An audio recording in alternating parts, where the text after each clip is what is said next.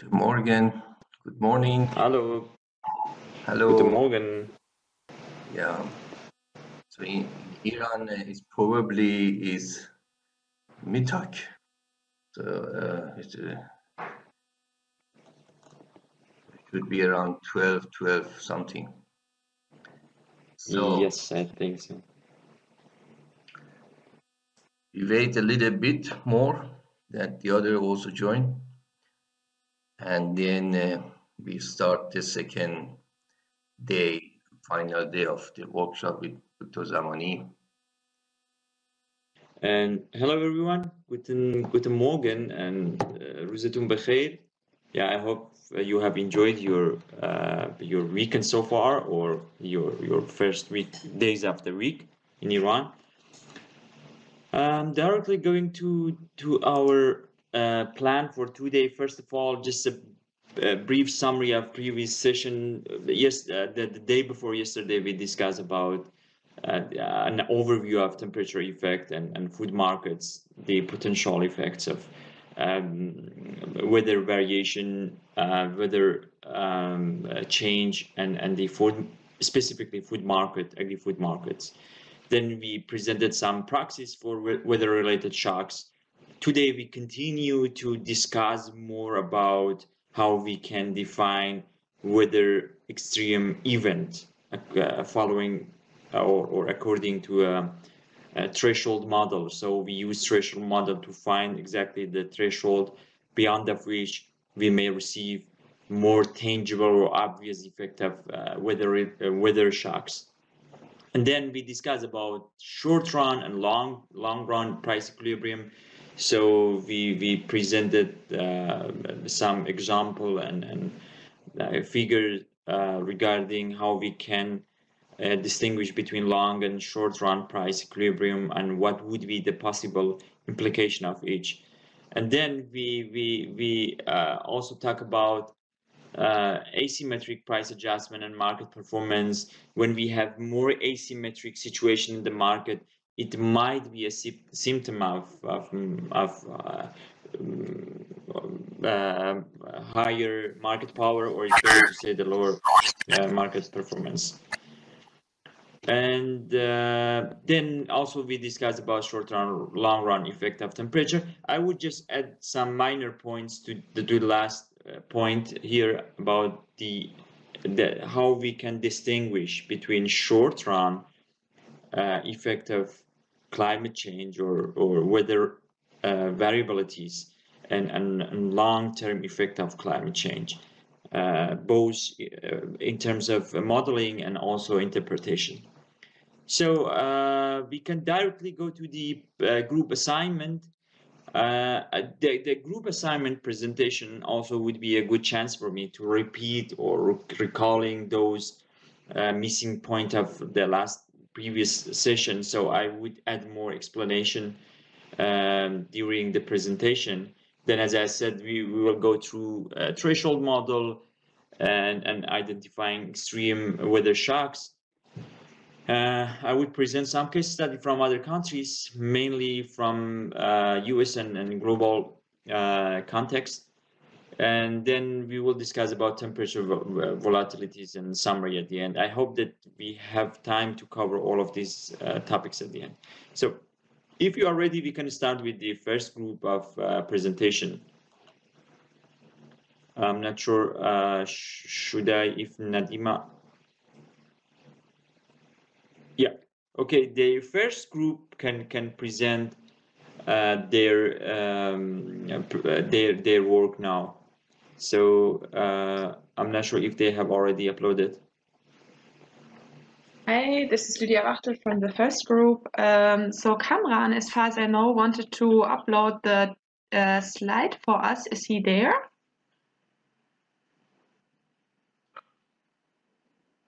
Okay, not yet. I guess he told us that he sent us that he sent the NaDiMa team. Ah, Kamran, there you are.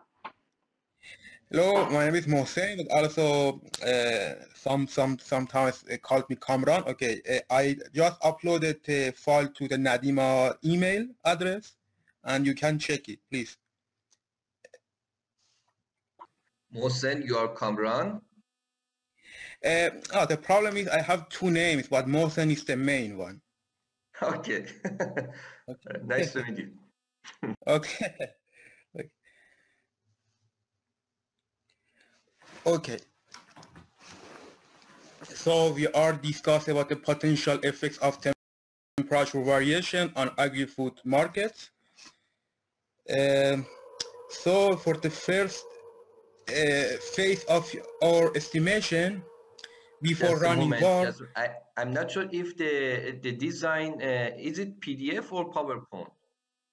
is PDF. Everybody see it in a full format. I'm not sure if it is the If it must. is necessary, I will send a PowerPoint format. Okay, good. Now it is fine. Now it is fine. So leave it like this.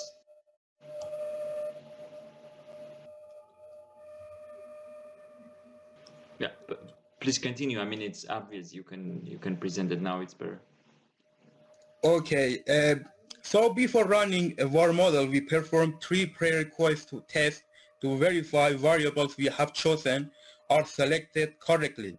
The first one is Pesaran cross-sectional dependence, also known as CD test, to account for serial correlation of an unknown form in the error term. The test rejects the null hypothesis in 1%. So this certifies the presence of cross-correlation. The second test is Hadri test. Also, there are a few ways to find out if our variables are stationary or not. In this case, the Hadri test appropriate, it examines if common factor components are stationary, and it lacks unit roots. On running this one, it shows all variables are stationary and rejects the null hypothesis. And finally, okay,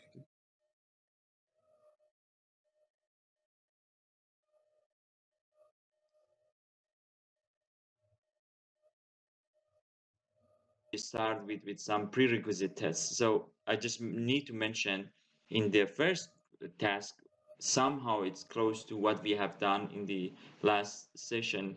We want to check what happened for the prices, for the price adjustment when a temperature changes. Yeah, I just want to mention that because I think it was kind of question. Yeah, yes, please. I will explain. We will explain in long run effects or short run effects. But before of explaining the effects of temperature on the prices in short term and long term in both cases, we tried with three prerequisite. Sorry for the pronunciation. Prerequisite test. The first one is Muhammad Hashem Pesaran cross correlation test. So it is just a command we did, and it rejects the whole null hypothesis in 1%. So we can conclude in this part, the prerequisite test, that the model is chosen correctly. And the third test is the Westerlund test. Take a general test study based on structural dynamics, and this shows that there are a long-term cointegration and correlation between series on their first lag.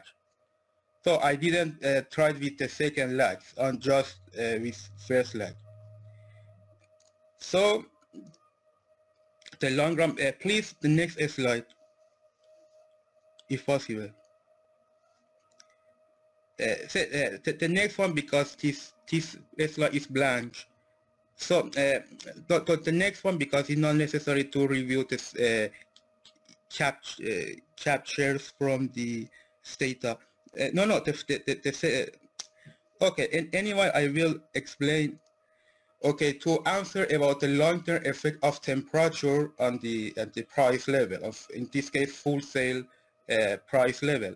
In the first phase of our estimation, the long-run equilibrium using fixed effect, random effect model, non-stochastic, I mean, and the the stochastic effects and mean group are estimated.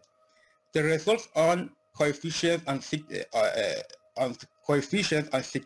are significant, and they have similar results in all three models, with the difference that, as spoken previously, in the case of random effects, there is zero observed explanatory variable and the unobserved effects. The three main independent variables are log of farm price, temperature, and the interaction between price and temperature. Results are significant in 1%. Vol test shows there is a long-run association between variables, for example, in this case, between temperature and full sale price level. Well, full sale price level as a dependent variable. To interpret the coefficient, the log lineal, or maybe it is log, I don't remember, but I have written as log lineal model. The coefficient of the table shows that for each 4.1% of temperature variation, there will be 1 unit of full sale price variation. So the association, the links between temperature variation and full sale price level is positive and highly significant. To answer the second question, the margins, the margin is the difference between the farmland price and retail price.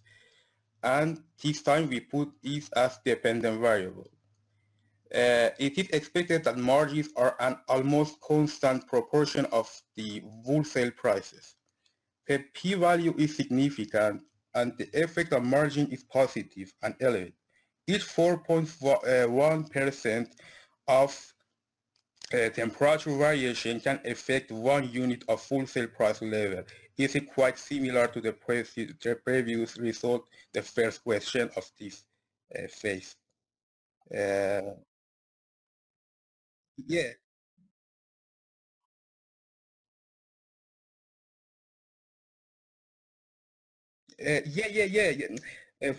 For this reason, it is the next slide. The next is long range results. Please, the next result. Here? Yeah. Perfect. Yeah. So I was explaining this slide. So to repeat, for example, the results, to repeat briefly, there are a long-run equilibrium between temperature as independent variable and full sale price levels. Referring to the table shown previously, for each 4.1% of temperature variation, we will have 1 unit of change in a full sale price level. So we can notice that there are a long-term association, and the average is 4.1% in this case, that the temperature variation can affect on the price levels. But for example, the second question is about the margins. I changed the dependent variable. I replaced the margins as dependent variable and the results are quite similar. So for almost 4% of temperature variation, we will have 1 unit of change in margin price level. So that there are a direct association and correlation between the price, the temperature shocks, and price levels in long term. And in long run, temperature variation can affect prices in full chain, also margins. Not only full prices, retail prices, but also margins. So this is our estimation for first phase, first step, that is long run results. The next slide we will discuss about short run. Maybe my colleague will explain this part.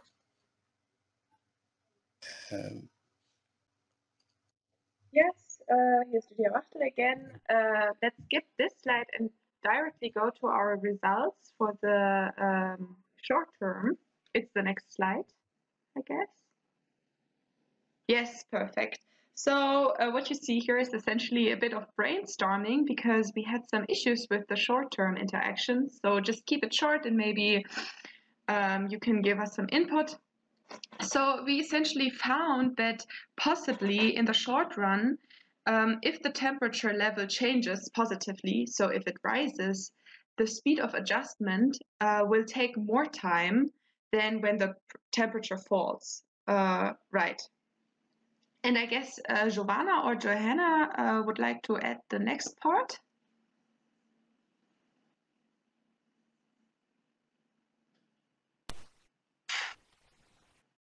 Yeah, so Okay.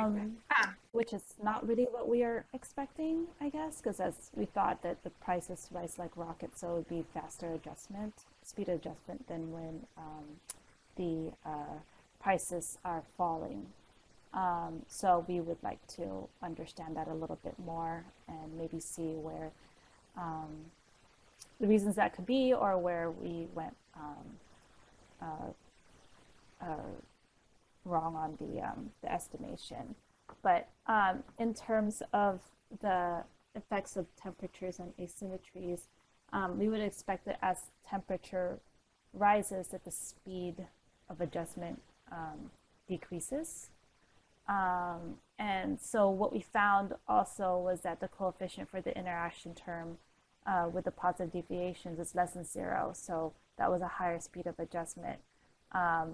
And what we were expecting, and then the coefficient for the interaction term with the negative deviations is greater than 0, which we're also expecting. So it was a lower speed of adjustment. So when we were looking at the interactions, it was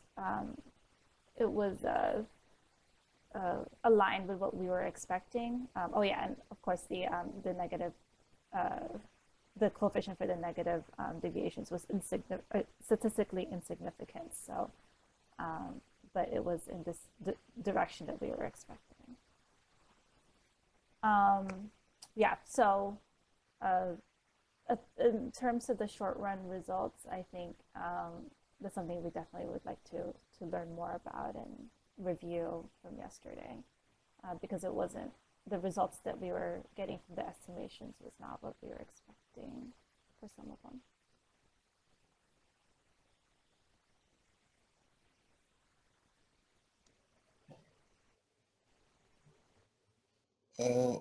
Okay, if it is done, I will explain the last part is the discussion part and is a brief conclusion. Maybe. So the final conclusion is a direct to move to a real phenomenon in our lives and the future development of work. Maybe the lesson we can learn about this discussion is that unnatural variation in temperature, such as climate change in short term and global warming in long term, can generate high volatility in food prices in the domestic markets. It could have negative impact on the supply-demand system and whole chain that can destabilize economies, especially in many developing countries, where GDP is weak, highly dependent on the agricultural sector. Another consequence is its impacts on the global market, and especially negative impacts to some large food exporters that are in the verge of risk of the climate change and global warming. So in one sentence, maybe climate change and weather shocks in this case, example, is a potential threat to food security, stability, and development for the world and also for developing countries. So this is maybe one conclusion.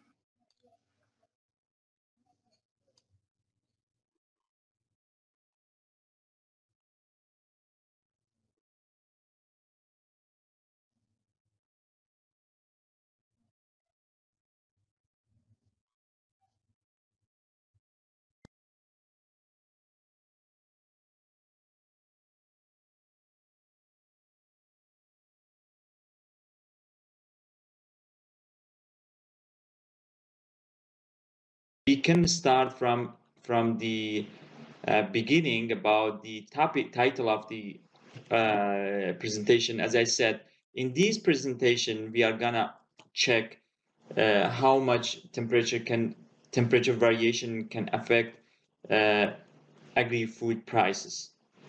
In our case, is poultry prices. First, about the prerequisite test. About this, let me use the pointer. Yeah.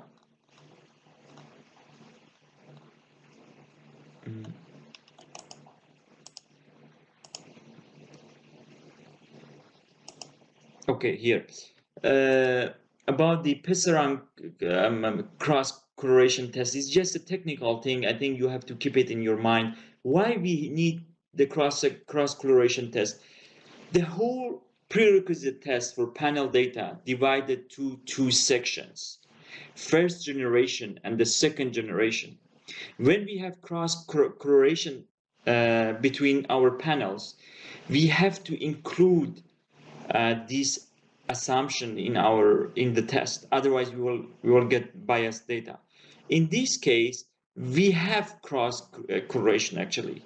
I mean, based on the I have the result here. So that's why I suggested to use Hadri test, which is somehow demeaning the variable, so it includes also the second generation of the panels. Cross correlation means, for example, there is some correlation in terms of volatility, in terms of variation between panels. In our case, is region, because for example, in the case of Iran, we are talking about one country with 30 region, and our cross sections are region which are normally interlinked together. So there are some correlation between the regions. So in terms of the context and hypothesis. However, we need to test these hypotheses, which is done by cross correlation test. So it means if the trend in one region is somehow correlated with the other region, is based on the test, I mean. So that's why we also need to consider this cross correlation in our test. Spillover effect. Professor Farzan can ask a question about the cross correlation. Spillover effect and cross correlation might be related. What does it mean, spillover? Spillover means when we have a trend in other places, in other section region, there might be some externalities, negative or positive, in other region. So it's kind of pass through, it's kind of transmission. This is still an open question, because we can also use the spatial panel data, estimators for in this case. However, for prices, spatial panel data is a bit vague. It's a bit unclear. I mean, still is difficult to interpret the result of spatial modeling with prices. Yeah, it's really interesting. The spatial. Also, I would recommend you to participate for sure in the next workshop, which is about spatial analysis in panel data. It's really interesting topic for me. I have done a paper about it. However, it still is not published. But for prices, the linkage between prices is a bit difficult. It's a bit challenging to interpret. For example, if price in one region increases, how we can interpret the spatial modeling that the other region also increases or decreases. Anyway, but it's really interesting topic. That's why when we have cross correlation, we have to use the second generation of prerequisite test, both for unit root and also for cointegration. In our case, Hadri is a proper test for unit root. However, there are some literature I already uploaded in the common folder, some argument by Breitung and others they also mentioned that we have to also check the common factor dynamics. It's it's a topic about unit root and how to check it. Anyway, and for Westerlund also is a test of Cointegration, including 4 statistic, one group for group panel, and the other one is for group, and the other one is for panel. So it should be significant, then we can conclude correctly that our data are integrated. Anyway, so we realize that our data is integrated. In the next slide, you correctly estimated the long run equilibrium. However, we need to also keep in our mind that for interpretation, I mean, you correctly interpreted that the result somehow, and you mentioned something about that the margin doesn't change, because I think you run another model to check the linkage between temperature and the margin, the difference between prices. However, you can also check it out here in this long run equilibrium. As I said last session, that the temperature here is the contribution of temperature in the margins. So it means if this coefficient is positive, it means the average margin increases. So the average margin in our case is the constant term, which is 1.5. So when temperature increases by 1 degree or whatever, the average margin also increases by this amount. However, please note that this is the prices are in log, so the interpretation is a bit challenging. But you have to keep in your mind that temperature increases, the average margin increases. And as I said, the one reason for that, it means when temperature increases, the average cost, the temperature related cost also increases, the losses, wastes. So the risk of spoilage. That's why when temperature increases, we may expect also the average margin increases. On the other hand, I think it should be negative here. I think it's kind of typo, because for other estimator we have negative for the interaction term. So still is not, I mean, the coefficient is not so big economically. That's why you correctly also mentioned that average margin doesn't change in response to the temperature. Here in this estimation, the dependent variable, which should be also mentioned here, it's the price of wholesaler. So wholesaler prices is dependent variable. Part of change in dependent variable in wholesale price is covered by farm gate price, which is the cost.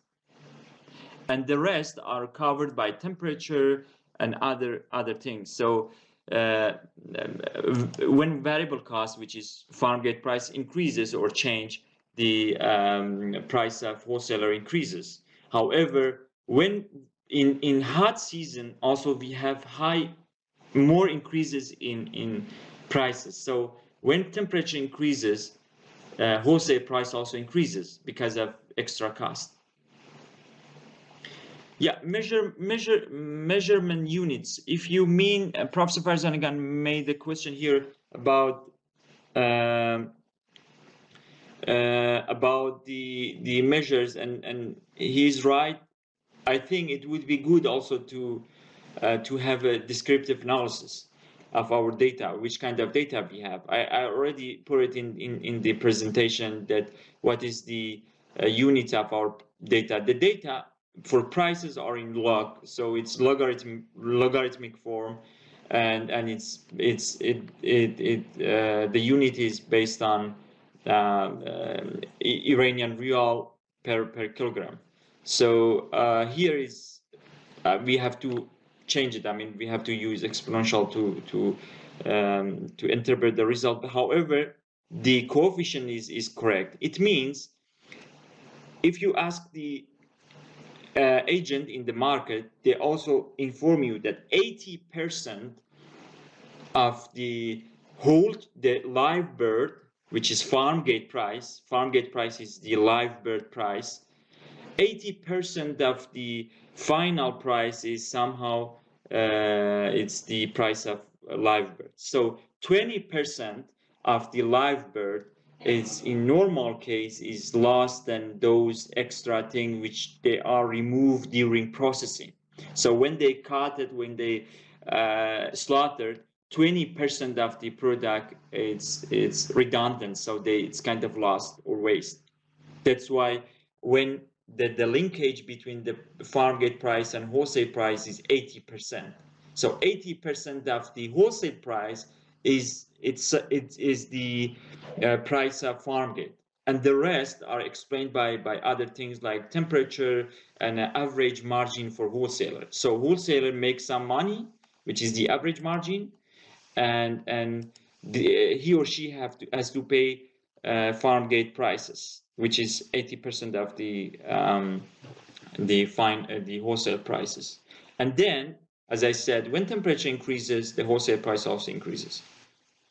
Yes, exactly. Professor Farzan can ask a question if dependent variable is in log. Yeah, the prices are in log, but temperature are just are at level, because it's more easy to interpret. So we know that, for example, is temperature, when temperature increases by one degree of Celsius, how much prices increases. However, we have to note that we have to also include average temperature. So so far we realized that the effect of temperature at in the long run, it's not so much economically. However, still there is some effect. And also you mentioned here that the average margin doesn't change. You're right, the average margin doesn't change in response to temperature in the long run. Long run means a permanent relationship between prices or between our variables. It means when we have a change in long run, it means it's permanent. This change doesn't go back to the normal or long-term equilibrium. It will last permanently. So for sure, when temperature increases, its effect doesn't last for a long time. That's why also we didn't get economically significant effect of temperature. The coefficient are statistically significant, but economically not. Let's go to the short run, as you also correctly mentioned here, that in the short run, when it's really interesting. I'm not sure exactly why you got these results, because it shouldn't be like this. At least for random effect, it's correct. But for fixed effect, maybe something is missing, or I'm not sure about the first coefficient. It should be the speed of adjustment for positive ECT. It's correct, is about 11%. So it takes almost 9 weeks or 8 weeks for positive deviation to be adjusted. So if there is a shock that increases, that decreases cost, so it takes 9 weeks to the wholesale price to be adjusted to go back to the long-term equilibrium. So imagine during these 9 weeks, the wholesaler is enjoying the extra marketing margin. And for negative deviation, it means when the cost increases, wholesaler quickly after it's 0.23, it means that it takes 4 weeks to be adjusted. So 9 weeks for positive deviation and 4 weeks for negative deviation. So it means that they can manipulate the speed of adjustment. They can make money out of that. This is somehow normal pattern for some markets, like even for exchange market. the difference between selling and buying exchange or currencies. So they will make money out of these short-run shocks. Let's go to the interaction. We have positive deviation and negative deviation. The random effect model result is correct.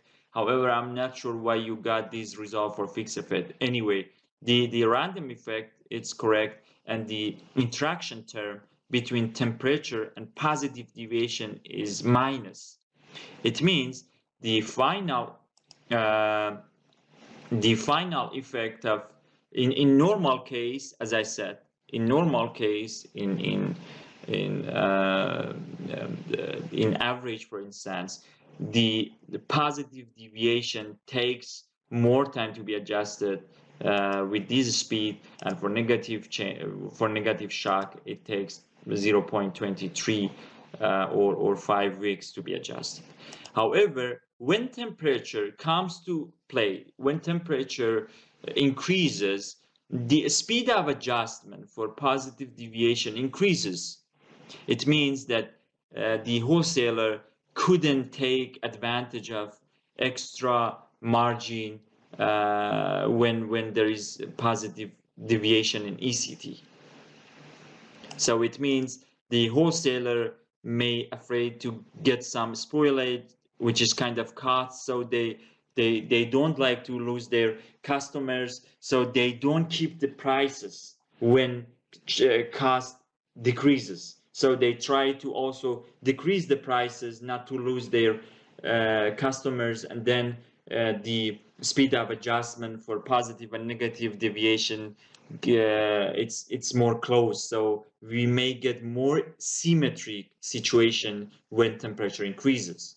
So this is kind of positive externality of weather shocks, that when weather increases, the market power it's going down because they couldn't keep the prices, and if they keep the prices, they may have to keep the product which is perishable, and then it's really risky that they may get a lot of spoilage and waste at the end. This is the story behind the temperature. So temperature effect is mainly in short run. It's not in long term. And we will discuss about that, what is the difference between temperature variation and temperature increases in long term. I hope that is clear, because you also mentioned it's kind of contradictory, that why you didn't get a negative coefficient here. Maybe you have to run the model again, because I'm sure that it should be negative, as you also came up with in random effect model. And some implication here, it was also interesting, mentioned by Kamran, about temperature tends to increase the food prices.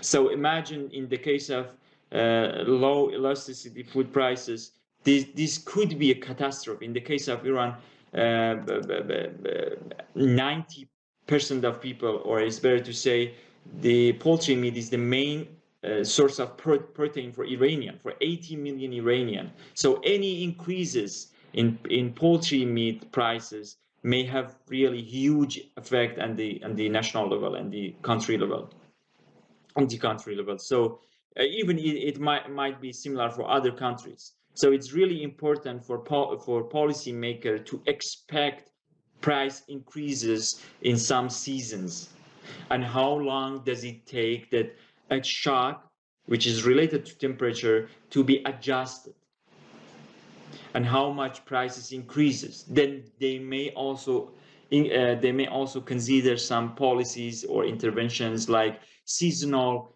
trade policies, seasonal price adjustment, seasonal policy intervention. So they may expect that. Our experience last year was after COVID-19, after the COVID-19 shock, there was a long line of people in front of butchery and supermarkets waiting to get poultry meat, and there was not too much poultry meat for them, because there was kind of disruption in the value chain, and government didn't expect or forecast how much does it take that this shock to be adjusted. So the policy in Iran in the case of poultry meat is like they look at the prices, it's kind of signal, then they will decide. So they don't expect the market, they just look at the prices at the spot market, at the timely prices, and then they will think about what they can do to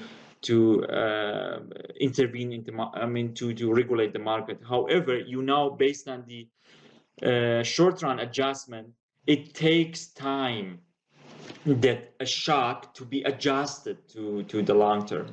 So if they intervene at the middle of this process, they may make the situation worse.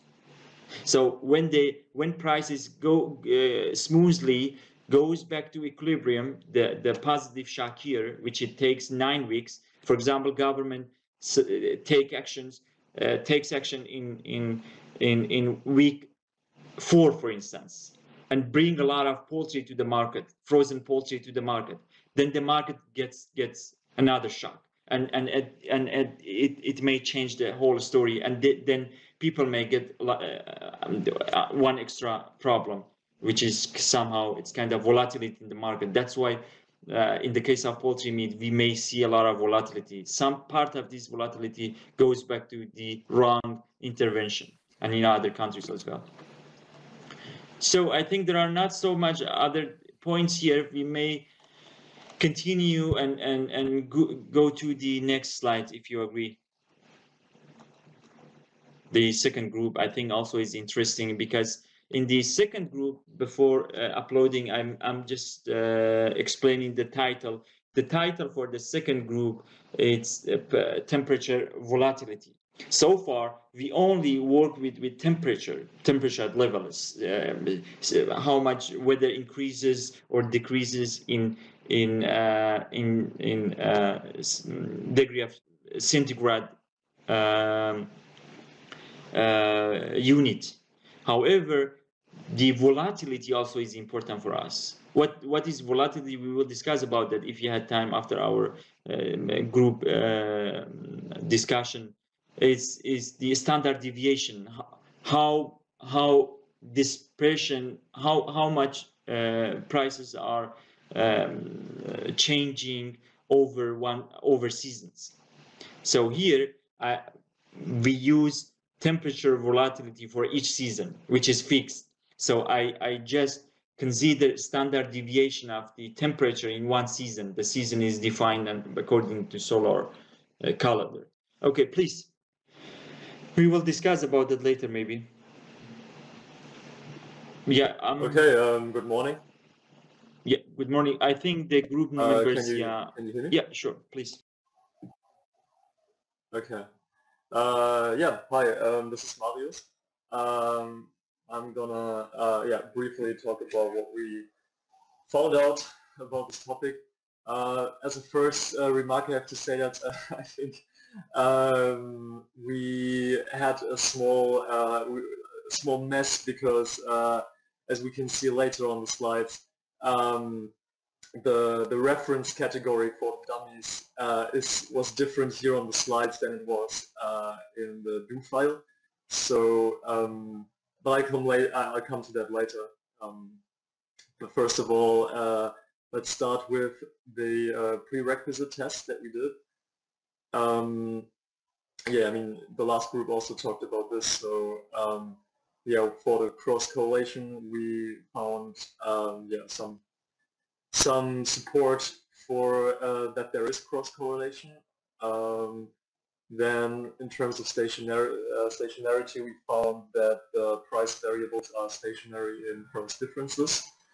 And then, when we looked at if the variables are co-integrated, we found that we can't say so at the 1% and 5% level, but at the 10% level, there seems to be co-integration of the two price variables. Yeah. So on the next slides, Yeah, these are the results for the long run model. Yeah, as you can see, here it's still all right. Here we still have winter included, and spring is the reference category for dummies. So if we go down to the interpretation on the, yeah. So first we have the question, in which season volatility has a higher effect on the wholesale price levels, and if it's negative or positive. To be honest, we weren't quite sure with the interpretation here. So we say that if we look at the interactive terms, then it seems like, wait a second.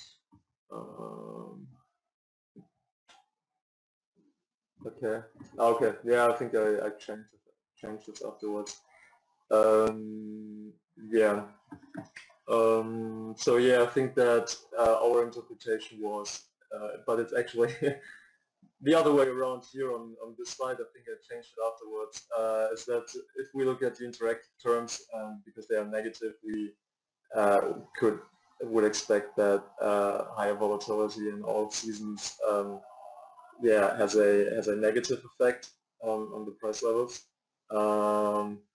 Yeah, and seems to be most so in the summer. Again, we weren't quite sure here with the interpretation, but then with the second question, so which season has potentially a higher effect on the margins? I think that if we look at, like, the way I understand it was that if we want to see the effect on the margin, and it could be wrong, I'm not sure, we don't look at the interactive terms, but we look at the main effects of the dummies. So in this case, if we look at the main effects of the seasonal dummies, seems like higher volatility in all seasons increases the average margin, but in summer, a higher volatility in temperatures increases the margin the most. That would be our interpretation of these results. Yeah, then coming to the short-term results. Here, yeah, we had the problem that we first ran the calculations with the do file, and in the do file, the reference category here is winter, but here on the table on the slides, the reference category reference season was actually spring. So that's why here in this case the cells behind the winter interactive term are empty, and so the interpretation that you see here on the next slide also refers to the fixed effects model with winter as the reference season, because yeah, that's how we did it in the first time, and we just realized later then that doesn't actually fit. But so yeah, coming to the interpretation, we found that the interaction terms with spring, with temperature volatility in spring, are insignificant both for positive and negative error correction terms in the fixed effect model. So it seems like higher temperature volatility in spring does not significantly change the adjustment speed compared to higher volatility in winter. If we look at temperature volatility in summer, we found that higher temperature volatility in summer increases the adjustment speed both following a cost reduction and a cost increase compared to winter, and this increase in the adjustment speed is especially high after a cost reduction, so after a decrease in the farm gate prices. Then looking at autumn, we found that higher temperature volatility in autumn decreases the adjustment speed, also both following a cost reduction and a cost increase compared to winter. And here the decreasing effect on the adjustment speed after a cost increase is actually larger than the increasing effect of higher volatility in summer. Yeah, so on the asymmetries, here again we weren't quite sure how we can draw some implications from the data on this. So yeah, I'm sorry, but here we didn't come to any conclusion basically.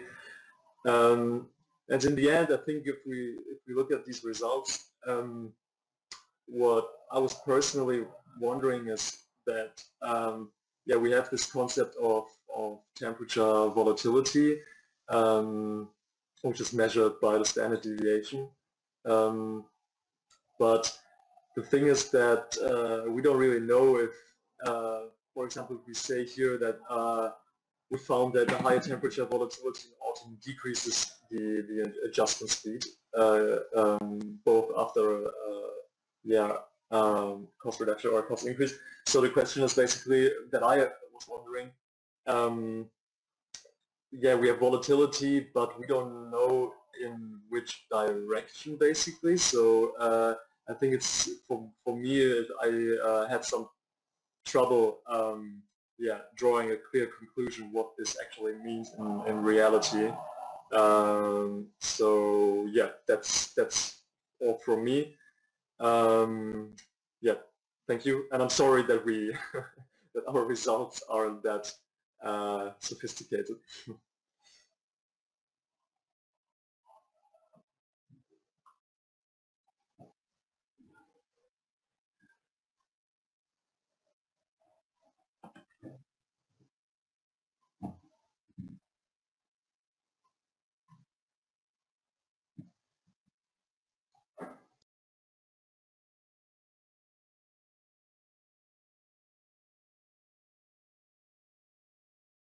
So in this presentation, we look at temperature volatility, and you know, volatility is just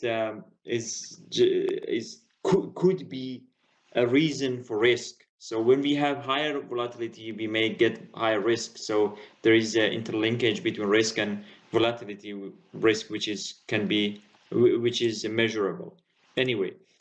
About the prerequisite test, yeah, it's correct. It's like the previous group, so that I don't go into detail. Here, you mentioned, I mean, you correctly explain it, but I think maybe I lost something or missed something.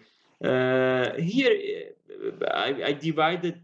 I mean, we divided the tables because there was not so much space to report all the things. However, I think you can see both together. In the first table, we have the interaction terms with the prices. So the dummy 2ST means the standard deviation for the season 2, which is summer, season 3 is fall and winter, and so on.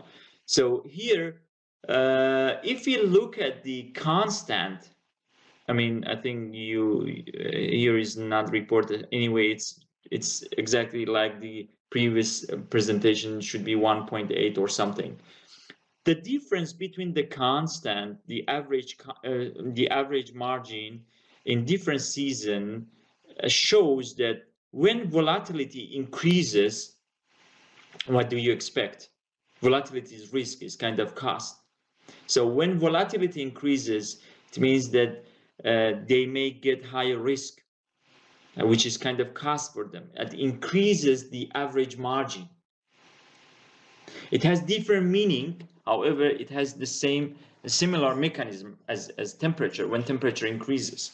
So when volatility also increases, it has a negative, or it has a it may affect the cost, the average cost, so it increases. That's why the constant, which is margin, is increasing as volatility increases. So this is the interpretation.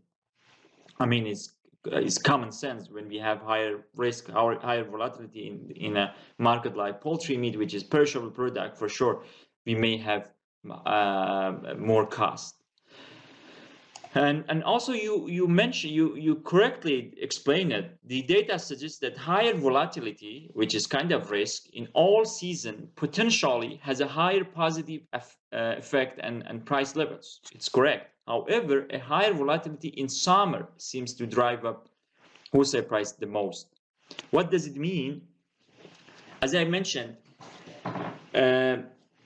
temperature has a asymmetric effect on the market. It means when temperature increases, it has different effect when temperature decreases. When temperature decreases, it means the losses and waste is not affected that much, because in a cold weather they can use transportation, so they may not get a lot of waste.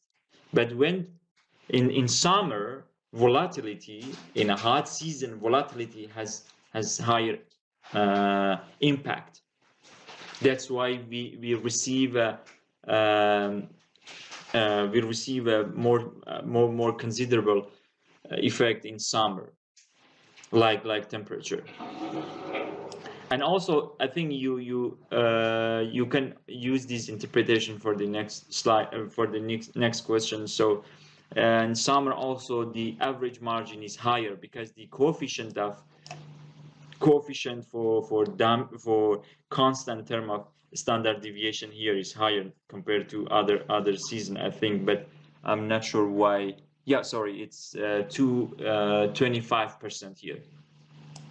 Yeah.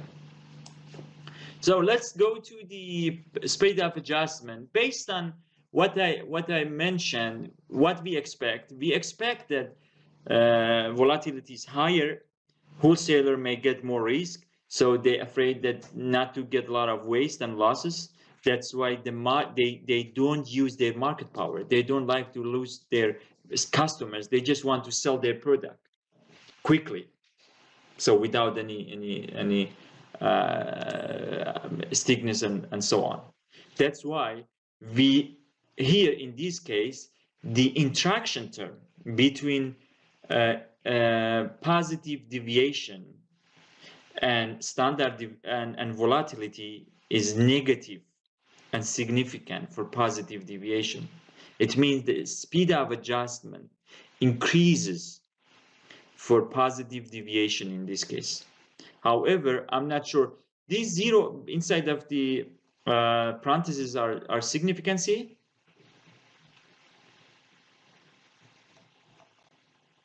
I think so, yes. So I think I have some other result here. I'm not sure. Okay. Yeah, I think I have other result. Anyway, here still we can explain it like in this way, that the market asymmetry is lower as volatility increases. However, this pattern is happen mainly in summer when we have two problems. First of all, this is hot season, and the other one volatility. So the market is more symmetric. They couldn't use their market power. However, in cold weather, when at least we don't have the problem of the high temperature season, volatility may have some other effect. That's why we receive different effect in different seasons. So again, the effect of temperature in summer has the higher impact, because when temperature increases, when at level and also volatility, then we may get higher losses, we may get higher volatility. That's why increasing temperature leads to price volatility, also group 1 mentioned correctly. And yeah, I mean the short run result, and also you mentioned the question, if I don't remember exactly your question. If you didn't get your answer, please repeat your question because I don't remember. Then I may touch it. I may explain it again.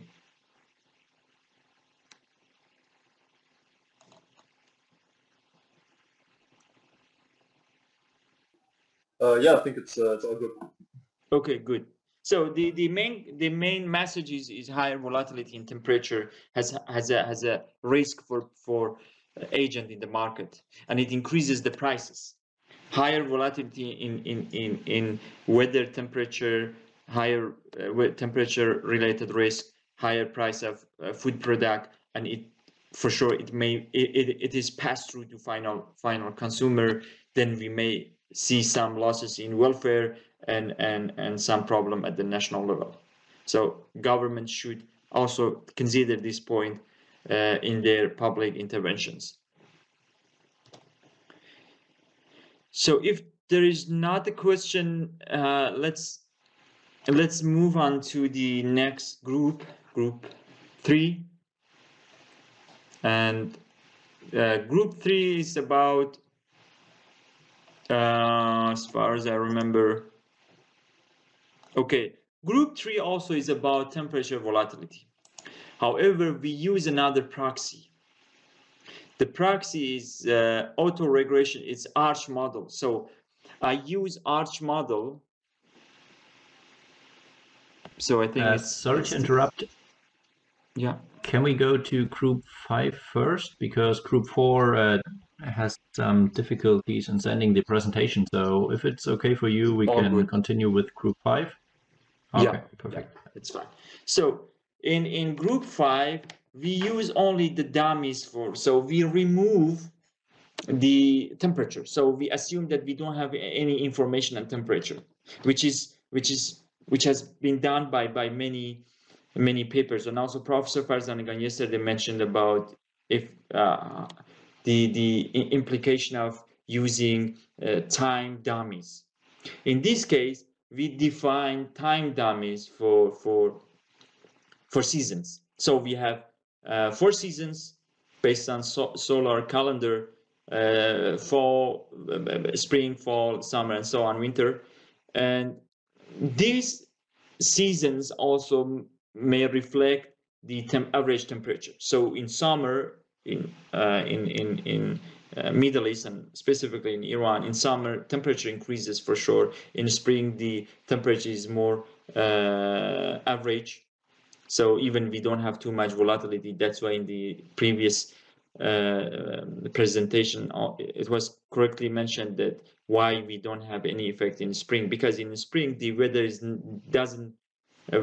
not volatile too much, and in winter also temperature goes down. So we have 4 seasons, and these dummies in some specific case like Iran may reflect the reality of the temperature variation as well. Okay, so please go through your presentation and then we will discuss about the question at the end.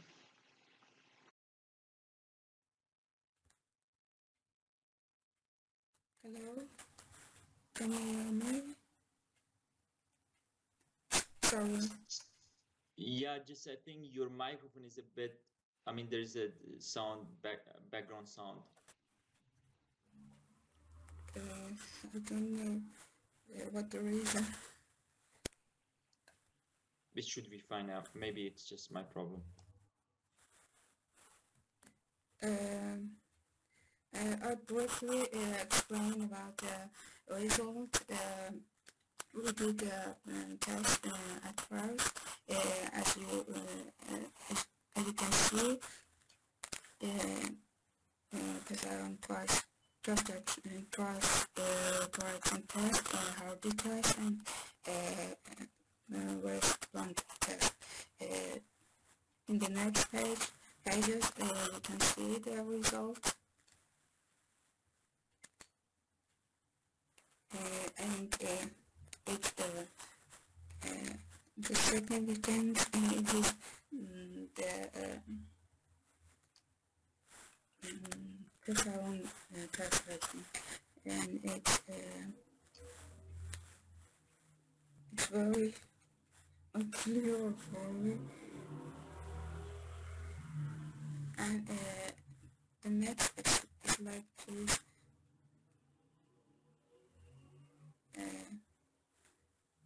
So this table is about the Hardy test, and it's significant. It shows that the p-value actually shows the significance of the test for the price levels, and the last test was test. We can show the legs of the model we need.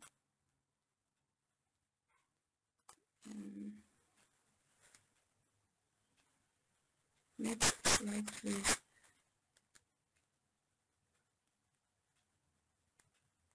You can see the p-value here too, and the legs we need for the model.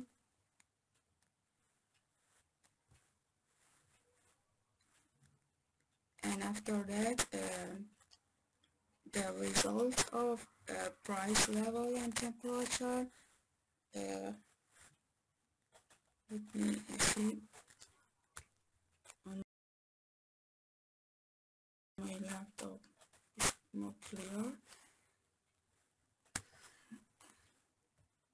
In table 1, you can see in short run the summer has higher effect on the price levels with a coefficient of negative 0.169, and its effect is negative, and for margin effect in a summer in a model with a fixed effect, we evaluate the margin,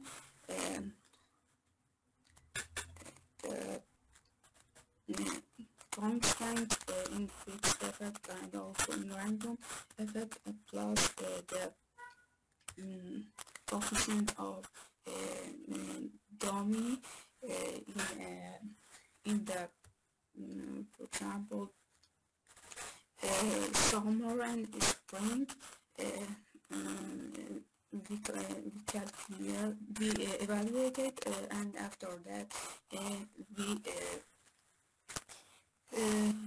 observed that the summer has higher effects on margin, and its effect was positive. In the next evaluation of model and the state of adjustment and temperature, we can see the table.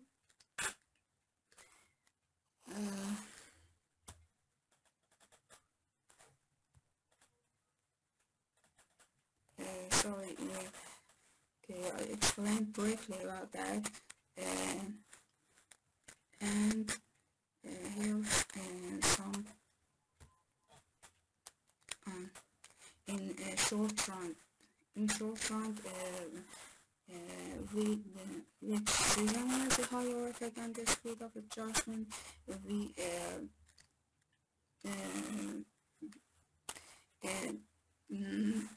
indicated that speed of adjustment and temperature involved with fixed effects and negative shocks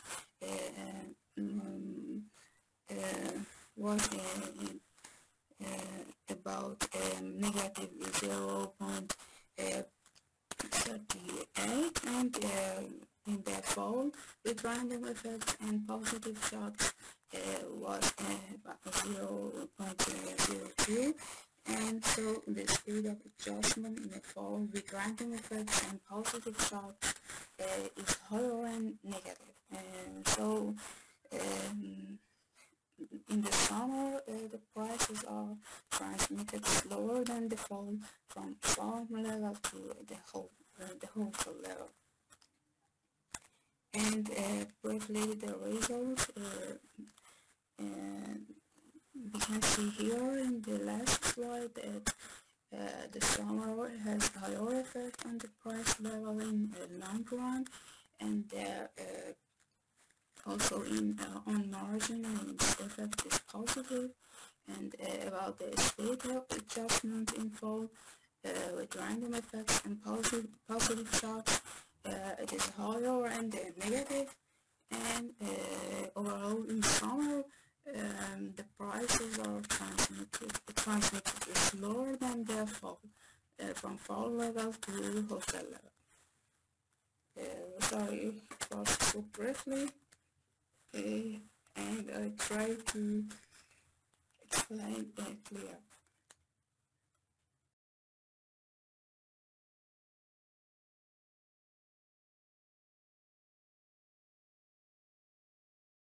Use the other test. It's XTCD, not XTCSD.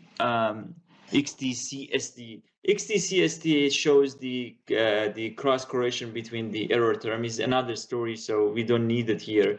That's why you got these things. I just wanted to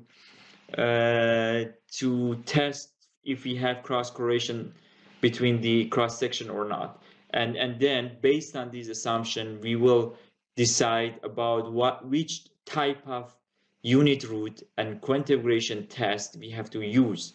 If we should use first generation test or second generation test. In our case, we have to use second generation test because we have cross correlation test anyway. And you correctly presented the result for Hadri, so it shows that we have non-stationarity in our data, in our price series. And for the Westerlund test, it clearly shows that for all test statistics for group and panel mean, we have significance statistic, which means that we have cointegration. That's why we can still estimate our model for long term and use an error correction term model to interpret our result in the short run. Let's look at the long run result. Here, it shows that the average margin, but please note that here I think we don't have this is kind of typo, so where is that? It should be here. So we don't have these states for the previous group. Let's go back. Yeah. In the long term, as also temperature variable shows, the first group, that average margin, average the average marketing margin between wholesaler and farm gate increases specifically during summer. So if you compare it in fall, it doesn't change too much. In spring also it's not too much. However, in summer it's more tangible, it's more obvious. Again, it shows that in summer, when temperature increases in summer, even without temperature, I mean just using dummy variables, the average margin is higher. So they have to leave part of the margin for those temperature related cost and losses. And this is also has important implication for policy makers. So imagine during summer, if policymakers wants to intervene in the market by supplying frozen chicken meat, it means they put a lot of money, I mean investment to import or to release poultry meat with lower price into market.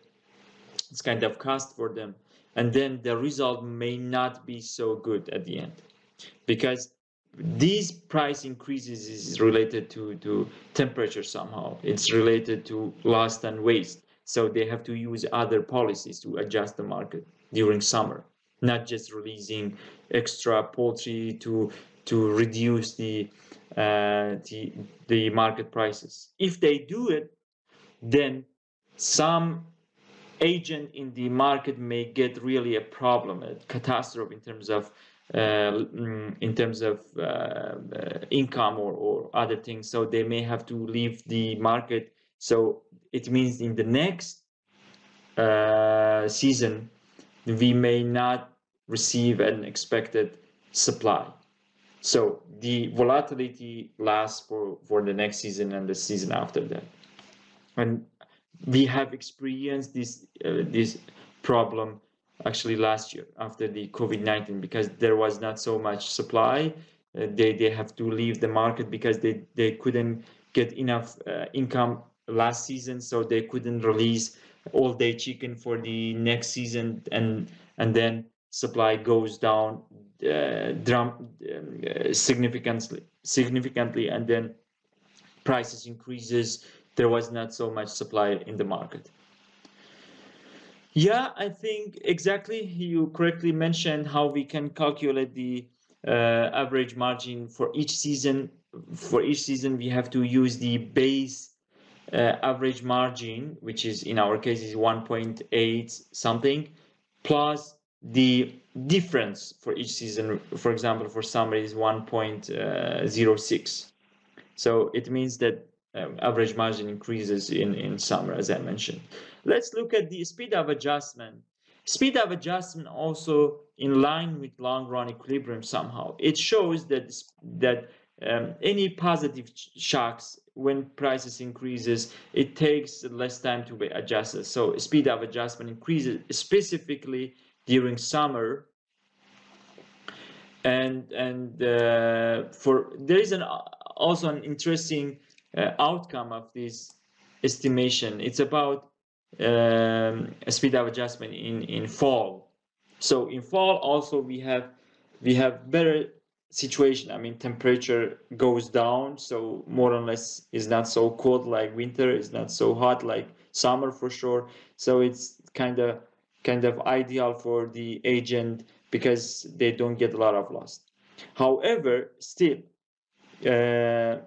in fall we may have another pattern. This pattern is related, I mean, in summer, if you look at here, in summer price is less asymmetric, but speed of adjustment increases. In fall, again, market is less asymmetric, but the speed of adjustment goes down. It means in both cases, in fall and summer, market tends to be more symmetric, market performance changes, however, in two different ways, in two different directions.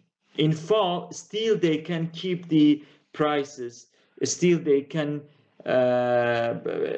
manipulate the prices. However, they couldn't do it like for positive cost change.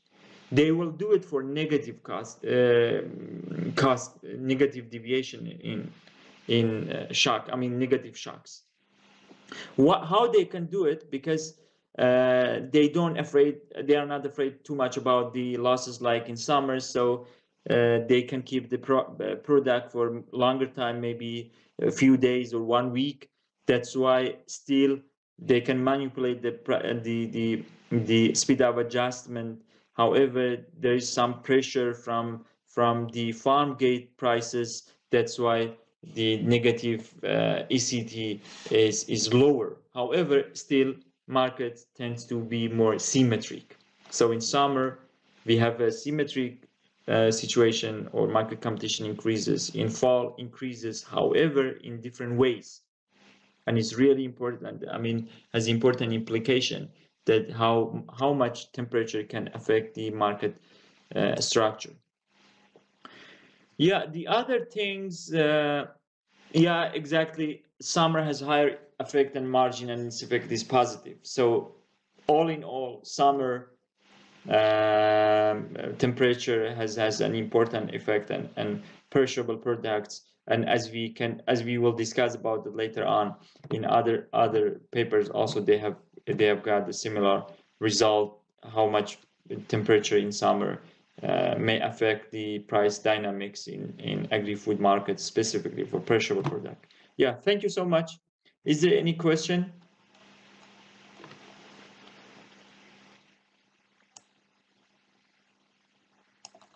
If there is not any question, we may quickly go to the next. Thank you very much. Sorry? Thank you very much. Yeah, welcome. Thanks.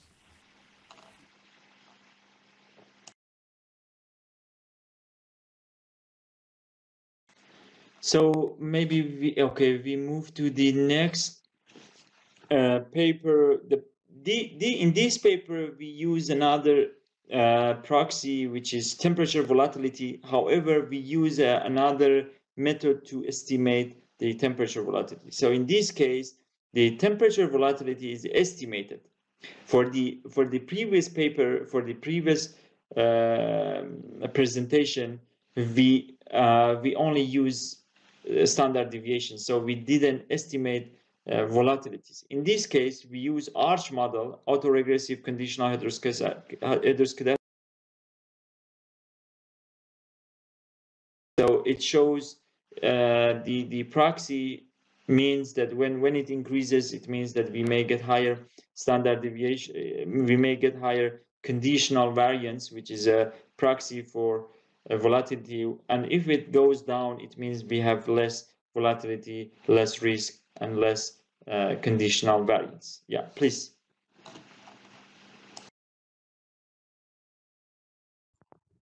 Hello, can you hear me? Yeah.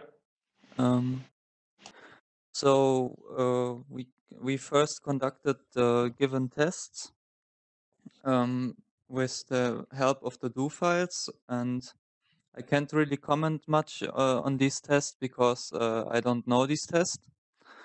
But if we conducted these tests correctly, that we could say that our variables are stationary. And also the Westerlund test suggested that there is in fact a linear combination, so our variables are cointegrated. We then continued to estimate the first model using fixed effects, but we encountered some problems because the point estimates we got from using a Stutter as well as RStudio, they were different from the point estimates that were given on the slides. So we were quite unsure now where the problem was, but at least for the interaction term, where we investigated whether the arch term has a different impact on, or there is a joint impact of the arch term and the price, was not significant in our results. But on the slides, it was significant. So this was quite a problem because we could not solve it. And also, we estimated random effects models and used the Hausmann test to judge about this. But as far as I know, the Hausmann test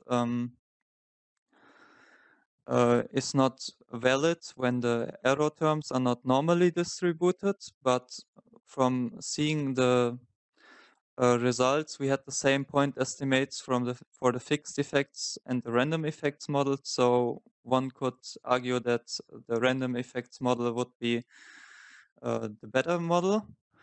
But we had the same problem with the fixed effects. So the point estimates, they were different, and I could not find the reason for this. So we don't know if these results are valid compared to the table presented in the slides. So maybe you can comment on this, what our possible problem is. But yeah, we were unable to replicate the results from the table. Nevertheless, we tried to answer the question. So for the first question, we can only, and also for the second one, given our results, we can say it is not significant because, yeah, the point estimates, they are not precise. We then continued to the speed and adjustment, and we basically had the same problem as before, that we had different estimates for the error correction terms. So we were unsure again on how to interpret these results, but with our given results, we tried to answer the questions, and given the size of the coefficient, we concluded that the effects of the temperature volatility on the speed of adjustment is that it has a lower speed of adjustment because it is bigger than 0. And for our results, at least, we could also conclude that the rockets and feather effects is at least somewhat present. So yeah, these were our results. Sadly, they are not so good compared to the already given tables by you.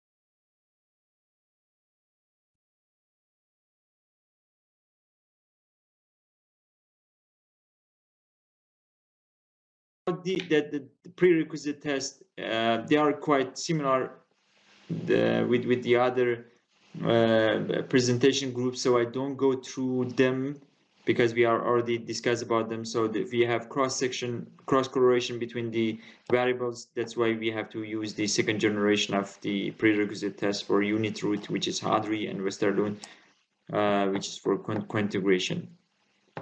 Here, I think I mean, I was thinking that you may, yeah, here this is not temp actually. We have another proxy here, which is arch, which is the volatility for the temperature, and I think it should be. I have the data. I have the outcome here.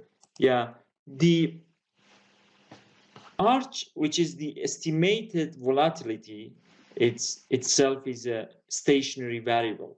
I mean, basically is kind of stationary variable. So its effect and the long term, I mean, most probably it doesn't have any effect in the long term because it's not for long term. It's just a short term variable, basically. And the problem with I mean, you correctly run the model in R Studio or R. However, I think you add an extra variable, which is temp. So actually, we don't need temp here. We just need the arch, as you already added, and the interaction term between arch and the prices. However, the result more or less is fine because you also realize even if we add temp still is significant. But for arch, we don't have any significant effect. It means that the effect of temperature volatility using arch model or estimated volatility doesn't have any permanent effect in the market. So it means that when volatility increases over a year, it doesn't mean that this volatility may last for a few years and so on. It means the agents in the market, they will adjust themselves after a volatility shock, so they can adapt it. And it doesn't change the whole structure of the market. This is the main message of the estimation. However, you need to take out temp, then you will see the exactly the same result with the Stata. And please note that in Stata we use robust robust residuals. So in RStudio also you need to add this option to your estimation. However, the results should be the same. There shouldn't be so much difference between RStudio and Stata. No significant negative. I mean, when a variable is not significant, so we don't go step forward. We don't go to the next step to say, okay, it's negative or positive. It's not significant. That's it. So we couldn't say, okay, it's not significant, but positive or negative. I mean, it's really hard to discuss about it. I mean, it's better to say, okay, it's not significant, so it doesn't have any effect. We don't have any evidence that there is a effect on long term. And also for the next question, also is not significant. For the short run price adjustment, the effect of volatility based on what I got from the estimation is the same as volatility in the second presentation. So when volatility increases, it means that the speed of adjustment for positive cost variation increases. So market tends to be more symmetric when volatility is higher, because in our case, wholesaler has market power. So when they get more volatility, it means that there is more risk for them, and as we discussed, they don't have too much room to adjust to take advantage of their market power. This is also a message of the proxies. And as you correctly mentioned here, the lower speed of adjustment for positive speed of adjustment, which is, I mean, the speed of adjustment, the base, it's lower for positive shocks than negative shocks, which is, as you correctly mentioned, also it's kind of symptom for racket and feather. Price goes quickly up and goes back to down more slowly. So, I mean, it's kind of a general pattern we may see in commodity markets, and these patterns may be diminished in the case of higher temperature, when temperature increases. It's good for sure, however, it may have a long-term effect. So we need to also look at the structure of the market generally for each country, rather than prescribing a general recommendation for all countries. So it depends. If the country, like in Germany, they have a high resiliency, so if they got a shock in one season, maybe for the next season they can recover themselves. But for some countries like Iran or other countries like I mean, even in sub-Saharan Africa, which the problem is higher, the whole market is seasonal. So it means that in some season they have enough, they have a better situation, so they can produce. However, when they get a problem, a temperature-related shock, for the next season they are shut down, so they couldn't produce anything. So it means that the next season price goes up quickly, and this pattern may repeat, I mean, for a few years. Yeah, it was the main message. I mean, the point is we use different proxies, dummies, temperature volatility in two different proxies. However, we got the same result, more or less. One implication for this is our analysis is robust. So when we change our proxies, we may not see so much differences. At least we got the same patterns, more or less. On the other hand, it's about fixed effect or random effect. You correctly mentioned that we have to also check the normality of our residual, but as far as I know, I think Jarubera statistic shows that our residual is normally distributed. However, I would check it out again, and it would be one test for that. However, to decide about fixed effect and random effect, we have two major idea. The first idea is a bit old-fashioned way, which is using Hassman test. So if you look at the recently published paper, you may not see that much that someone uses Hausmann test to decide about random effect or fixed effect. At least for micro analysis, for micro data. Why? Because in more recent literature, they may look at the structure of our data. If we have a long t dimension, time dimension, and a short cross section, for sure our model could be fixed effect. It means that we have some, we may consider each cross section, or we may estimate each cross section separately, like what mean group also is doing that. In mean group, we have different constants for each region. We have different slopes for each region. So slopes is varying, and constant also is varying. When we have large t dimension, in most cases, there is a correlation between the error terms, I mean the fixed unobserved fixed effect, and our regressors, our explanatory variables. It means that our model is fixed effect. So we have to also look at this correlation, not only Hausmann test, even though the Hausmann test also shows that that fixed effect might be a better option in our case. Yeah, thank you so much. It was really good presentation. I hope that you could recall some points from the last session. I do suggest to have a break, but I'm not sure, maybe Professor Farzan again can help me.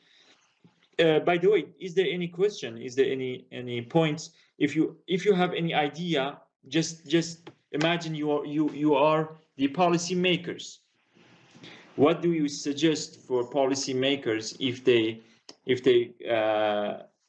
have this information about temperature? I mean, any idea, any suggestion or thing that come to your mind? Maybe we can discuss about that, and it would be really interesting from my side.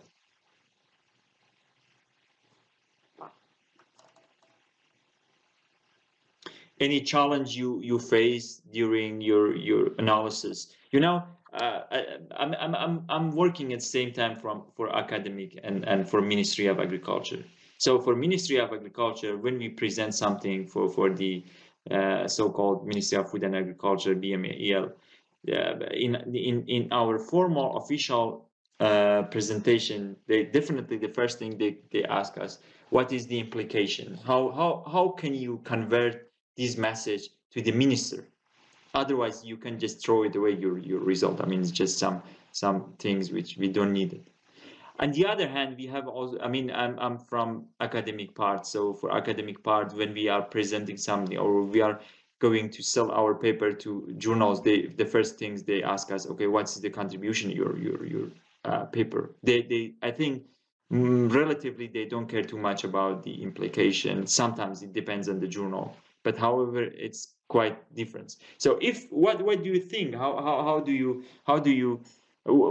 I mean, if you have any suggestion or challenge in interpreting the result or something like this, how can you convert this message to a policy? It would be really interesting from my side, and I think that it's just a matter of innovation.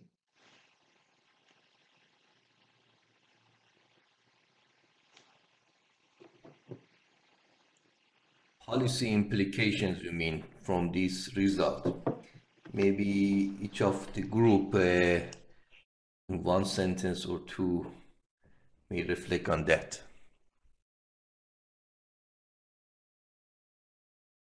So just to briefly repeat, when temperature increases, volatility increases. Imagine that for a strategic food product which is related to food security of that whole country. When government sees that in the market, when temperature increases, volatility increases, then they make it really catastrophe. I mean, really problem, shocks, social or volatility, like a strike or something like this. Of this volatility on food security.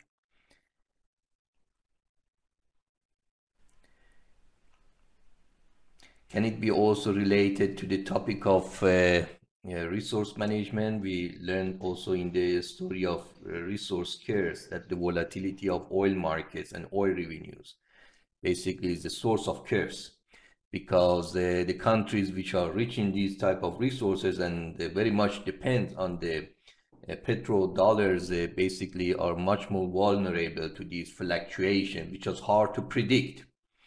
And as a result of that, they need much more stronger institution to absorb these asymmetric shocks.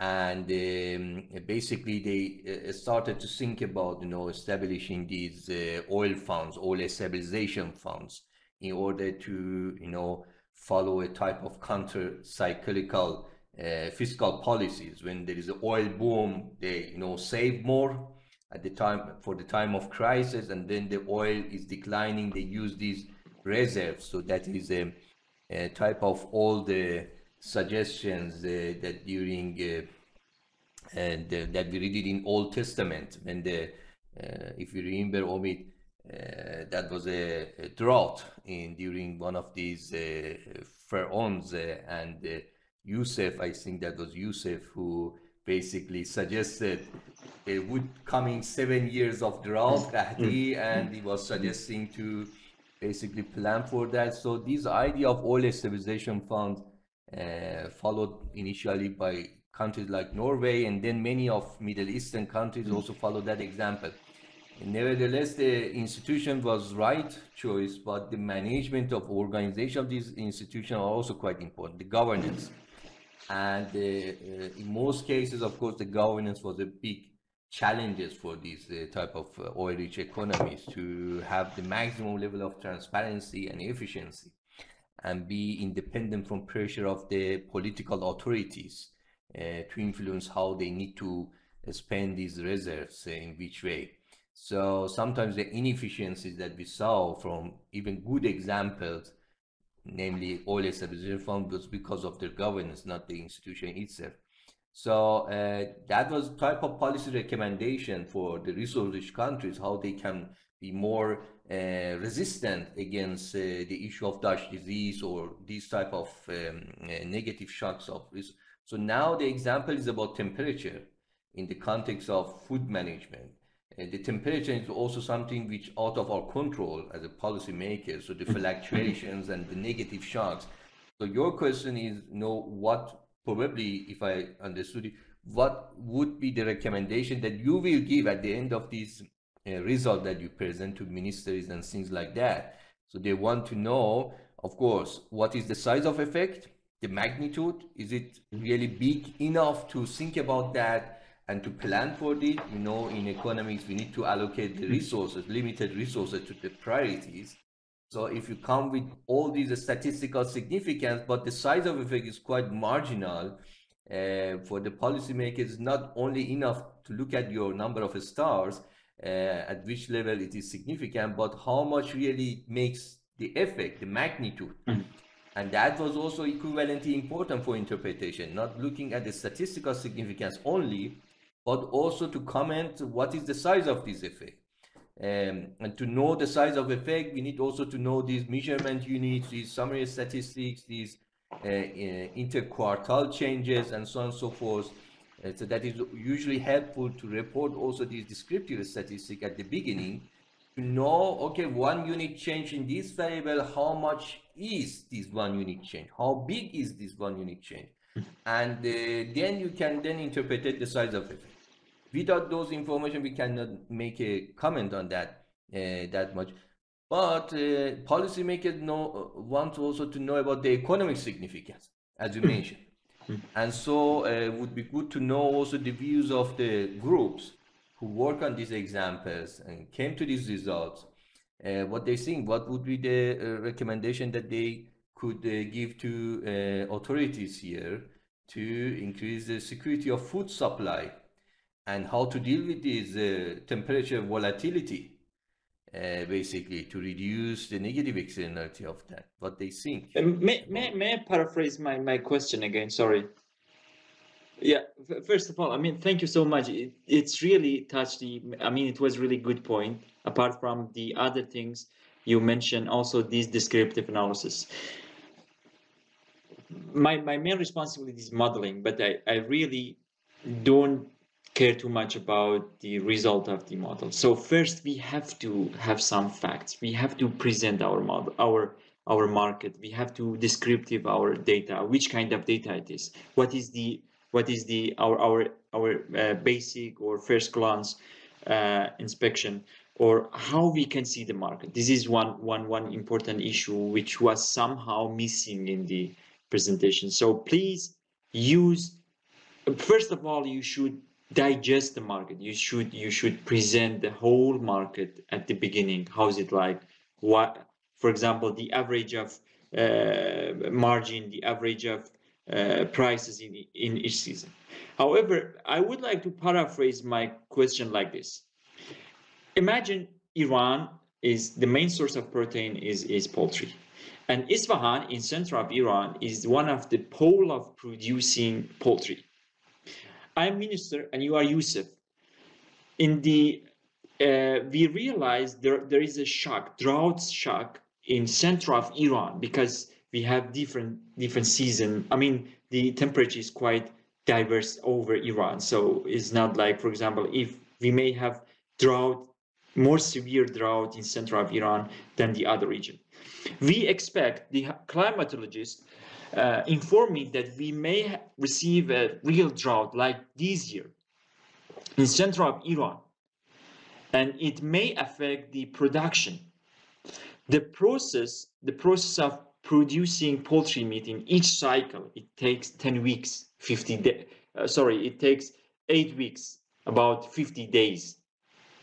So the question is, how do you expect, how you should check how long does it take that these drought shock might be passed through to final consumers, and then the final consumer may feel the effect of the drought based on these analysis. There are some hints in by Massa. I mean, if you like, you can open your audio and explain it. Otherwise, I would read it.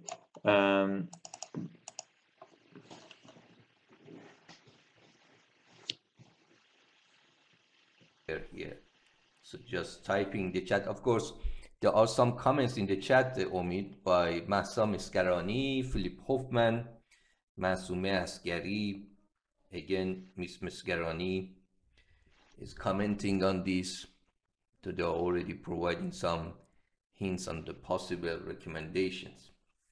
Should I go through the comments? I can, because there are some comments I can first go to the comments and see if exactly. We will discuss this kind of brainstorming. First, from the first comment by Massa, maybe in case of climate shock, I'm reading her comments. Shock, they can provide some subsidy to farmers. Yeah, it's correct. I mean, subsidy, it's kind of cost for government. So they dedicate some subsidy to farmers to shield them or to protect them, not to leave the market for the next season. So government think that, for example, how to keep the producer in the market for the next season. Otherwise, they will get lower supply in the next season. The problem would be worse. Yeah, subsidy is kind of option. However, how to distribute the subsidies is really important. It's really, really important. One of the problem of EU is in EU, based on common agricultural policy, they have direct payment. It means that the farmers receive some money if they dedicate part of the land for some specific or governmental purpose. So for example, if they dedicate their land for biodiversity and so on, they will receive some money. At the end, how we can see the effect of this subsidy, the price of product goes down. So the price of milk in EU is really lower than other countries like African countries. And one of the problem about that, there is a spillover effect or externalities, because the surplus of the milk from the market would be exported to other countries, more importantly to the African countries. And then the prices in those African countries goes down, which is not competitive for the local farmers. Local farmers leave the country, and we will see the catastrophe in those countries, that prices decreases according to international prices. So subsidy could be one option, but thinking and talking about subsidy in different contexts are different. But generally, yeah, it could be one option. Okay, they may get some subsidy for those regions which may receive the higher effect, just to avoid not to leave the market. The next comment: provide some strategies to farmers so that they can ensure to get the information. Is one of the most important issue in the agriculture sector. If you look at the recent, the last and the global food summit, which I was there also, the main topic was global digitalization. How to bring information or how to convey information or transmit information to the farmers.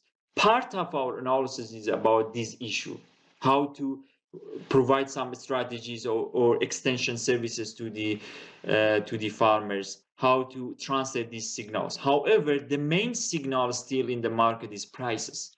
They look at the prices, they will expect the future. This could be also an important issue, that to inform the producer, okay, in these months, in this season, we may get a higher drought, so you may use these technologies, you may use these things to shield or protect your stuff, not to increase your losses, or provide some facilities or cold value chain.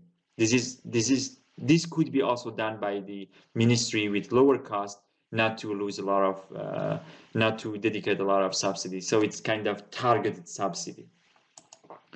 Philip mentioned, yes, the government could provide seasonal subsidies in order to absorb the seasonal shocks. Exactly, Philip. I mean, as I also mentioned, this seasonal policy intervention is kind of key point in our case.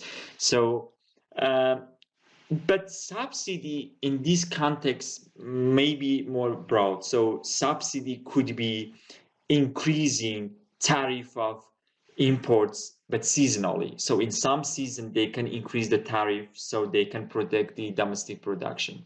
In this case, again, so it's kind of protecting the domestic producers. And it would be also one option to have seasonal intervention for sure.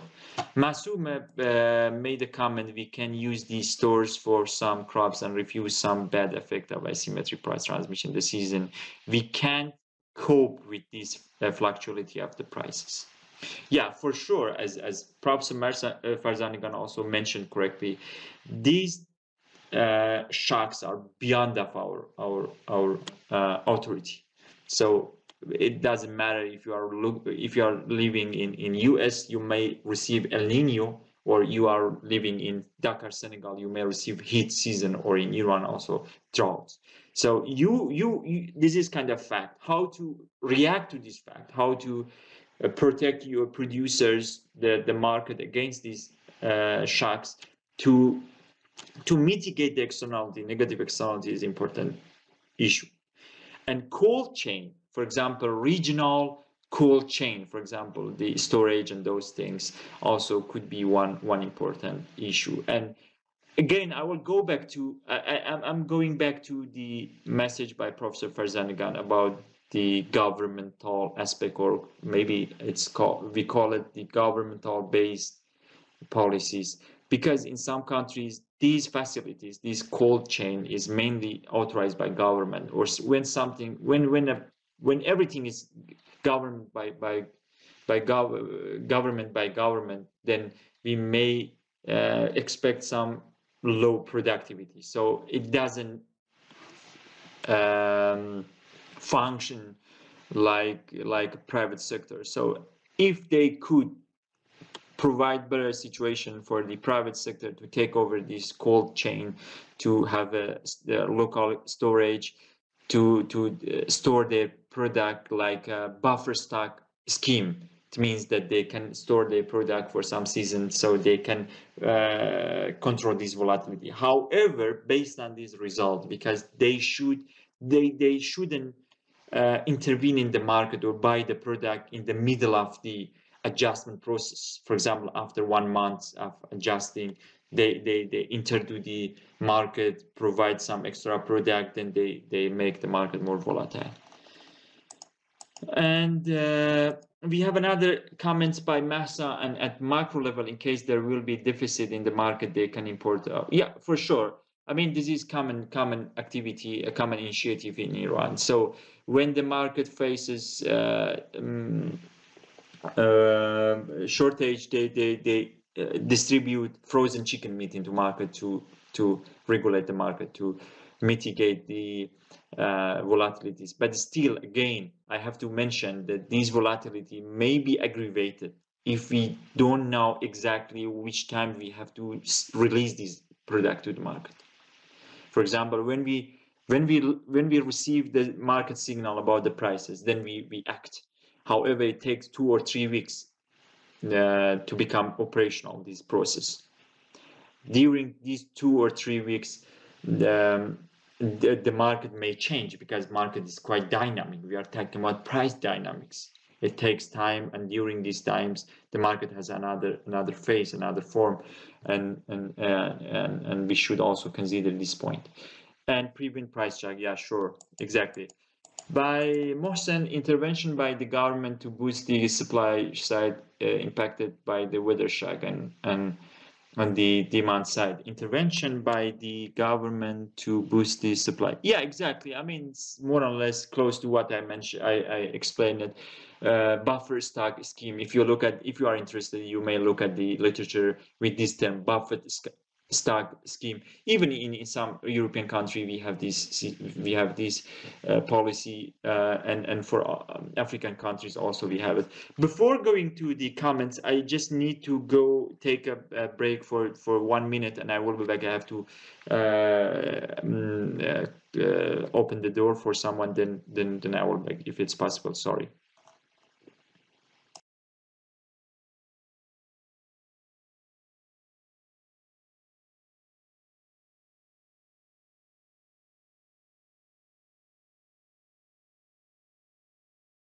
More questions on interpretation and so on and so forth, Dr. Zamani could elaborate more. After this presentation of these slides on your side, we would have a brief break, and then he continues his part of lecture, and then we would have about 1 hour Mittag Pause, lunch break, and then basically the process will continue.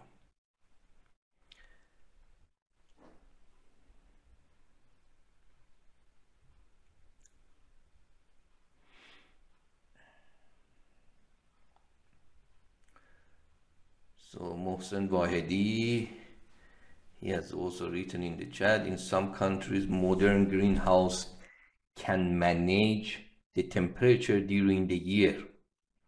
However, in many developing countries, these lack efficient greenhouse system.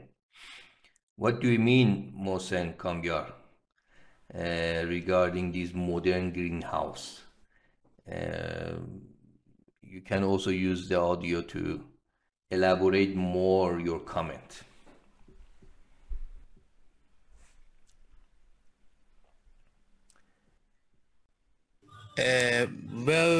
I mean, in many in the countries, the technology have a great role in the agricultural sector. Maybe greenhouse systems can uh, manage the temperature throughout the year and prevent temperature shocks. Uh, I don't know about the technical issues in the agricultural system. It depends. Is questions of engineering, agricultural engineering, but maybe the technology, advancement of technology may help this issue in the future. But I'm not sure about that.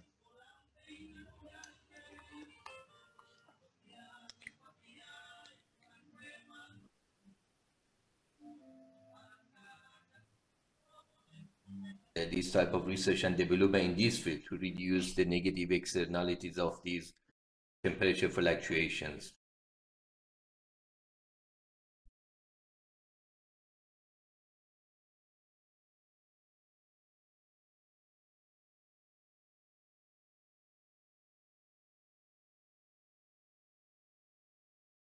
In central Iran, in Zaindarud.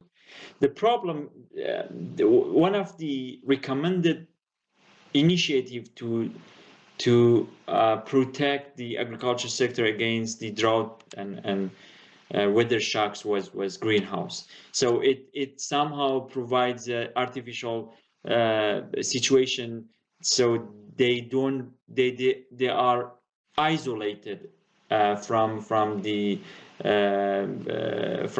real ecological process. So if there is a drought or weather shock, they may not receive the whole effect. It could be also one option. I mean, but in terms of technical aspect. But again, even with these issues, I mean, we have greenhouses maybe for 50% in maximum case, for 50% of farmers, and the market still receives some effect. And if for those farmers with greenhouses, if they wanted to release their product to the market, assuming weather shocks, they have to also consider this timing and adjustment process of the prices to get the benefit of greenhouses. Yeah, it would be really interesting. And we have a project in the ministry about because in Germany also we receive these consequences of climate change, so-called climate change, which is water resources, specifically in center of Germany in Brandenburg. And one they have proposed these initiatives in technologies how to keep water over seasons. The problem is that they don't have water in some season which they needed, and it may pass through to final prices at the end. For example, one thing is water harvesting. So they have these storage to store water from other season to use it in the next season. There is another. Yeah, please.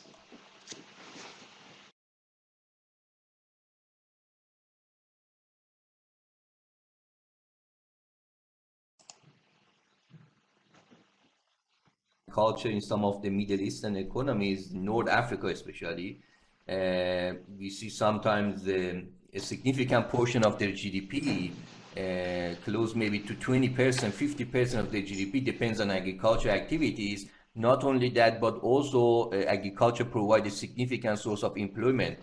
And these type of climatic conditions and the shocks are very much relevant for the economic existence of a large number of people in these countries, and might have also political implications, these type of climatic shocks. We have learned that one of the factors of these type of sometimes civil war and internal conflict in some of Middle Eastern economies was climatic issue. One of the drivers of that in Syria, there are some studies and papers which have reviewed the situation before starting of the crisis over there.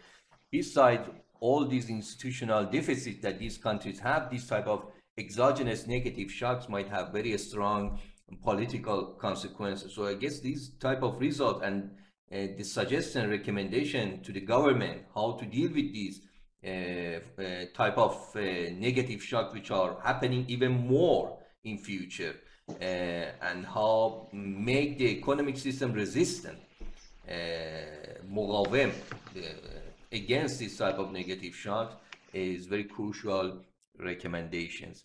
I was just telling the people here while you were shortly gone regarding the BRICS and the pause, that after a brief break, after this presentation, maybe 10 minutes, 15 minutes, you might want to continue your some other aspects of your lecture, and then we would have 1 hour mittag pause for lunch break and so on and so forth after your talk, and then you continue, maybe, if you agree with this.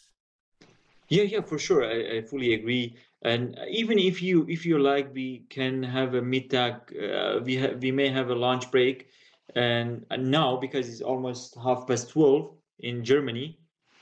Yes. And then we will be back with a new lecture, which is about Yes, threshold. I think now it should be also close to 2 o'clock or something like this in Iran, so usually that is also a lunch time in Iran usually. So maybe we make, after, if you finish commenting on the comments of the people here, the lunch break for 1 hour, and then we return back to your talk for further inputs. For sure. Just there is, I think we discussed about Mohsen's comments, and the last comment is for Masuma. The role of brokers is also important in supply chain. Controlling this section of market by government is good. I mean, there are some also other things. Brokers, if you mean market power by middleman, it's really dilemma. I mean, these middlemen or wholesaler are important in the value chain because they buy the product from the farmers. So if they could, it's part of marketing procedure. So if they don't buy the product from the farmer, then farmer will face a real problem. So they have to be there. However, to control their market power, it's kind of crucial things, because in some countries the processing chain is governed by government.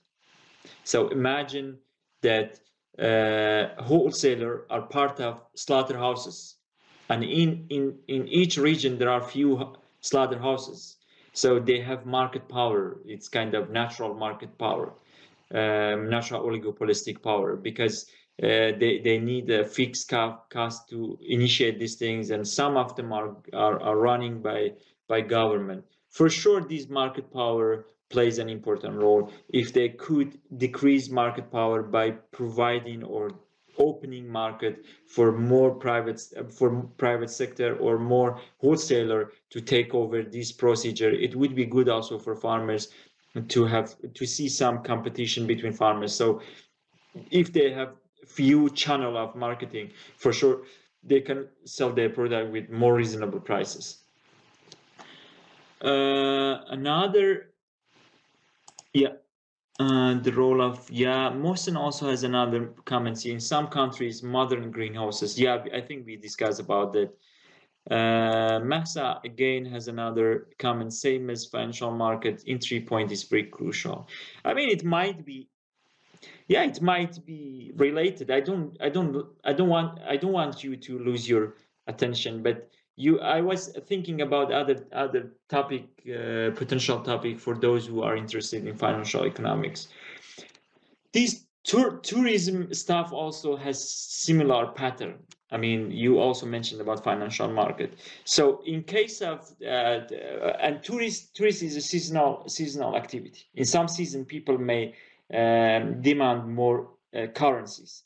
So the demand for currency increases. In this case, for exchange rate stores, they have two prices: one price for selling or one price for buying.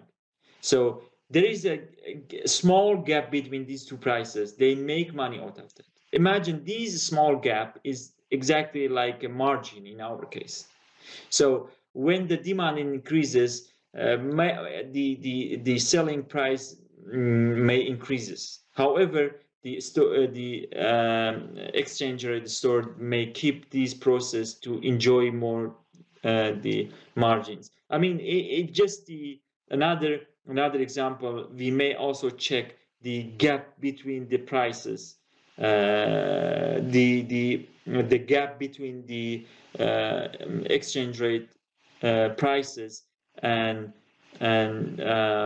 temperature. For example, if temperature increases, maybe people try to go to other countries. In case of Iran, they would like to go to Turkey during summertime, and those things. So prices increases, then this asymmetry might be aggravated. Or if they receive a severe shock or the extreme weather shocks, maybe the story is different. And we have another comment. We should somehow forecast the future accumulated values to know how much should we supply to bring it. Yeah, for sure. And part of this forecasting procedure is to see how market reacts to the price or shocks. So if you know that, for example, the market goes back to the equilibrium after a few weeks or after 4 or 5 weeks when price increases. In our case, it takes about 8 weeks. And when cost increases, it takes 4 weeks that the final price increases. So it's gradually increases. So if we have this information for policymakers, it's more easy to see when is the right time to intervene into market. Big data. A novel AI pattern are nowadays very assisting to spot entry points.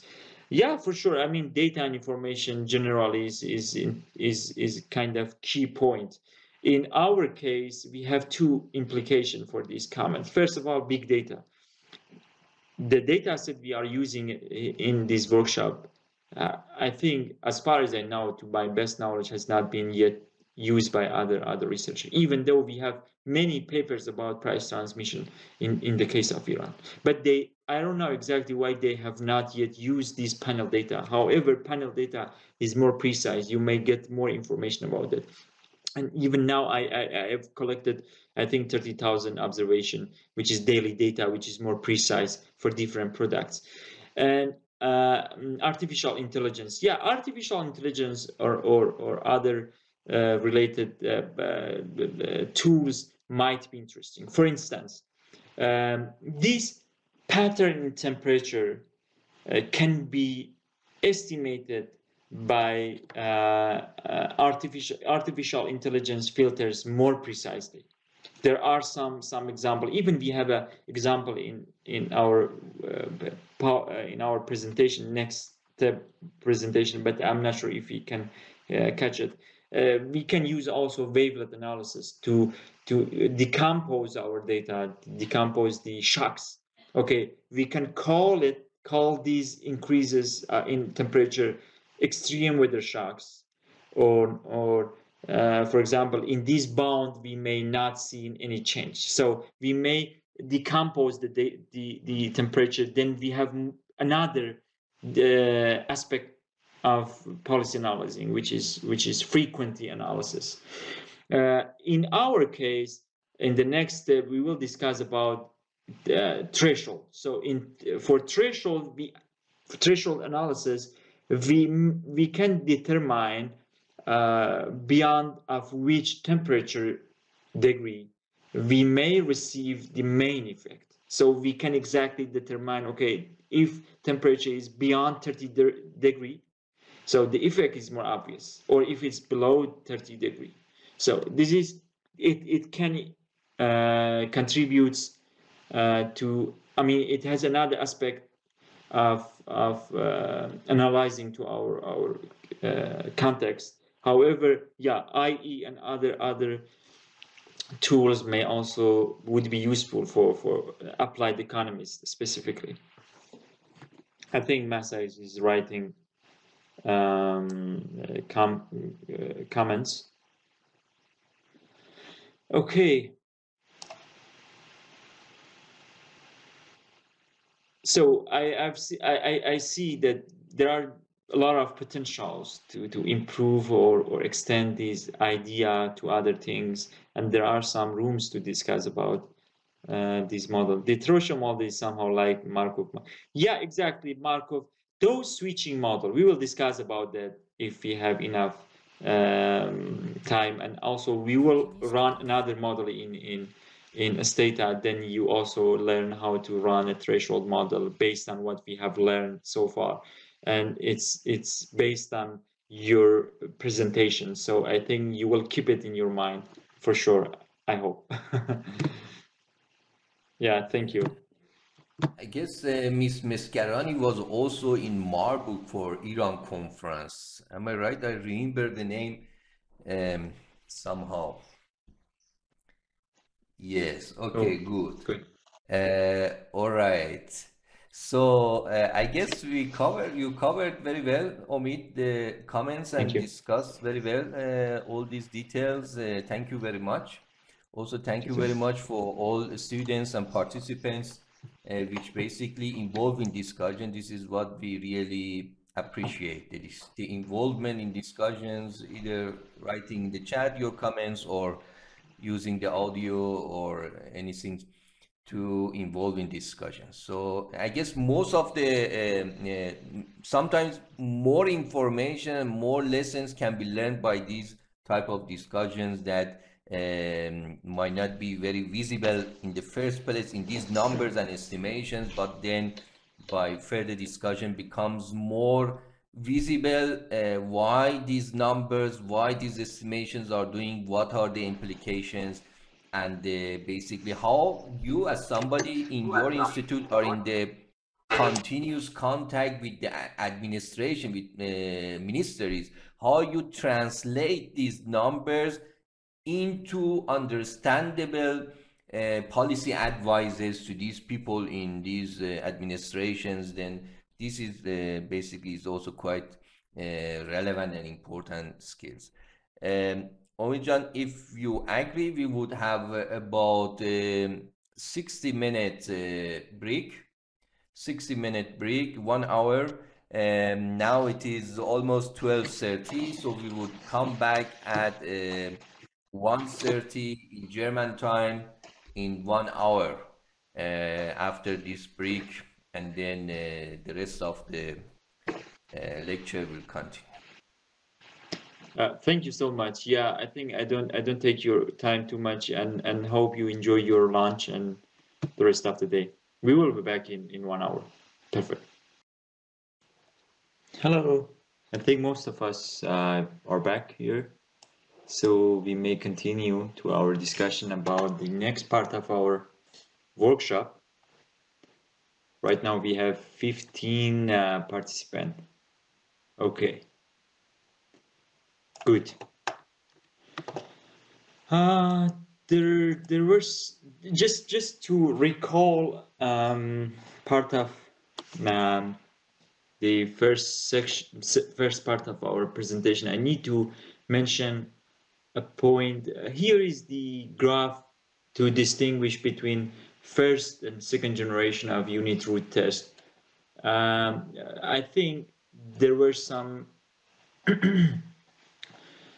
question in the presentation that I think some of you may still not understand fully why we check for cross-section dependency. In the context of panel analysis, we have to decide about which kind of data we have to use. Otherwise, we may get some bias, or our result may not be may not capture the reality. For instance, for unit root test, if we have cross-section dependency, then we have to follow this way. It means that in the next step, we have to check for common factor components.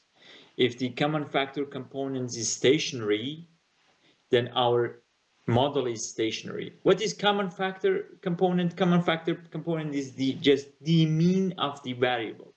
So For example, in our case, we have 30 regions.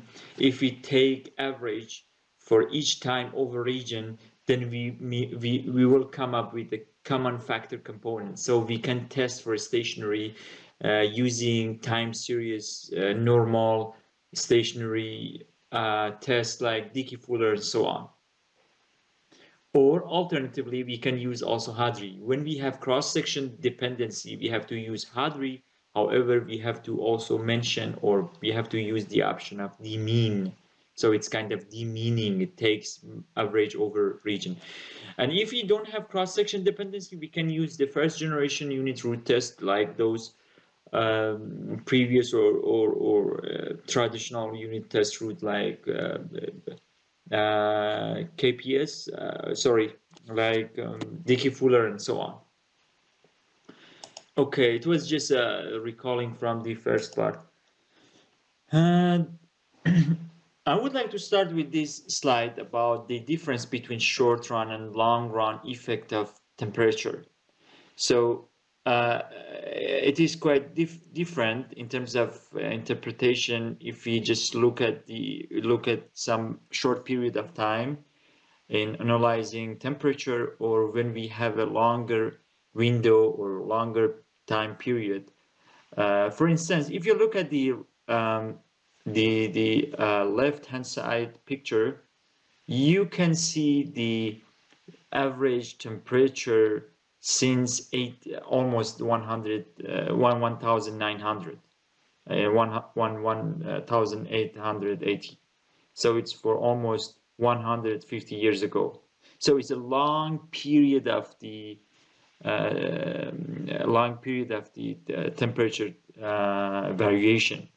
And if you look at this graph, you may see that the average temperature is increasing. So average temperature, which is one of the characteristics of temperature, is moving up a long time. This is exactly what climate change means. It means that if the average temperature increases for a long period, it means this winter in 2000 is not the winter in 1880. So there is a huge difference between these two period in terms of temperature. However, if you look at the temperature itself, you may see some variation, which is upside down, some cyclical variation, which is mainly short run variation. So this is the short run effect of extreme weather shocks. Maybe for some years we have some shocks, some droughts, some temperature related variation, but for other period it goes to the long-term trend. So I just wanted to make it more elaborative, just make it more clear that what is the difference between short run and long run effect of temperature. So in the long run, the effect of temperature is same as climate change, but in short run is just extreme weather shocks. And it shows the trend clearly. In the right hand side also you may see that the average temperature increases. However, we have some short run variation. And the other difference, it's about the causality. For example, for short run temperature variation, this kind of shock can be assumed to be exogenous. So extreme weather shock, basically, is kind of exogenous shock in terms of modeling. So if we include it in our econometric model, we can assume that is exogenous as the other papers in the literature. But for climate change, and as Professor Farzanagol correctly also mentioned yesterday, this is not correct 100%. So climate change and between climate change and economic activities might be two-ways relationship, or in other words, there might be some endogeneity between them. It means And when we use the resources to produce more gross GDP, then it has some consequences, some negative externalities for the environment, which at the end leads to climate change. So at the end, it increases the temperature. Following industrial revolution in 200, 300 years ago, the average temperature increases constantly. So it might be related to this negative externalities of this revolution.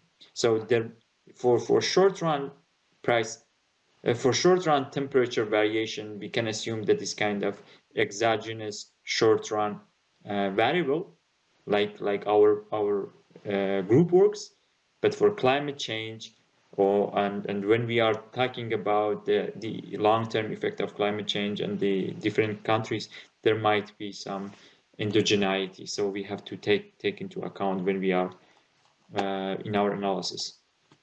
Okay, so here I just mention what I have already said about the temperature. So temperature and seasonality can be used interchangeably. What does it mean? It means that when we are looking at the time series and when we are talking about seasonality in time series, we are looking for those part of the time series which is defined by temperature.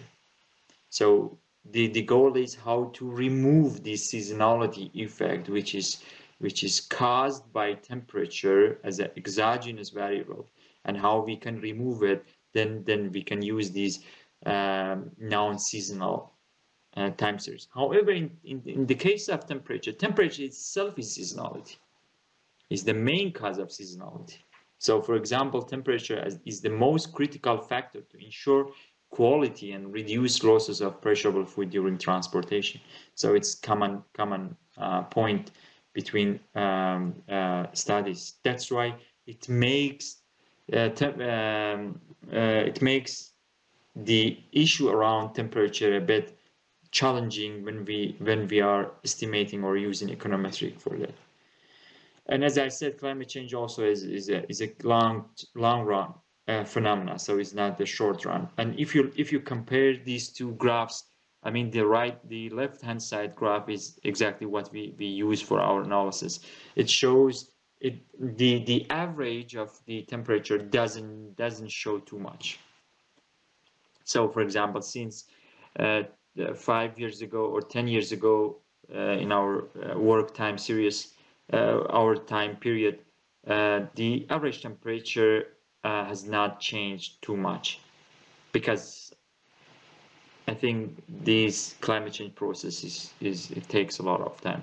However, if you look at the right hand side the graph, you may see that we have again these short run variation and also an upward trending in average. And according to econometric lessons, when we have changing average, it means our data is not stationary. So this non-stationary trend in temperature might be explained by climate change issue. Okay, so with this introduction, we can move on to fixed effect panel threshold model. So far, we have assumed a linear relationship in the interaction terms. So we assume that, okay, when temperature increases, the potential consequences for the price dynamics would be like this or that. So it's we didn't assume any threshold or any specific temperature above which we may receive a more tangible effect of temperature. However, there might be a specific threshold in the temperature above which the effect of weather is more obvious or more tangible. We can call this threshold extreme weather. So we have a deterministic trend in temperature. However, in some years the temperature is beyond the average temperature, or there is a shock, might be negative or positive.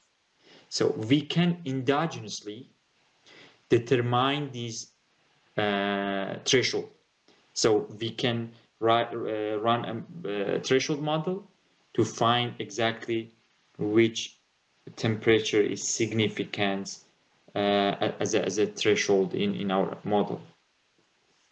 So the threshold model describes the jumping character or structural break in the relationship between variables, or what I said, extreme weather shock.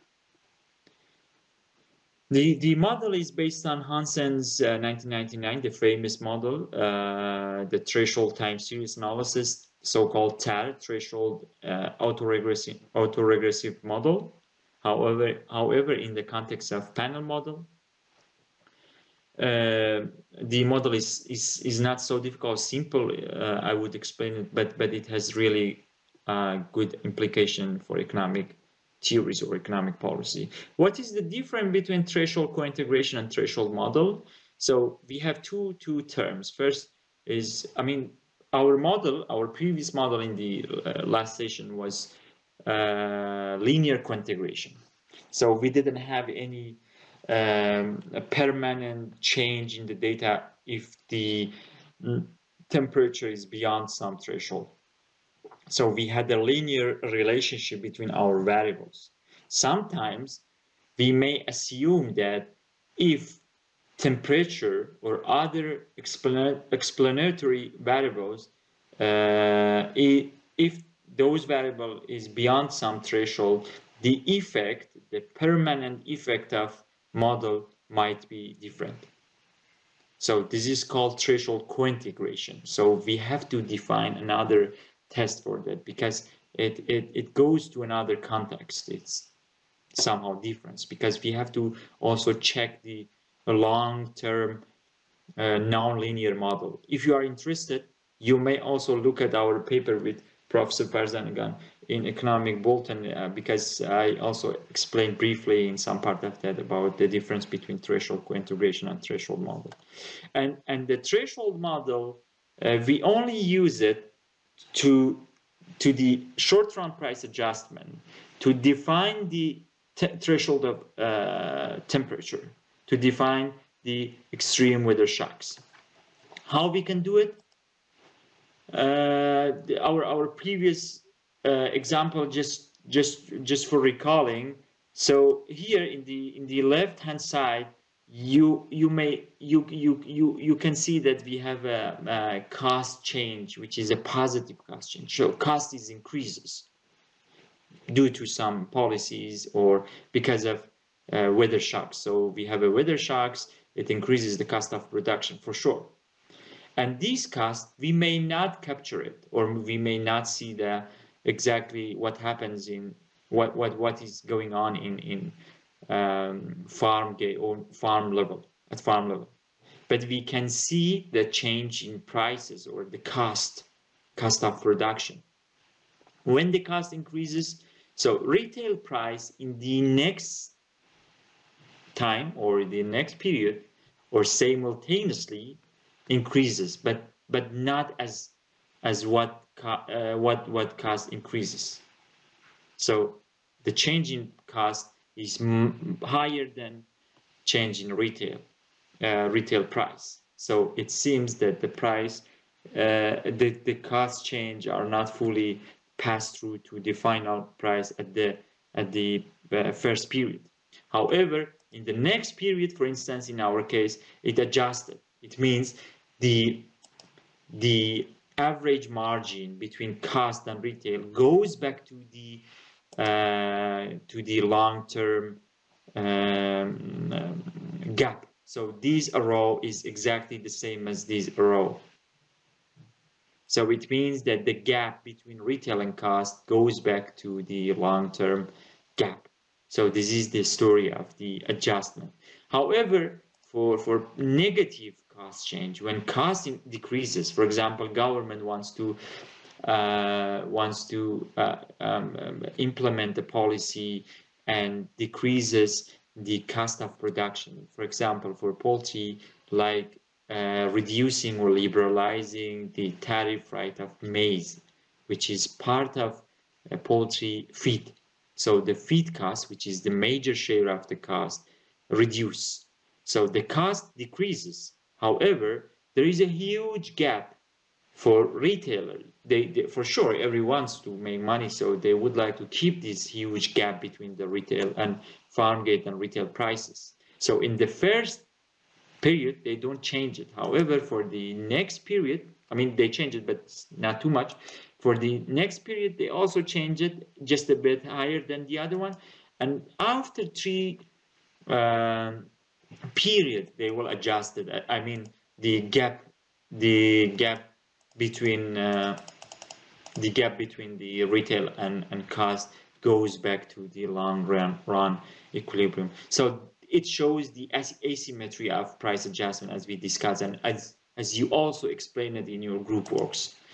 However, we are gonna explain another thing. I'm not sure exactly what does it here. I think it's kind of I don't know. Maybe you couldn't you don't see it, but in my case I see, and I think it's kind of a display problem. I don't know what is this. Anyway, you can ignore it.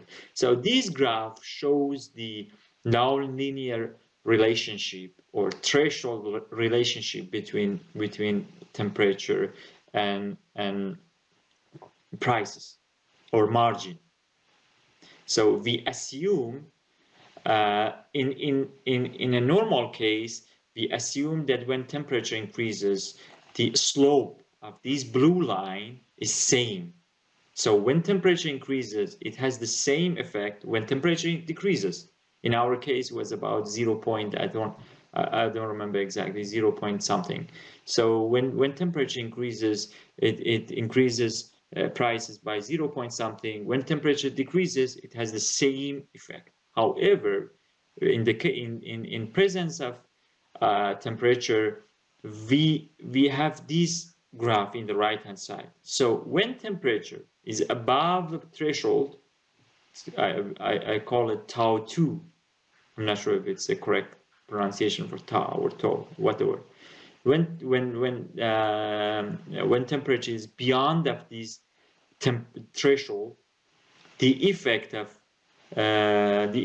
the price is different than when the temperature is lower than this threshold.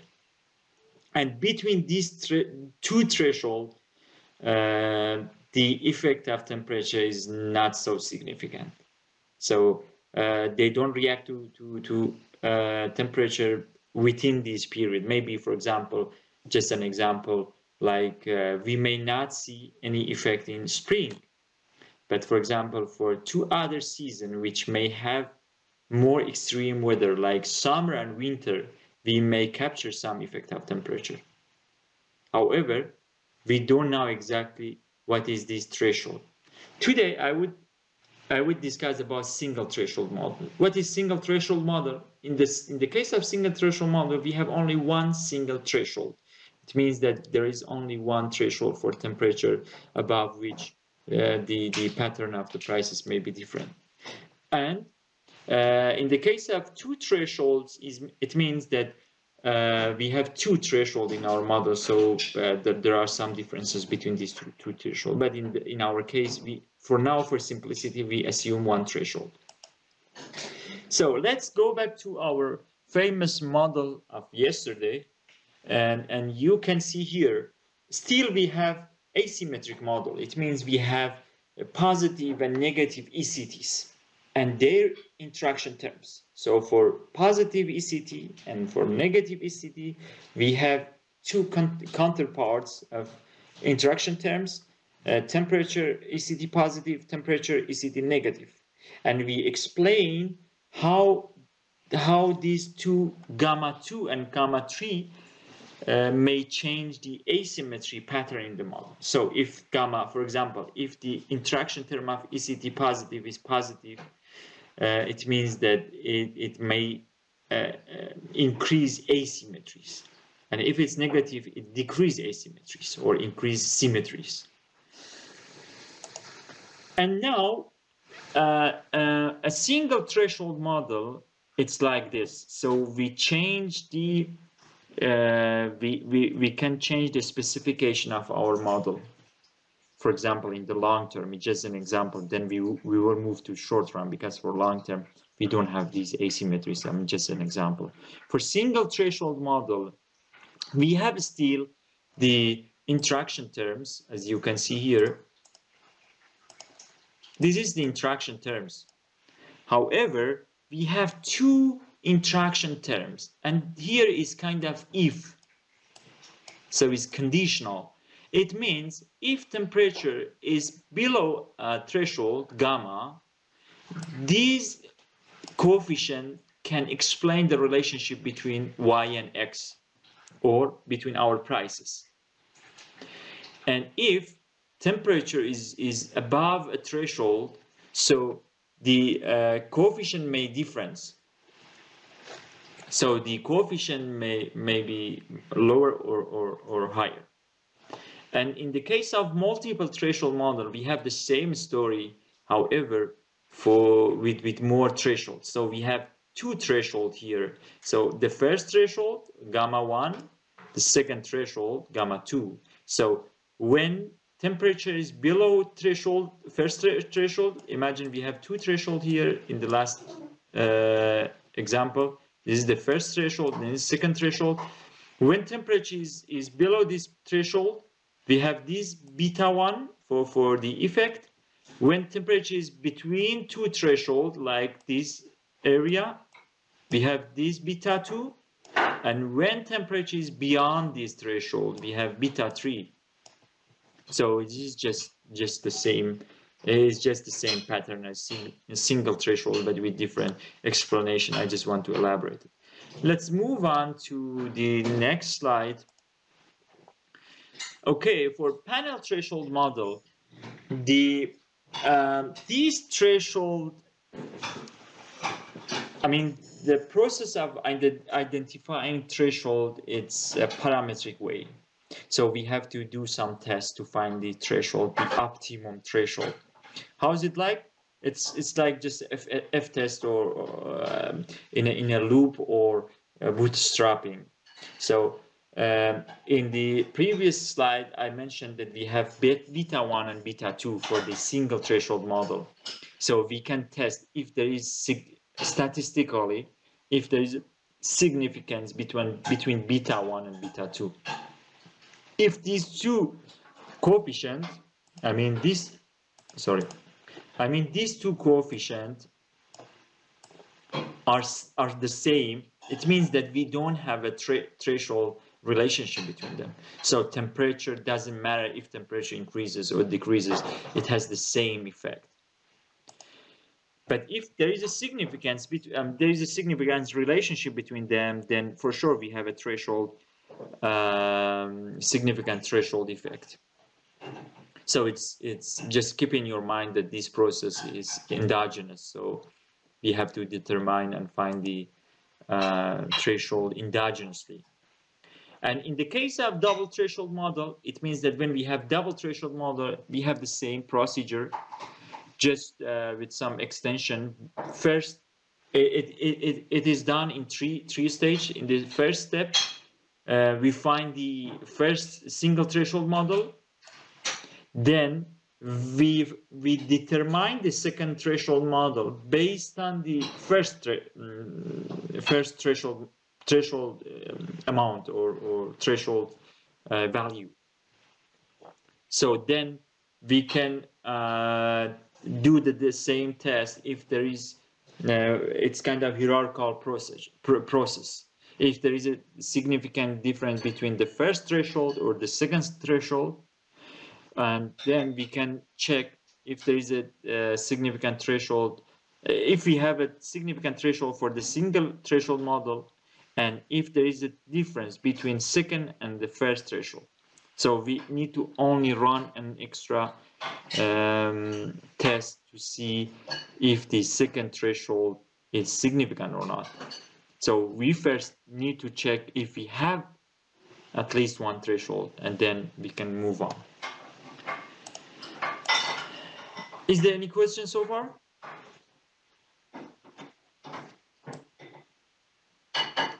I hope it's clear, but if you have any question, I would be happy to answer. Good, yeah, perfect.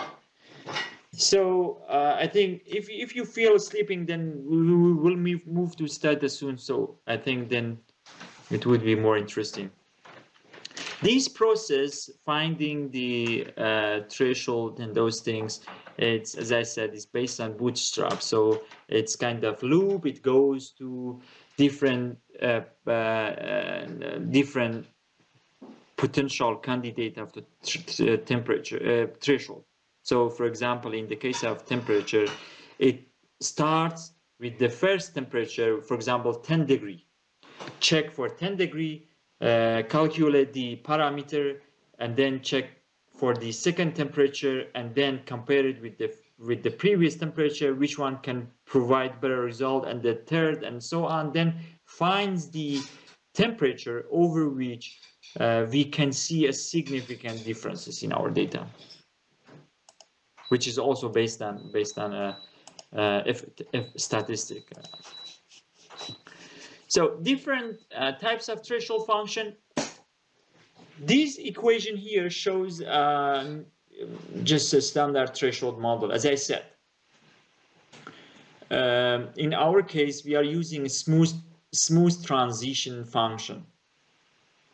Smooth transition function, we call this function here. If you remove this function, so we have the same equation as before. So we have a independent independent variable here and dependent variable here. However, we have an extra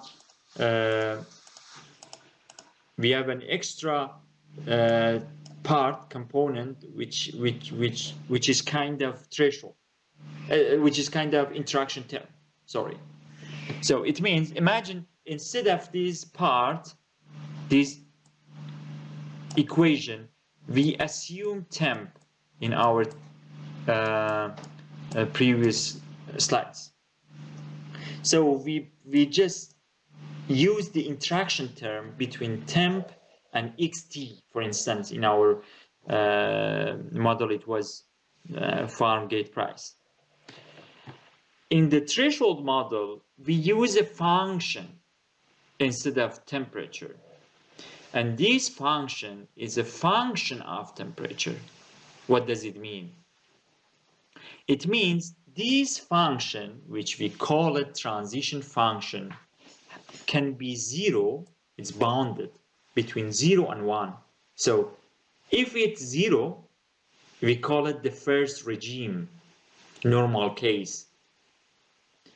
And if it's 1, it's nonlinear regime.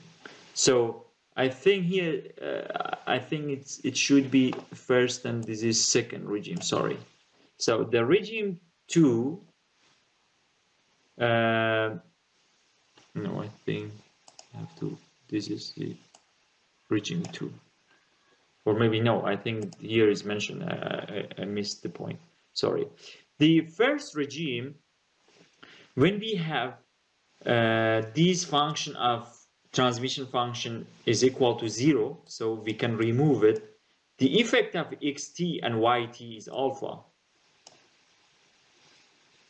However, in the second regime, when we have regime 2, the effect of xt and yt is a summation of alpha and this component. So it means in the first regime we have a specific relationship between two variables. In the next regime we have another relationship between the variables. So that's why we call it nonlinear. It's not linear. And for the, I mean, this model, it's called transition nonlinear model. Smooth transition non-linear model, because transition between regimes is non-linear and smooth. I would explain it in the next slide. We have the same equation, but we can ignore this transition variable. We can assume that, like what we have done for temperature, just an interaction term, like linear model. So we can say, for example, imagine instead of this transition function, we have a dummy variable, and this dummy variable is 0 and 1. So it's linear. When is 1, the coefficient is alpha plus beta, and when is 0, it's just alpha. But the relationship is linear. What's the difference between relationship? I mean, transition, non-linear transition and linear switching model. You may see it here. So this transition function can have few style or few forms. The most famous one in the literature, one of them is logistic transition function and exponential transition function. The difference is not too much. For example, if you look at these two equations, the difference is almost, I mean, it's nothing. For example, this graph here shows the exponential transition variable. What does it mean here? Here we have a transition variable. In our case, what is transition variable? Which variable can determine how price relationship may change? I think you should know it now. Any clue?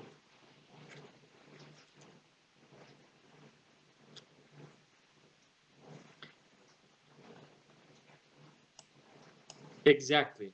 Yeah, it's temperature. So in our case, we impose to our model that temperature might be nonlinear, and we can test it. And model goes through temperature and see from which temperature on the relationship between variables is nonlinear. So this ZT in our case is temperature. And then we have gamma. Gamma is threshold. So this is an unknown parameter. The model can determine gamma, can tell us what is the value of gamma. And we have a tau here. It's another parameter. And if you look at this graph, you may see it clearly. Tau just shows how quickly we can move from one regime to another regime. So if as tau increases, this graph, it's more smooth or it widens. So it's not so important, and it will be determined by model. This graph, as I said, is just the exponential model, but for logistic model we have, I mean, for sure, I think you all know how logistic is like this. So instead of this shape, we have this shape between transition. So this is regime 1, and second regime is the right hand side. So the transition is smooth along these lines. So from first regime, we smoothly moving to the second regime smoothly. That's why we call it smooth transition. It's not in 1 second. It's not I mean, it's not quickly. It takes time. Or even in case of temperature, it's close to reality. When temperature increases, the agents or the agents in the market doesn't react to the change quickly. It's smooth, so they receive the information, then they change. They make decision which kind of input they should buy more, which kind of facilities they should implement to their farms or whatever. So it takes time. And so it was the difference between logistic and exponential model. Let me clear these things. And I explained that what is the transition variable in our case, which is temperature. And there are also some alternatives which are more or less close to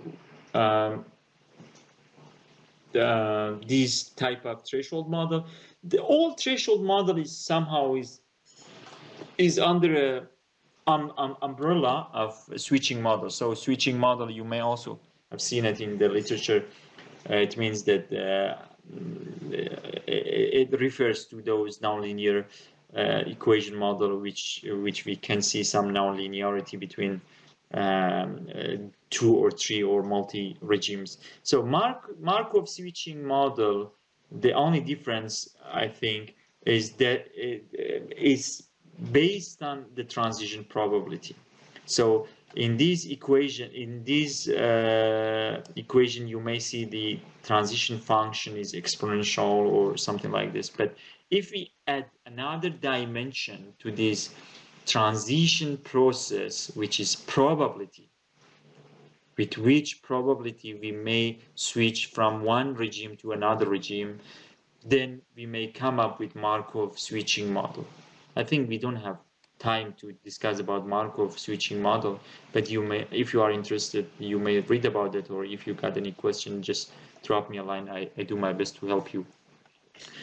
Let's move forward and try the threshold panel model in Stata. So please open your Stata again. If you open it and if you got the last do file I stored in Dropbox, please give me a signal, then we can start. We start with the same structure as before. So we have to call our data again. Please do it with me then, because we don't have any exercise for that. So you may forget it after the session if you don't practice now. Then we have to define our panel data again. So the same procedure as before. And yeah, I think these things we have already discussed about the Hadri test and those things, so I don't go into depth. Okay, so I think I have to change these things. I have to call it temp. It's not arch.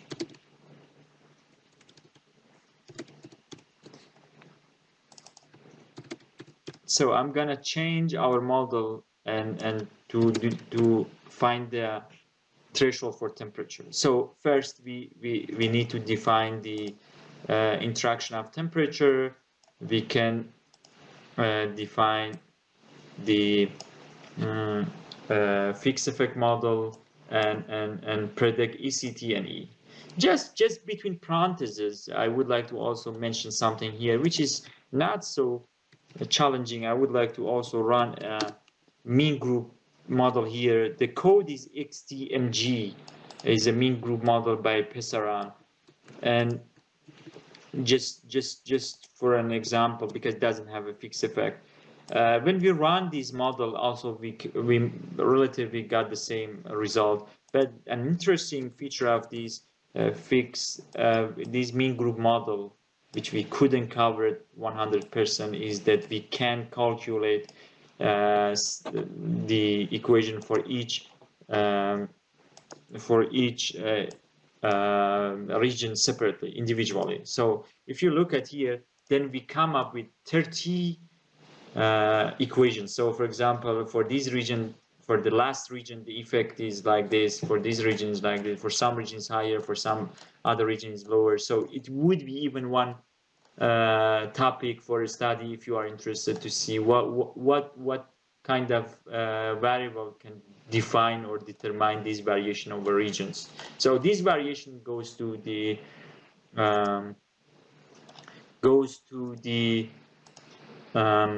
fixed effect in our model. Anyway, I just want to mention also mean group. Again, we have to define the positive and negative dummies, and then for sure the interaction of ECT and positive and negative dummies. I think here we don't need it. And then interaction for the variables. And then, oops, I think I have to bring it. It should be another. I have a lot of file open here. Okay, I think it should be here. I hope that you have, yeah, I think, yeah, you have it here. So I just copy paste it to my data.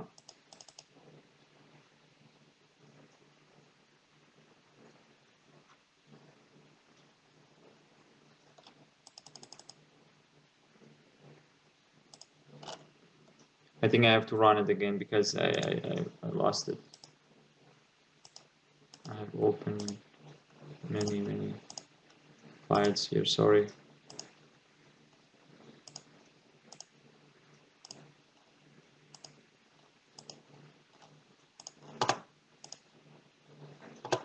Okay, so I'm gonna go through the model quickly. Interaction term, fixed effect model. Please note that these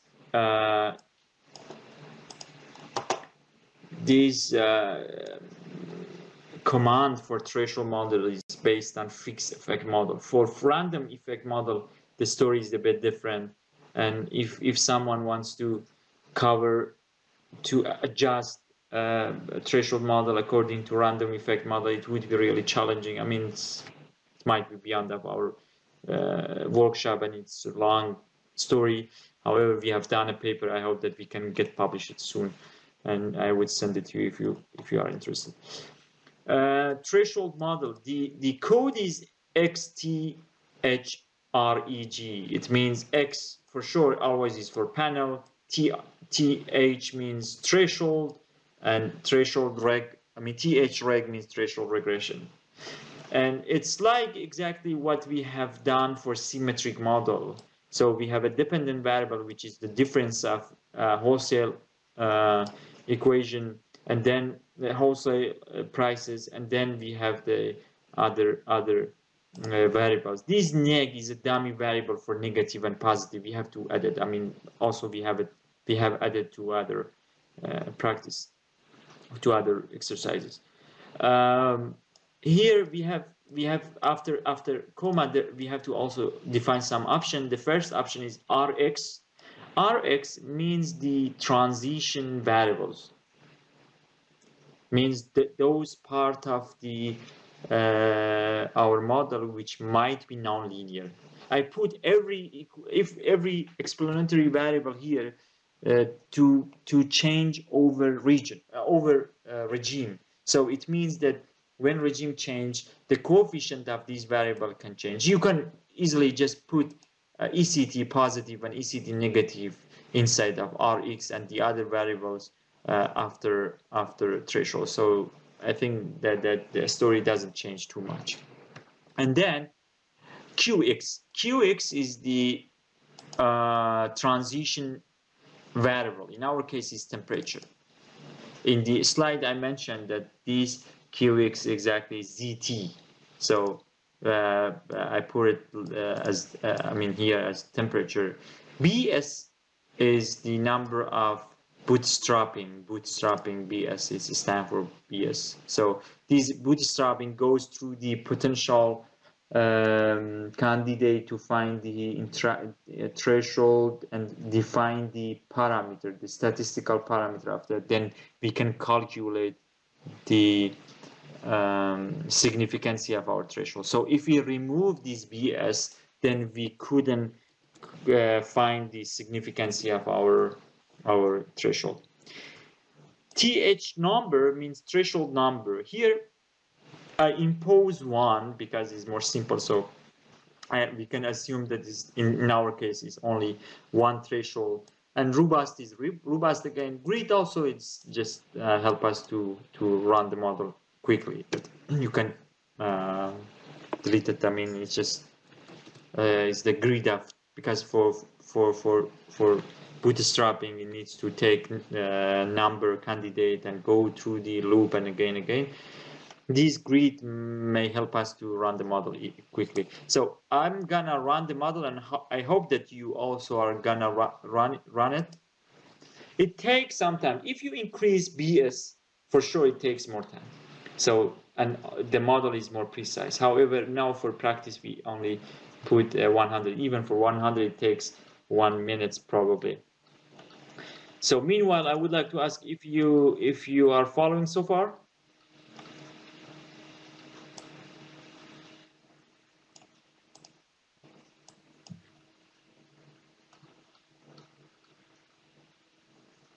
Okay, Mahsa, you should change it because I already talked with Zishan. This reg var, it's something redundant. Don't run it. I mean, just quickly directly go to the threshold model. So just define the basic things. This run vec should be somewhere here. So you can just delete it. I mean, you don't need to. For instance, here even you don't need these instructions. So we don't need this instruction. Just you need the first instruction here. So it's kind of redundant.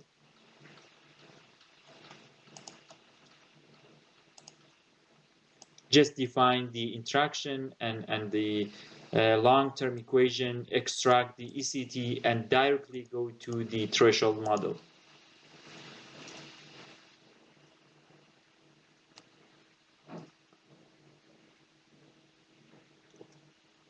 As you can see here, it's quite a long process. We have, for instance, if we have another type of model, it's also threshold, but even we can, it's two-dimension threshold. It means we have threshold for ECT, so we don't assume that the ECT positive or negative. We can also assume that ECT has some threshold, and also for temperature. So it's quite complex model, and it takes, imagine it takes 2 days to get on. So you should be happy that it takes only 1 minute.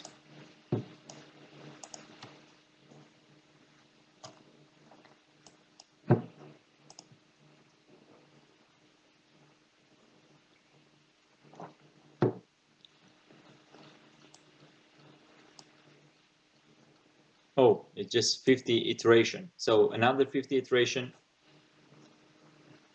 So maybe I have to run another model where I would change these BCDS.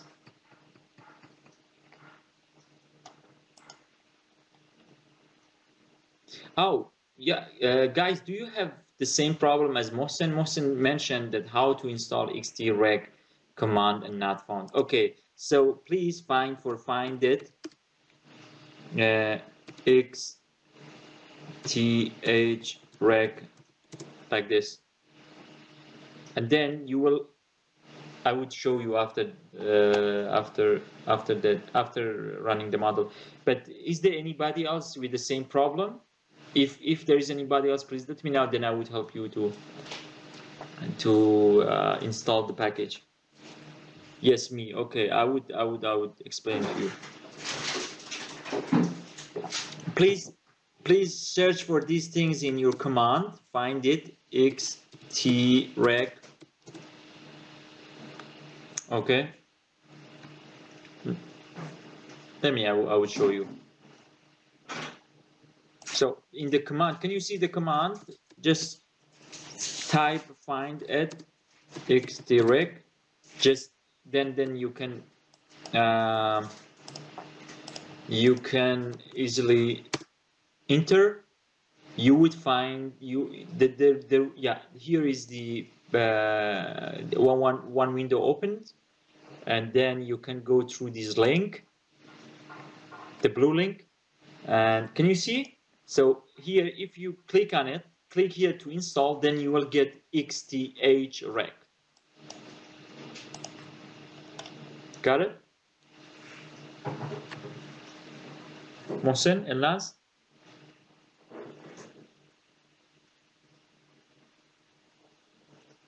Good. So please try to run the model, but perfect. Yeah, thanks. Exactly. Yeah, Professor Farzanaga mentioned that after installing, you can also check for the help by help xtreg. Please look at the comment and then you can find more information about that. So for Mohsen, for Ilnaz, for those who didn't find the package, Mohsen, are you done? Did you find it?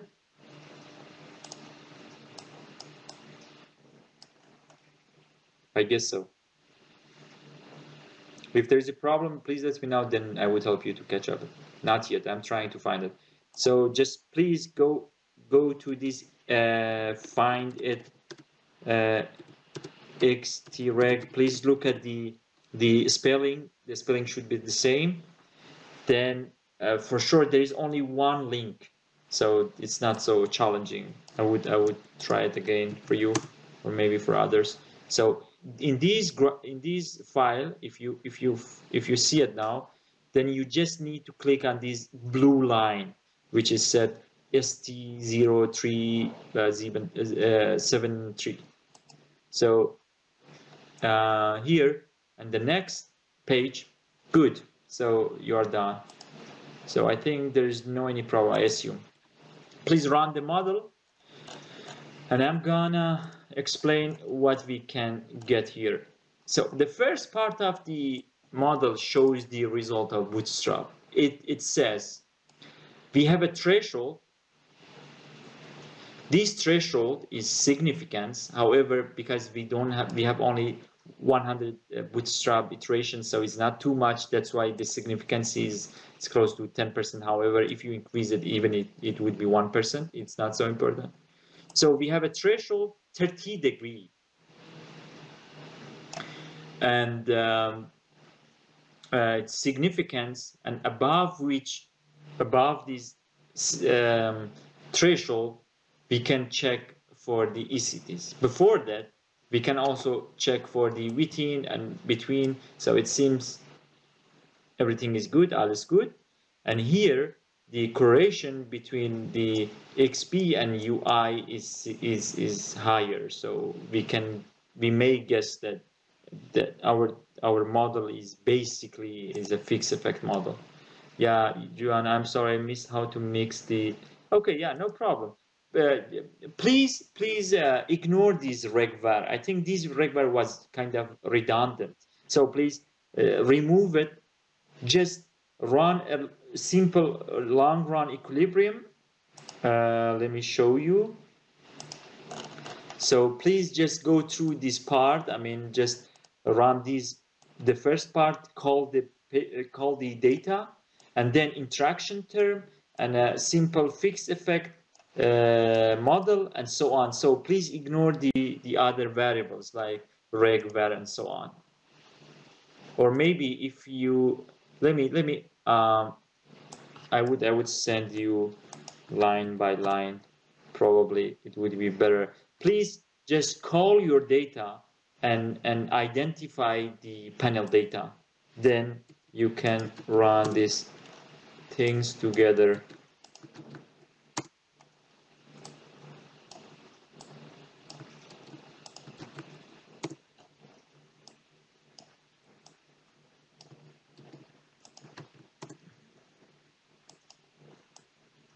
When you run it, then you need to just go directly to xthreg. Yeah, this one. So I think it should be clear, huh? So you don't need to go to the regvar or something. It was just a typo or redundant, or maybe something from the previous model. Okay, I hope that is clear. Perfect. And yeah, I think Joanna also can catch up. Super. Okay. So while it's running, if you look at my screen, you may also get some information about the result. So far, I just mentioned that we have a threshold is 30, and I would explain what does it mean, this 30. And then if we go down, we can see the results. So here we have a 0 and 1. 0 means the first regime or the base regime, and 1 is the regime which beyond 30 degrees Celsius. So when the temperature increases, which is beyond this threshold 30 degrees, which is somehow a kind of shock, because if you look at xt sum temp, So maximum of our data is 39. So, but please note that our data also is monthly. So 30-degree, monthly average 30-degree means even beyond 40, because it's not daily data or weekly data, it's monthly data. So we can define extreme weather shock when temperature is beyond 30s. So it's really important for policymakers to expect some change in the market structure and so on when temperature is beyond 30. Let's go back to our result again to explain it. What happens if the temperature is beyond 30? So this is the ECT positive for the base regime, and this is ECT negative or base regime. ECT positive is 0.14, ECT negative is 0.21.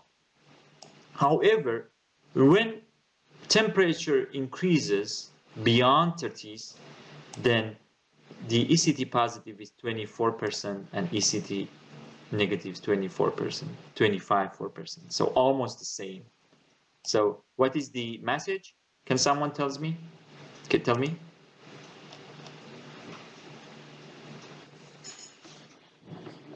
What happened when temperature is beyond 30s? When we receive extreme weather shock?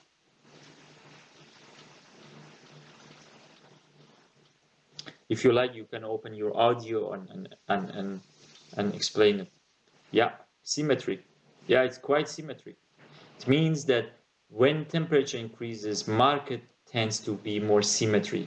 Not only symmetric, but also the speed of adjustment generally increases. So market tends to react quickly, more symmetric when temperature increases.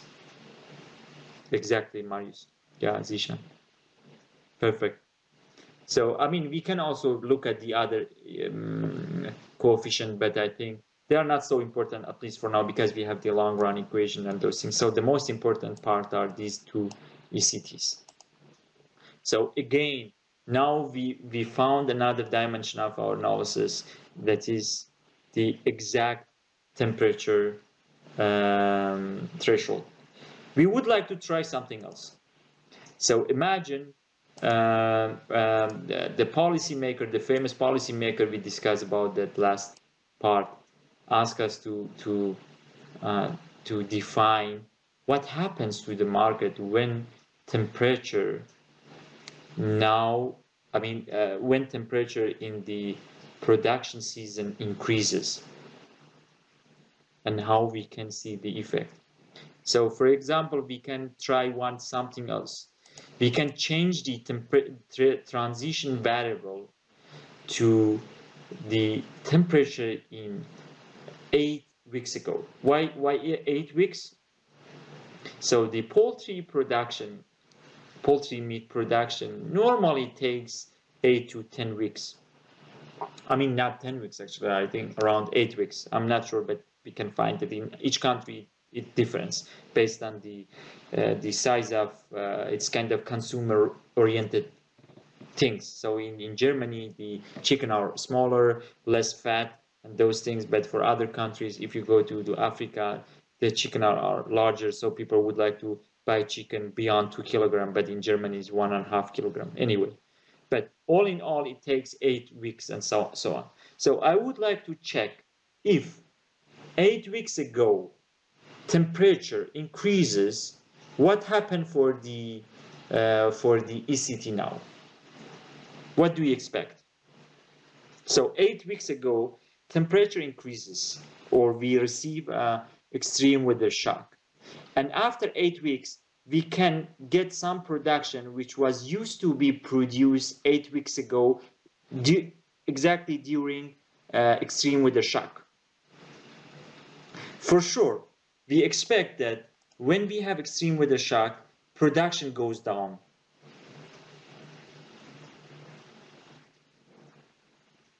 And what happened for the wholesaler with market power? So he or she is looking around to find poultry meat, but there are not so much farmers producing poultry meat. So I think he or she needs to sacrifice part of his or her market power. Exactly, supply shortage. And what happens in terms of ECTs? Deficit, yeah, for sure. We have supply shortage. So I think then we have two sides of the market. First side is farmers. There are many farmers. However, the number of wholesalers are lower. That's why we have market power. When we have more market concentration, it means that we have more market power. There are few wholesalers. However, in case of market deficit, market shortage, then wholesaler needs to look for farmers because the number of farmers goes down. So this story may change. I would try. So I would define L means lag for example, 7 weeks, and temperature. I think, it's correct. Like this. I think so. Yeah. So let's try to see. Oops. Let's. I would like to save some time. I don't like to. Just maybe 10 iteration. 10 iteration is not so ideal, but I mean just for practice, because we would like to receive the results soon. So let's see what we expected and what we can get.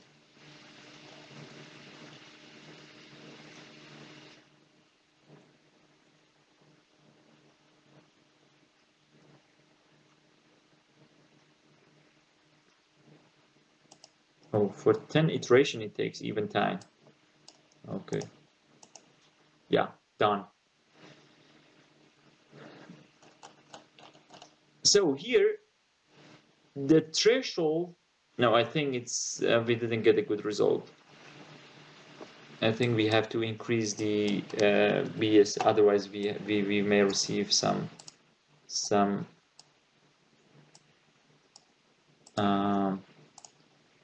or maybe I need to change it to 8 probably. Because this threshold, I think, is not so realistic, and even the probabilities is quite significant. I think sometimes it has some jump.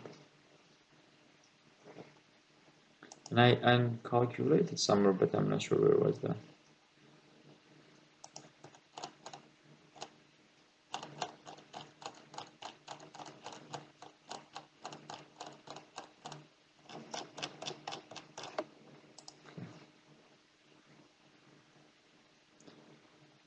So I think we will get something like negative asymmetries. What does it mean, negative asymmetry? So far we had positive asymmetries, means the speed of adjustment for positive deviation takes less time. Sorry, it takes more time. However, for negative deviation, it takes more time. So if you look at here, in this case, for the base year, the ECT for positive deviation is lower than the ECT for negative deviation. This is so-called positive asymmetry. This is something good for oligopolistic wholesaler. So when wholesaler has market power, the opposite direction of that, it means that wholesaler doesn't have market power, even he or she wants to sacrifice part of market power. So then we will receive a opposite direction for it, probably. Let's see what we can get from the data.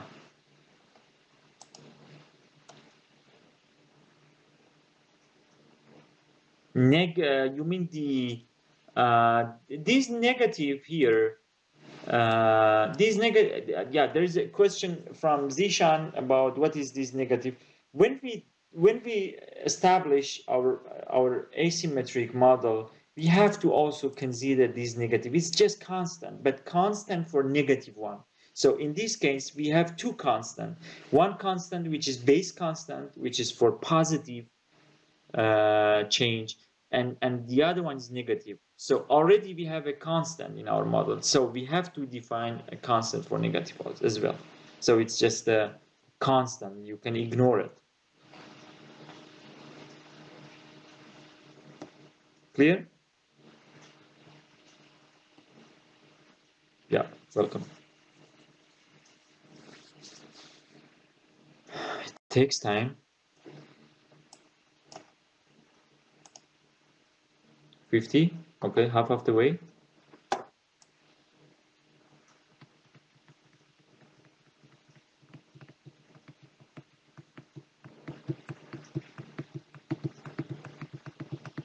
So the message is, if we change these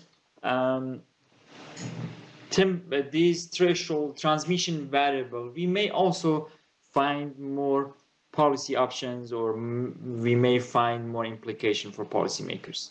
That was the main message in this case. So we may also check what happens if a drought or extreme weather shocks occurred in 2 or 3 or few weeks ago, and what happened for the prices in the future. So we may expect some change. This can help policymakers also, because sometimes, as I said, they just look at the timely price change. They don't look at the they don't have any forecast on something like this, precise forecast. So this can help them to increase the expectation about the market in the future.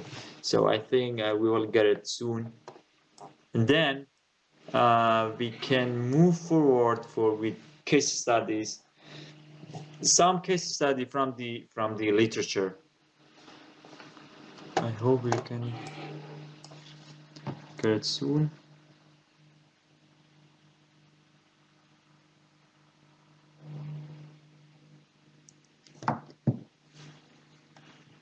Are you following? Did you get, or your model is still running?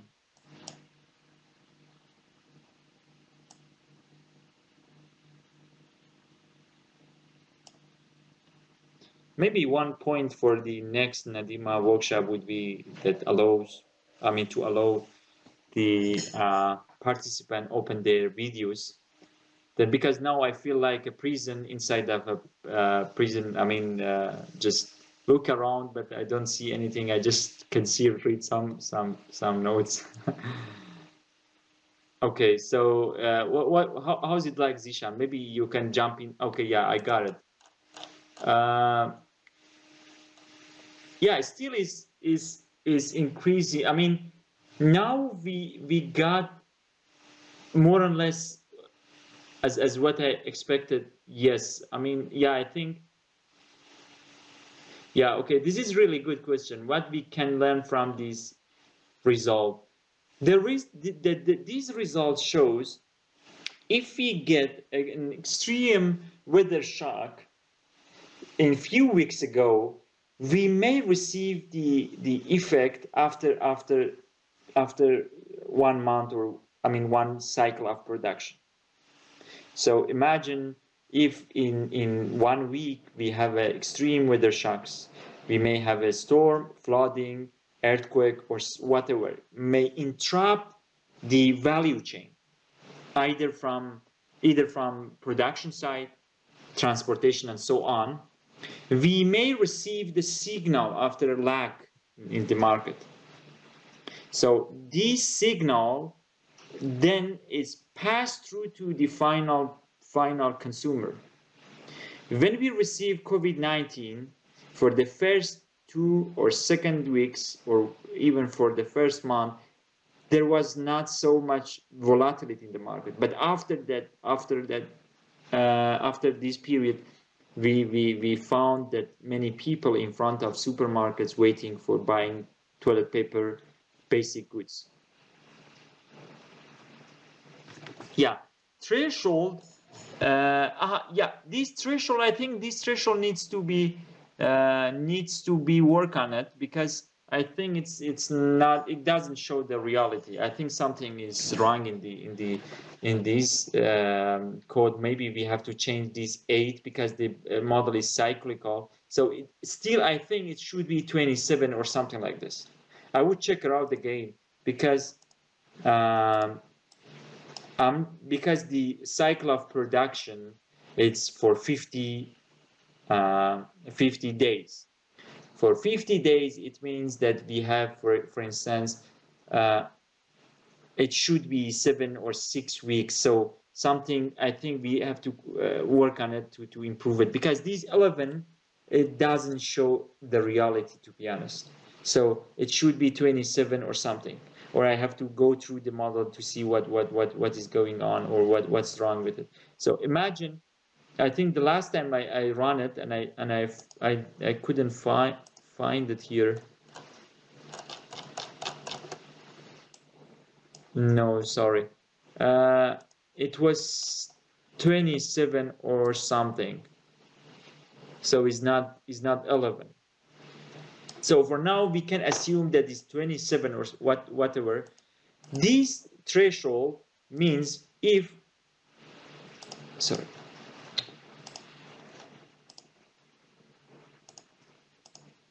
This threshold means that if 8 weeks ago, if we receive extreme weather shock or something which disrupt the value chain, we may expect some change in the market, in the prices after some weeks. So we may work on with this period. We have another dimension in our model, but I think we don't have enough time to talk about that. That even the proper lags of temperature can be defined. Not only the temperature itself, the threshold of temperature can be determined. However, the lags of temperature also can be found.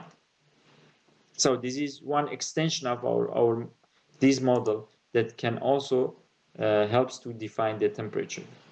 So we can have some expectation if we receive a threshold, if we receive some extreme weather shocks a few weeks ago, what happens for the prices in the next following weeks. I can check for maybe 5 here on 20. Just to run it again, but I think we can also yeah, we can also move on for the next slide. So the message was to just check the potential period or potential lags of temperature and the prices. Is it clear, or is there any question?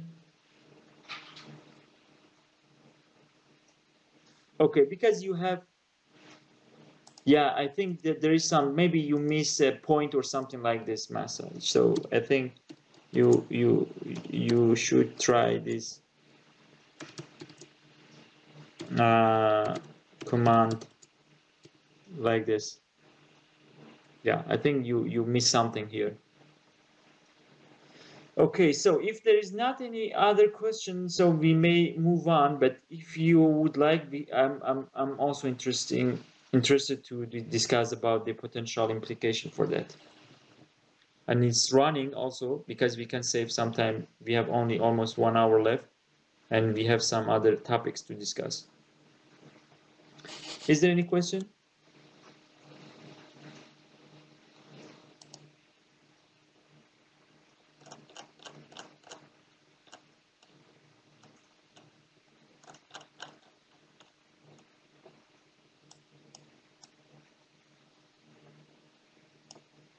Okay, so I would stop it here, but I think this model is running, and I hope that we can get some result here.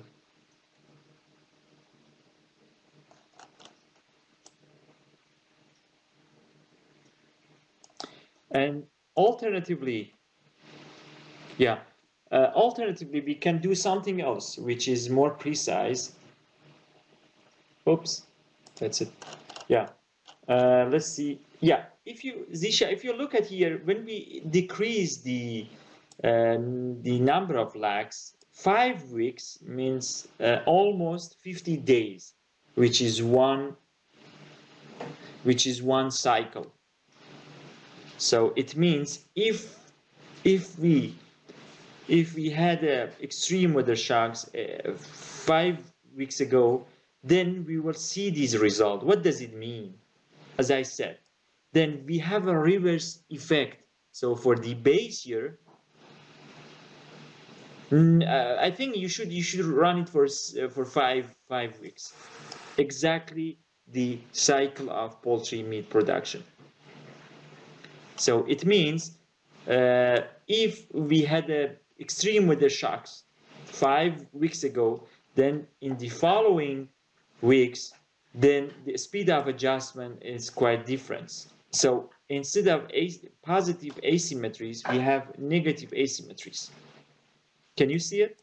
So the base or average ECT here is 0.14. For negative ECT is 0.22. However, then we have 0.25 and 0.16. So it's exactly the opposite direction of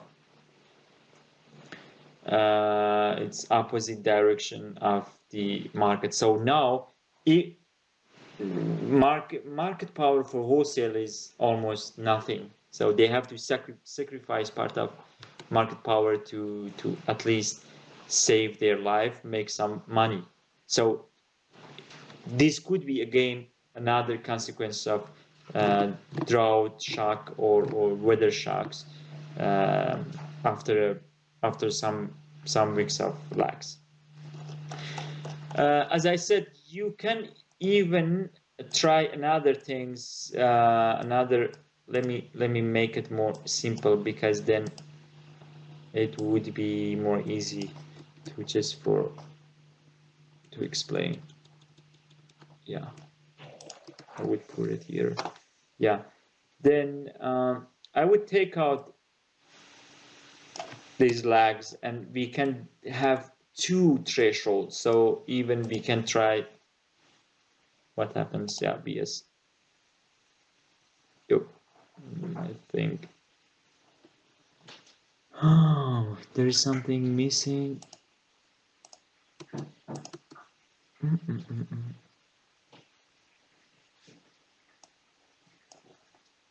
Okay, yeah. Sorry, it should be 2.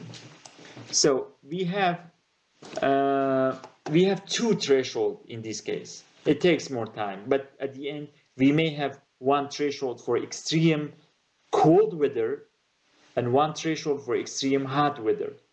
So then we have 2 thresholds, and we may see also the effect of the cold threshold, not only hot threshold. But I guess there's not so much effect and cold threshold, because cold threshold doesn't have any effect and loss. But we will see. To be honest, I don't remember. Meanwhile, if there is any question, please let me know. If something is not clear.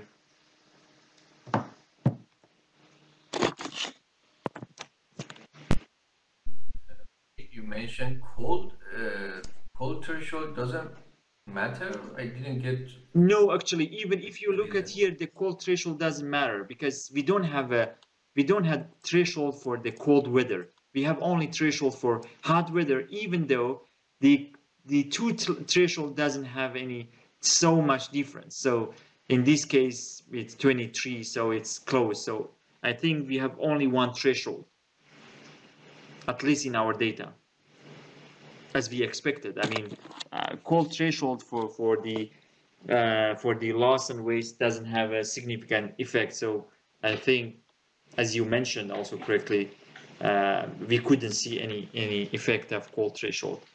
Cold threshold maybe for some product may have more effect, for example, for some perishable fruits like strawberry and those things. So if they receive, for example, we have the process of in the process of cultivation or collecting fruits, we may get an extreme weather shocks. For example, like heavy rain or something like this. So after a while, we may see the effect of these extreme weather shocks and the market and the prices of strawberry.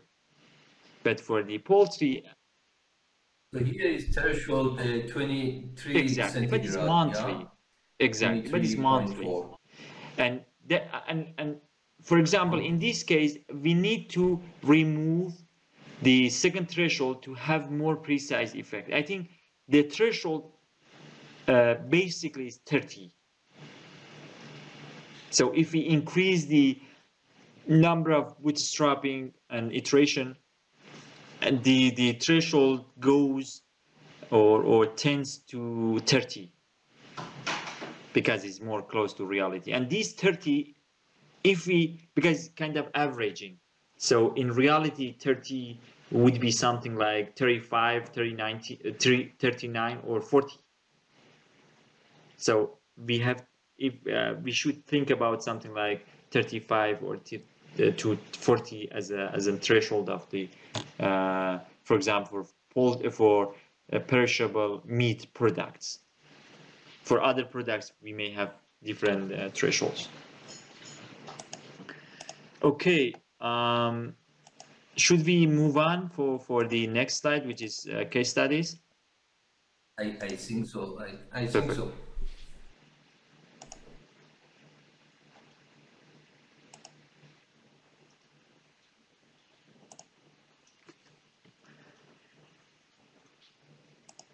So the extreme weather shocks is not the only problem of developing country. As I said, it's something beyond of our authority. So even in other countries, in developed countries, high income countries, there are many problems of extreme weather shocks. The most important one, and one of the early works, is by Alan Brenner. It's about the El Nino and primary commodity price. Sorry, this I think this title is not correct here.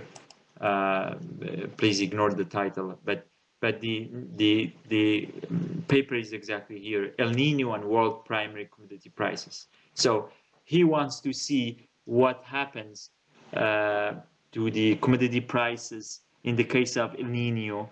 And what warm water or hot air or whatever. And the paper is published in 2002, the Review of Economics and Statistics. So he's gonna see the effect of ENSO, which is El Nino Southern Oscillation, this El Nino event, and the world price and economic activities. And the case study is for G7 consumers. So he focused on three variables: the commodity prices, as we have done it for poultry, for example, but for the other context, inflation and GDP growth. And he's using vector autoregressive model. I mean, he's using time series analysis in his case. So it's not panel data.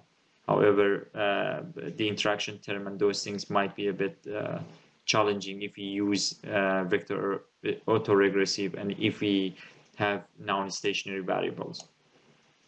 So these graphs shows the correlation between SST, sea surface temperature anomalies, which sea surface temperature is a proxy of El Nino. So when the sea surface increases, El Nino; when sea surface decreases, is La Nina. So in this case, I don't know exactly why the quality is like this, but in my file the quality is much better. I hope that you can see it properly, or you can access to the file. Here, Omid, can you also use the pointer sure. that Sorry. you see which figure you welcome. This graph shows the inflation, the relationship between inflation and SST, the sea temperature. This graph shows the relationship between GDP growth and SST, and this graph also, I think is just the same. Yeah, I think there should be a problem. I'm not sure. Anyway, I would check it out. Just please look at the first figure. I mean that the right hand side are the same. So if you look at here, there is a positive correlation between GDP and SST. So it means when extreme weather shock increases, GDP increases. And for inflation, also we have seen somehow a positive correlation. But what is the reason for that? What do you think? Any clue why GDP should increase following extreme weather shocks? Let's look at what they are thinking. So this is part of their result of study, because it's kind of impulse response function. So it means that effect of they argue that effect of SST, sea surface temperature, and the prices, it somehow tends to increase it. So for the first periods up to six quarter, it increases, then it goes smoothly to the long run equilibrium. And the middle graph shows the effect of SST and GDP. Still, is also increases for the first quarter. For inflation, please note that the first graph shows the commodity price inflation, and the last one is CPI, so includes all types of products. For the first graph, as I said, we have some positive correlation between them, but for the last one, in general, the inflation still is positive, but is not that much. It's not too significant, or it's not considerable. It's easy because in the case of G7 or high income countries, commodity prices, food prices, is only part of their budget. So they have other product which may not be affected by SST. So they argue that SST, or extreme weather shocks, mainly affect commodity prices, raw commodity prices, which has a lower share in the budget of G7 or high income countries. However, let's look at the GDP growth. Why GDP growth increases? The reason they mention that there might be a measurable increase in investment spending. So for those countries, when they receive some signal about the extreme weather shock, they may invest more on their building and their facilities, whatever, to improve or to improve it against the weather shocks. That's why they have to invest more, and more investment means more GDP. So this could be one reason for that, for high income countries. Apart from that, price for food commodity are affected the most by, and so El Nino Southern Oscillation. Although prices of beverage, agricultural material, and metal are also pushed up, and I think there is something missing, and then the inflation also increases. So the inflation of commodity prices increases. But as I said, since the primary commodity accounts for only a fraction of overall finished product or final product in the US, the effect of inflation is not considerable. Most importantly, as I mentioned, the extreme weather shocks is kind of short-run phenomena. So extreme weather shocks doesn't have the same effect of climate change, which is long-run equilibrium. They also correctly mention it here. Yeah, there are some yeah. Omid, can you please show the previous slide? this, yeah. Yeah. Is it the shock variable temperature, the Exactly. sea surface Sorry, I missed temperature? this point. Yeah, the shock value is one deviation in SST in temperature of sea sea temperature. One Standard deviation. And this is assumed to be a proxy for extreme weather shock, because you mentioned about the extreme weather. I'm not sure if this is an unexpected 1 unit increase in the temperature. I think it is something similar like this. I mean, they use an average of El Nino sea surface temperature. So the average of El Nino sea surface temperature is not something like a sea surface temperature in the in general. I mean, average of SST in general. So I think it's more than that. Yeah, but the thing is, yeah. And then And the main point is exactly back up our argument along workshop. In our workshop, we discuss about the threshold of the extreme weather shocks. So I think if they add this dimension to their analysis, it would be more interesting. So if they determine from which temperature we may receive these effects, it would be much more interesting for policymakers. Even though this paper is published in Economic and Statistic Review. Yeah, I mean, and these responses are not really statistically significant, as the error bands that you show in this picture are including the zero line. Yeah. So I'm interested to know whether they have read these responses as statistically significant responses, or is it one, no, at which level of confidence is these error bands, first of all, and given the fact that these error bands include the zero line, so we cannot really say that these responses are statistically different from zero. But the direction of these responses probably makes sense, because the response of commodity prices to increasing, one positive shock to temperature seems to be increasing. That is what we usually expect. The response of CPI, Consumer Price Index, Is not significant. is in the negative direction, as I can see. The effects on CPI inflation. So the response is mostly, at least in the short term, middle term, is in the negative zone. Yeah, exactly. I'm not sure how we can. In some period, as you said, for example, 8 quarter is negative, but still is quite close to zero. As you mentioned, even it may not be so significant. This bound, I think, is for 10%. So.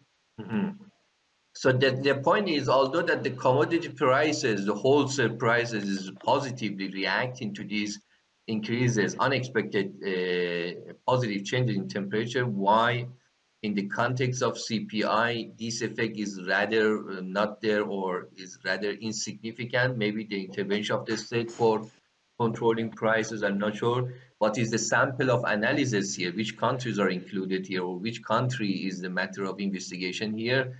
And then GDP seems only really short into increase in the between second and the fourth quarter of the shock.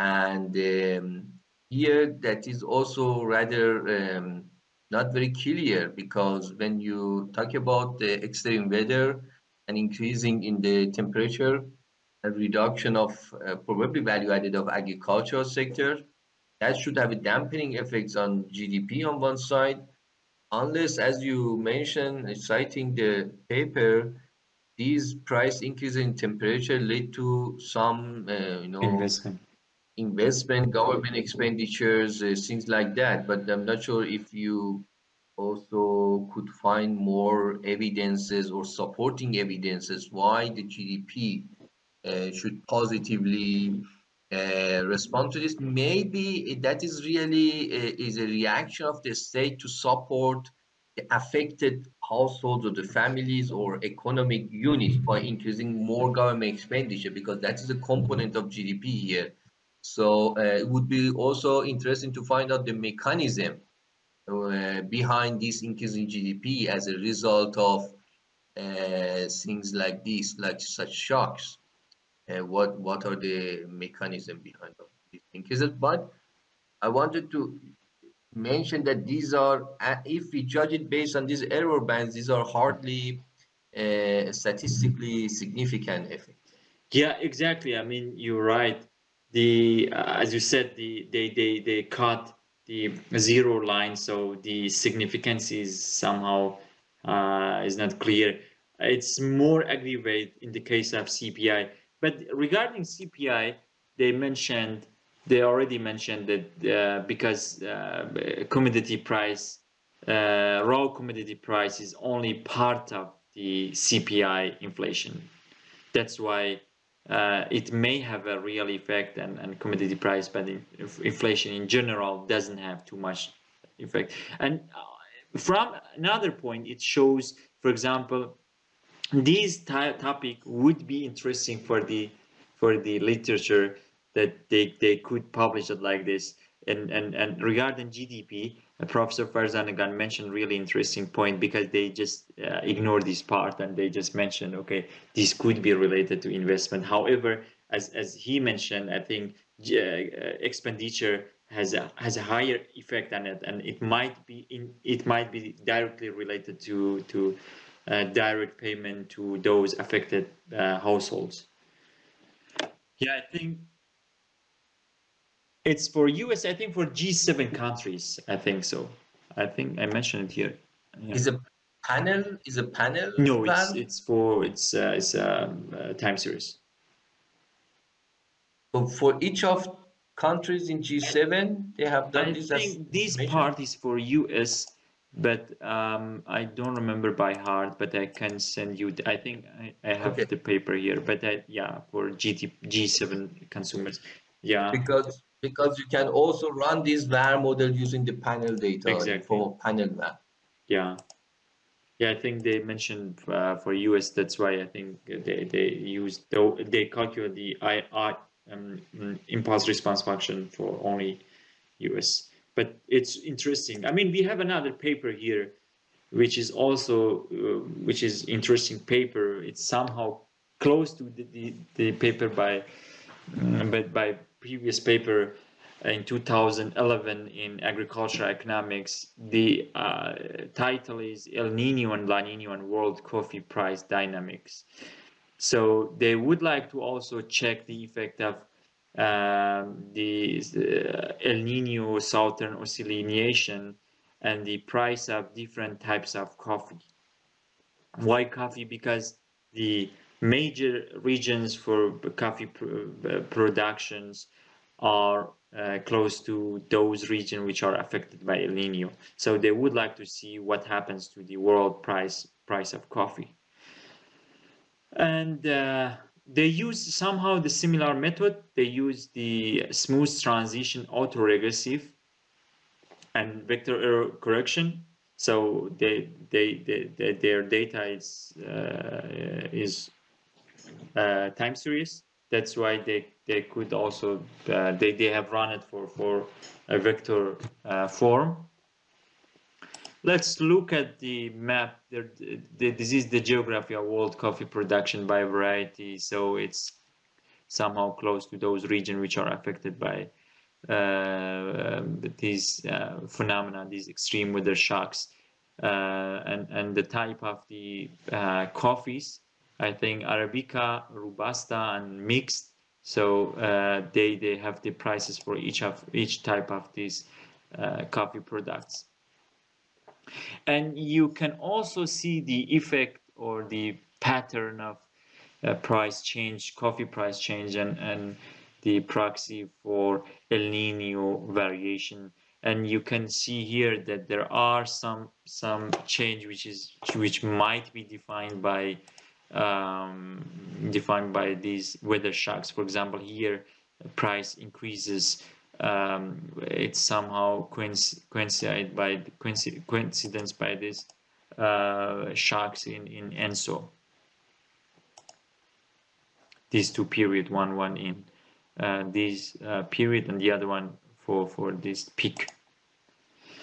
And the method, as I mentioned, is kind of vector error correction model and vector autoregression using smooth transition. So somehow he wanted to fill the gap of the first paper and using transition variable to find the proper threshold for the extreme weather shocks related to El Nino.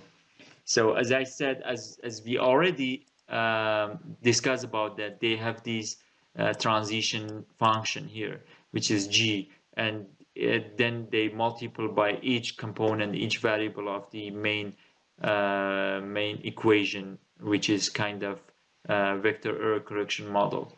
So it's a short run equation, however, with some interaction terms for defined by transition variable.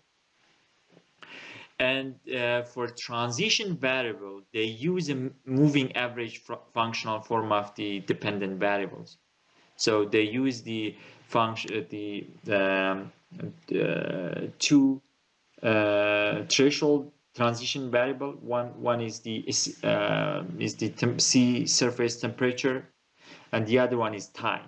So they can also see, for example, from which time the effect of change in prices is more obvious. Here they define two equation. Why two equation? The first equation is for ENSO, so they didn't include interaction term or with the prices. However, they defined it as a separate variable because they wanted to also model the ENSO equation. And the other hand, there is a price equation which includes the prices prices of different types of coffee. Here is the result of the study. The study shows for most of for the majority of the product coffee types, the effect of El Nino, the blue line is El Nino, the red one is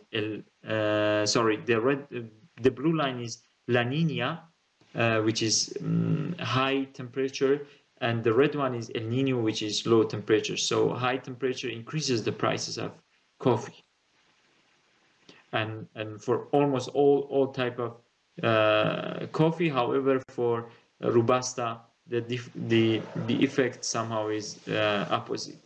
It might be some interaction between the markets. So when they receive the negative effect of extreme weather shocks, so it means that there is some there might be some more competitiveness or better market for this type of coffee. However, he didn't clearly mention why the effect in Robusta is like this. And but for other product, more or less we have the same pattern. So the result, same as the first paper, shows the shows ENSO does impact coffee prices, and the effect is statistically significant for a period of up 1 year. So it's not a long-term effect or long-tail effect. Still, it's kind of short run.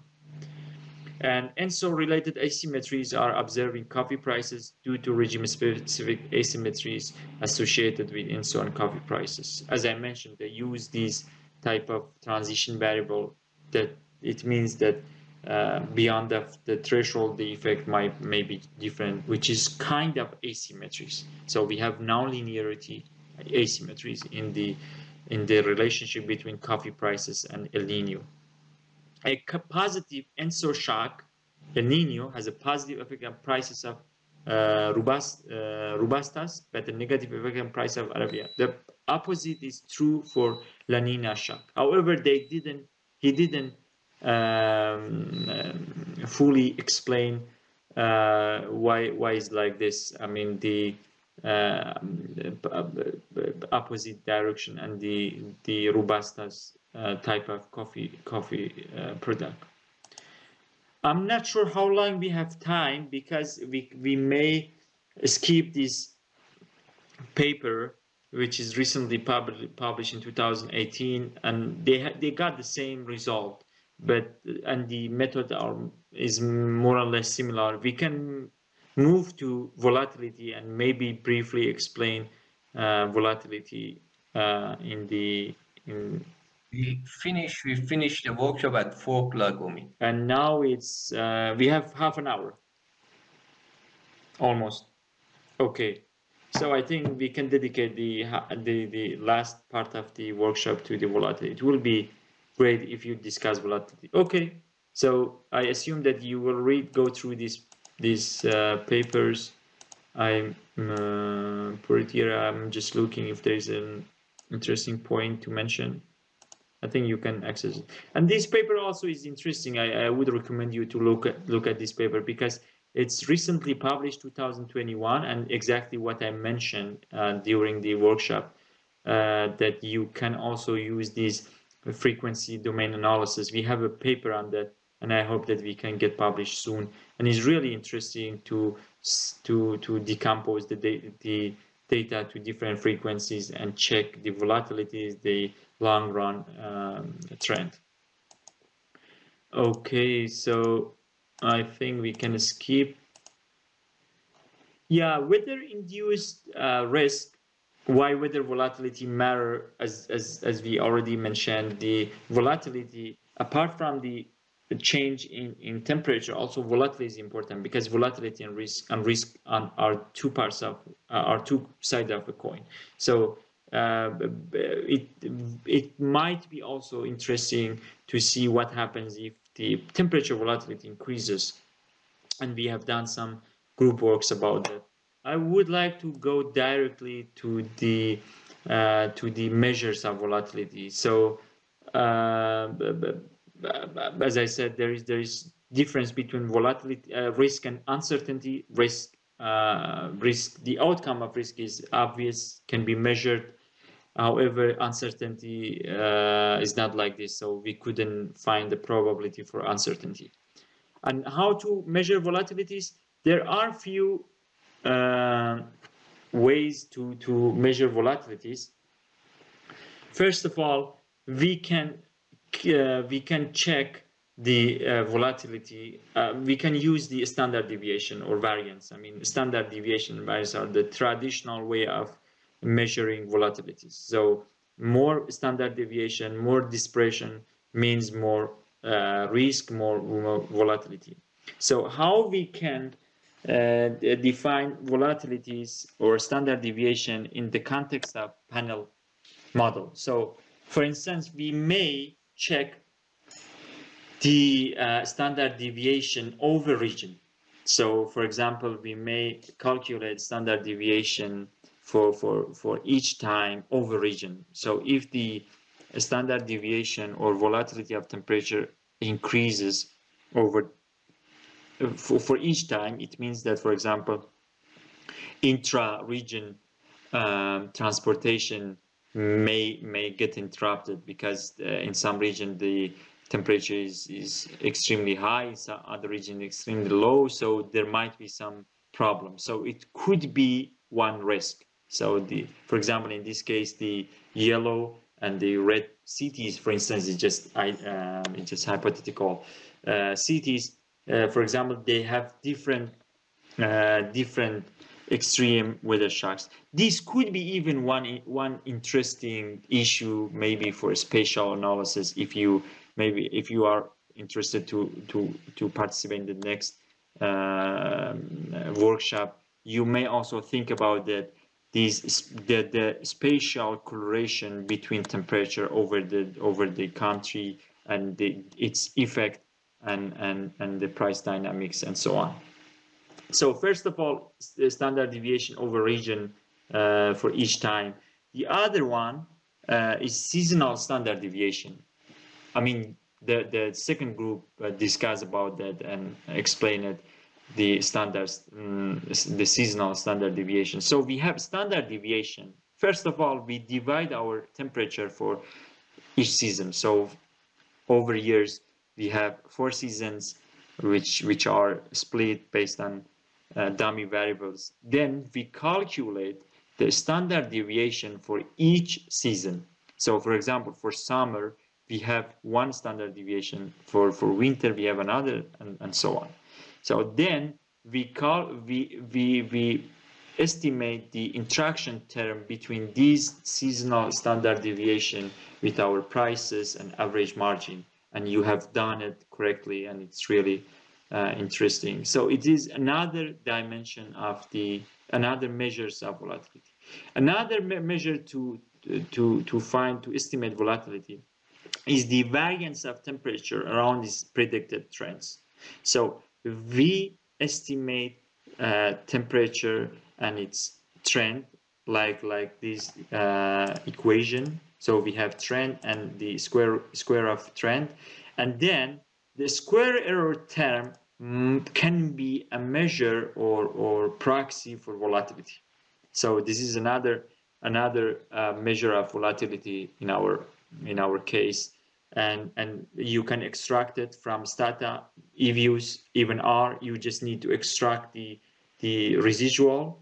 Then we have in our case we have 30 regions, so it means we will have 30 square error term of residuals. Then bring it to your short run or long run equilibrium to check what happens for the market in presence of volatility. Another measure is absolute precedent change. So we may extract the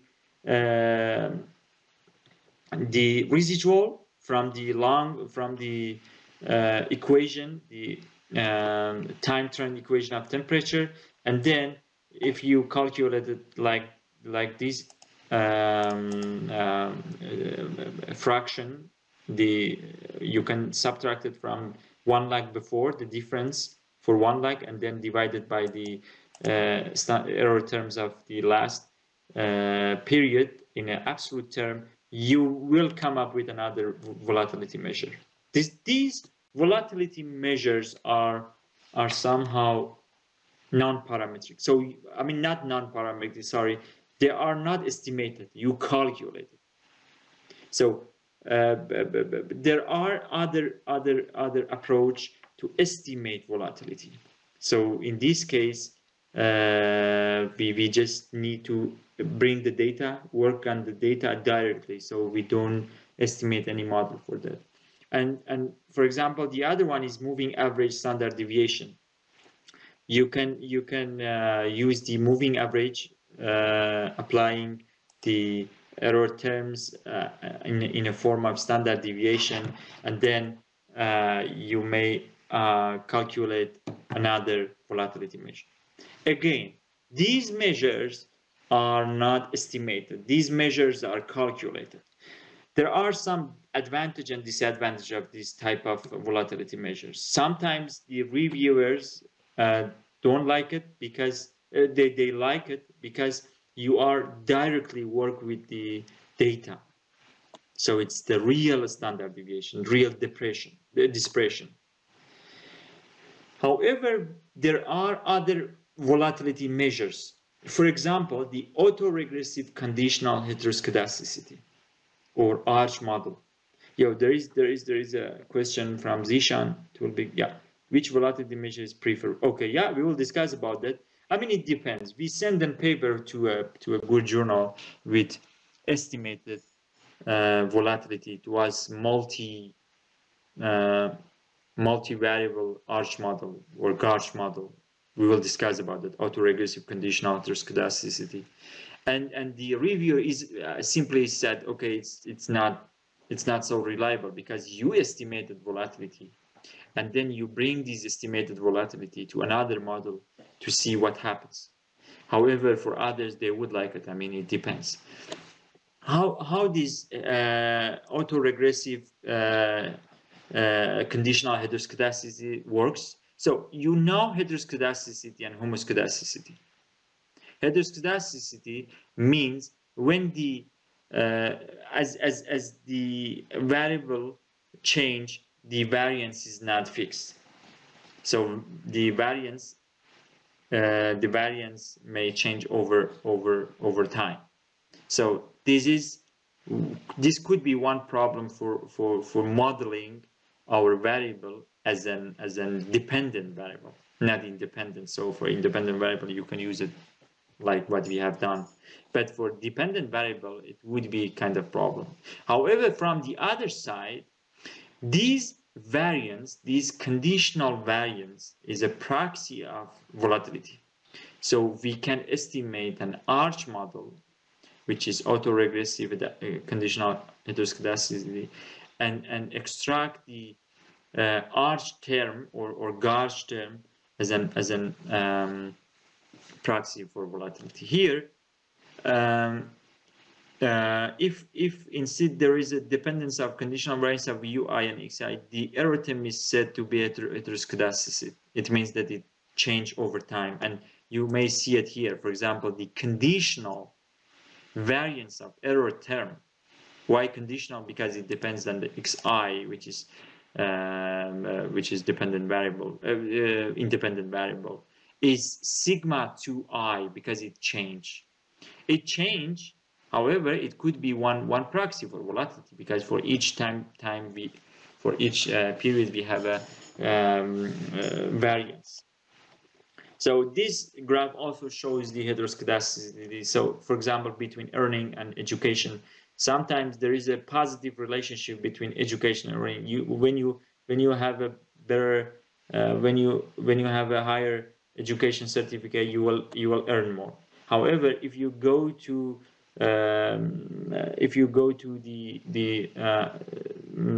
the higher education, there are a wide range of income. For example, as a fresh PhD or as a fresh doctor, a graduated doctor, you may earn some basic money like me. However, if you go further with some more experiences, you will come up with Professor Farzan income, for example, with higher income, which is not comparable, for instance. And yeah, I mean, it shows that we have some heteroscedasticity. It means that when we move from lower education to higher education, then the variance also increases. In these variance also it can be somehow a proxy for volatility. So as I said, arch model, which is mentioned here, it stands for autoregressive conditional heteroscedasticity, and it means the conditional variance of the error terms. So this error term has two components, as I mentioned here. The first component is white noise. So the WT is white noise. However, the second component is sigma t, is conditional standard deviation, which is moving over time. So it may increases, decreases over time, and we need to extract this part. How we can do it? I may just quickly go through these things, but if you got any question, please interrupt me and send your question or just jump in. The arch model was originally introduced for modeling inflationary uncertainty. So for the beginning, it was used for inflation uncertainty. However, then they used for other they were used by other scientists for other variables. Even I have seen some papers by climatologists using gauge and arch model for temperature. So they use arch model to calculate the volatility of temperature. All arch model types has two equations. The first equation is called the mean equation. It means that we have to run a mean equation which describes the behavior of the mean of the time series. How this variable moves around time.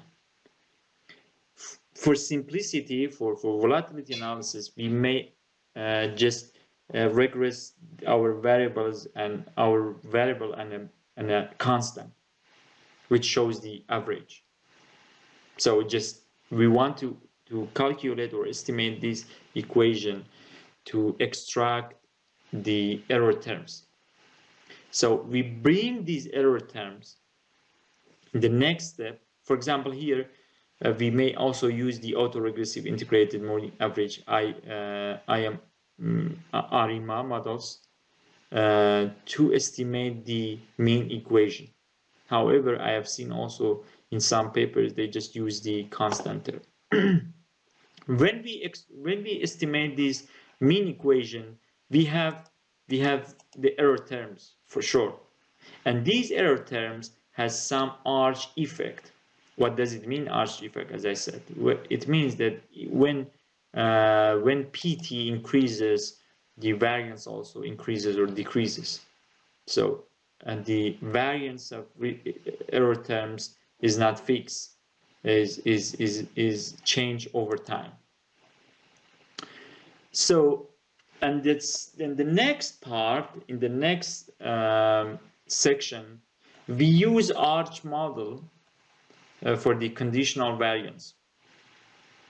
So the arch process is specified as a linear function of sample variance only, sample variance only. It means that in the mean, as we estimate that the mean equation, we may come up with an error term. In this error term has two components. The first component is not so important for us because it's white noise, so it doesn't change over time. The other part is change over time. And then we may calculate the conditional variance of error term. It shows the conditional variance of error term as a function of the square lag of error terms. So it means that the error terms moves as a square of error terms change over time in different lags.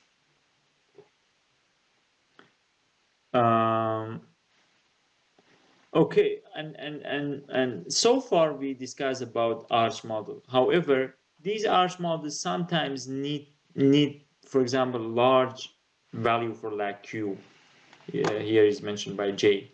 So to overcome this problem, another version of arch model was introduced as GARCH model, which is generalized arch model, generalized autoregressive conditional heteroscedasticity. The difference between arch and GARCH model is this term. This term is conditional lag of the conditional variance with some lag.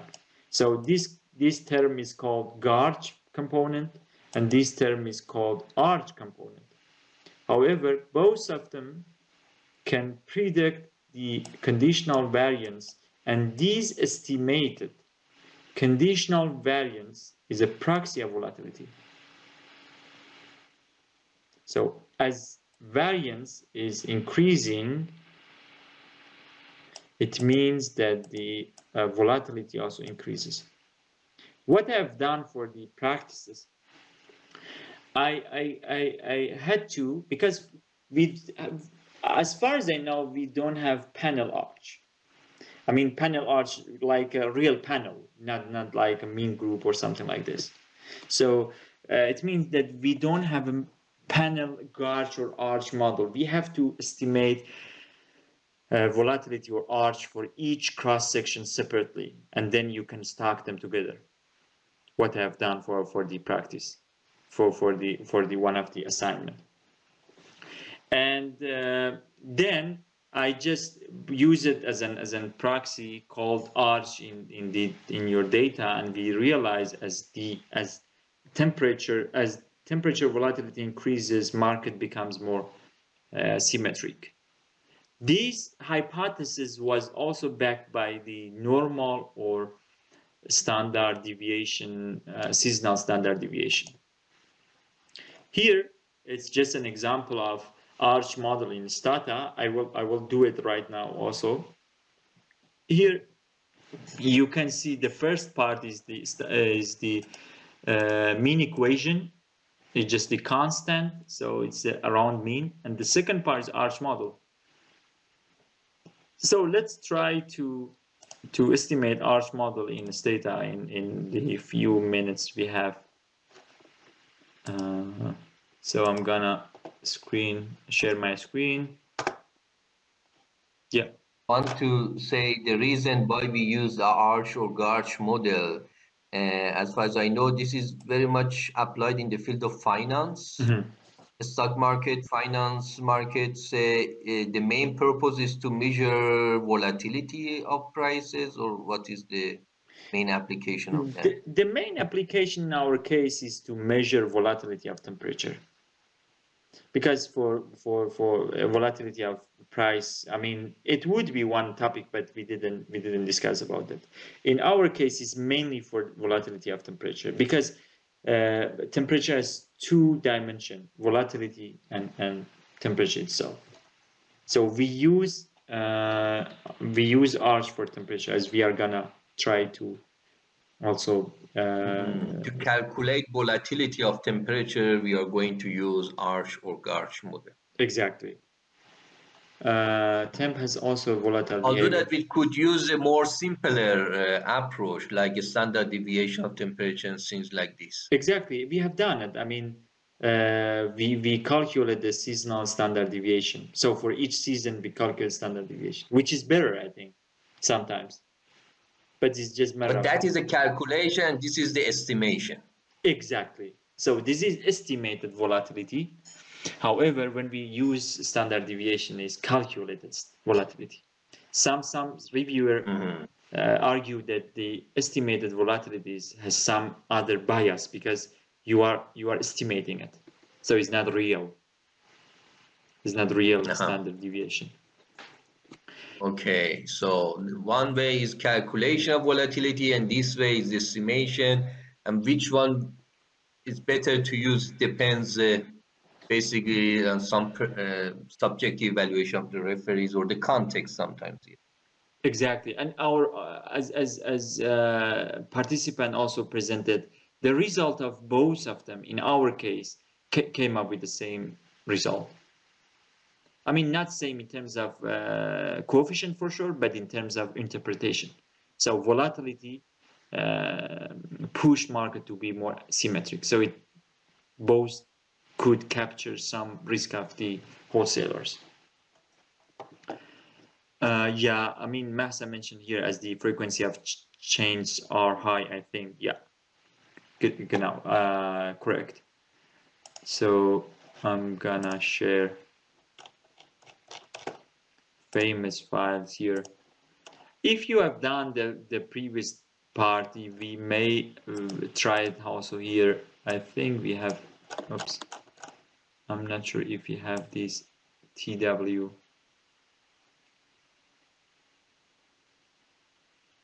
I think we, let me check.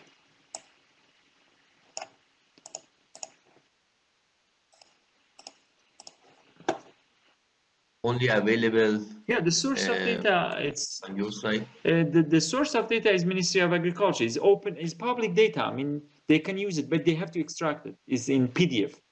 So they have to do it one by PDF. Yeah, exactly. They have to take it one by one. I think the agri economists so far they are not so active to do it, and I was the most active one. Okay, so that is, I mean, it's from public sources, ministries in Iran. Exactly.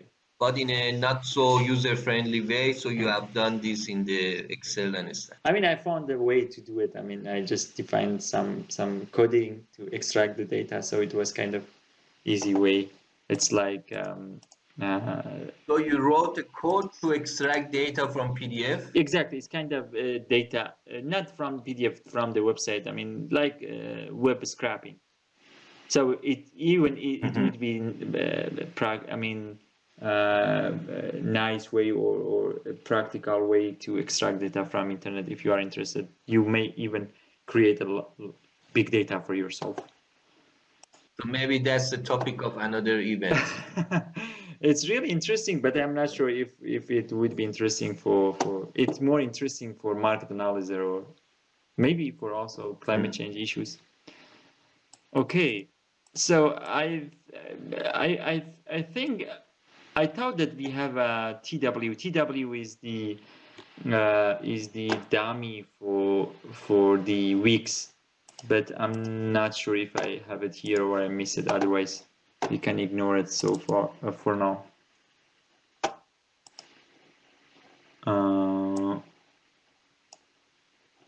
I think.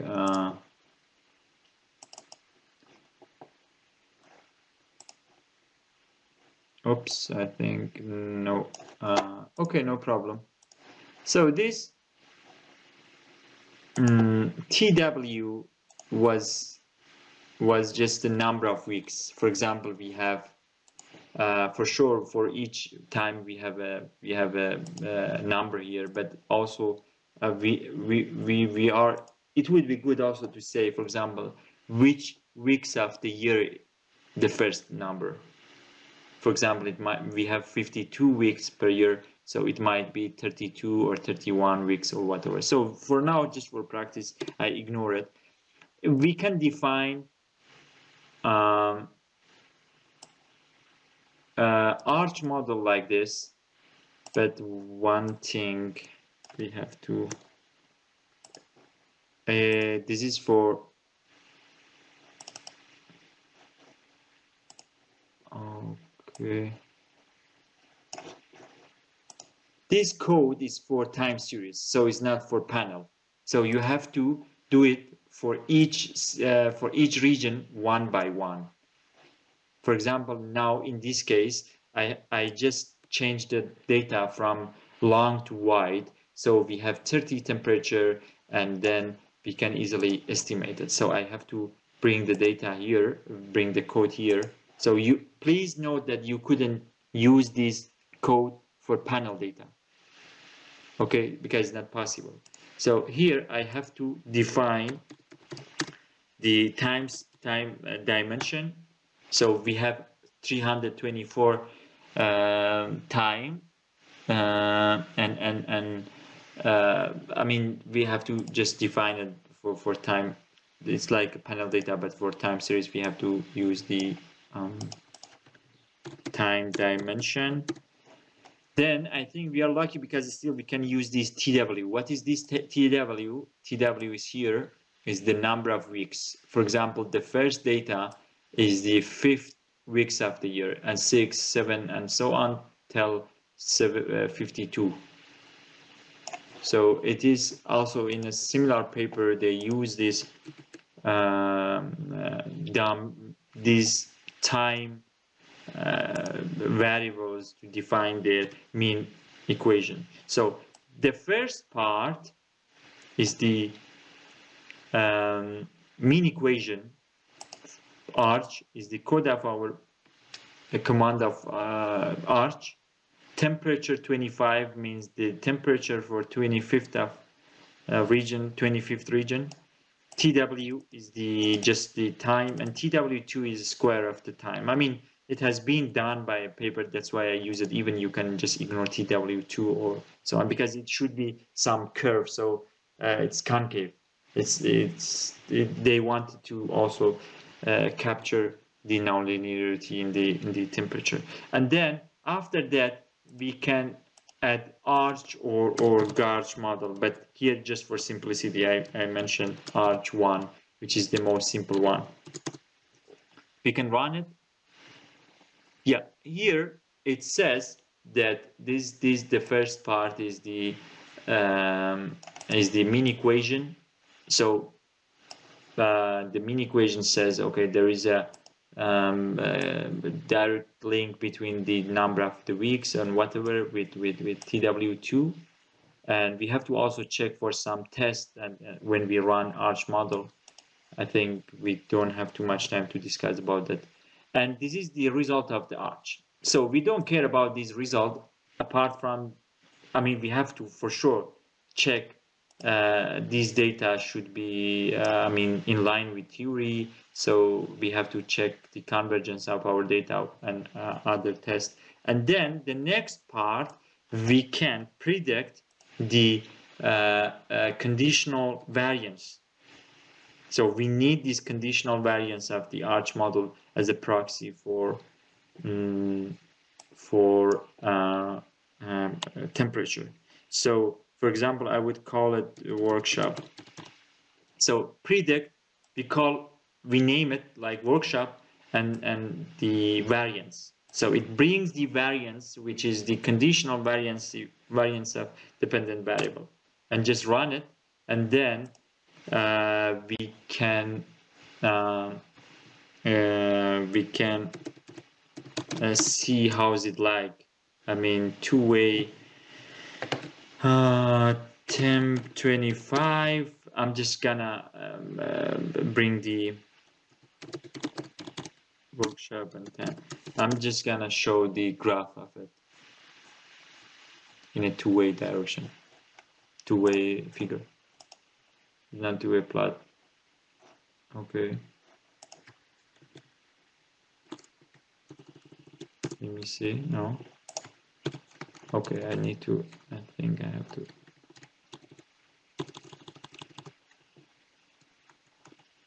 Time. Okay.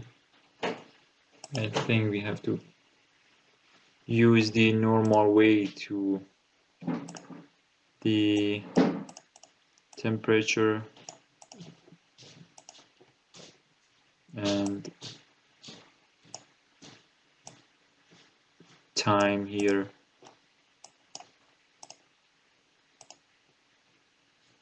Okay, yeah, it was line, sorry, I think. To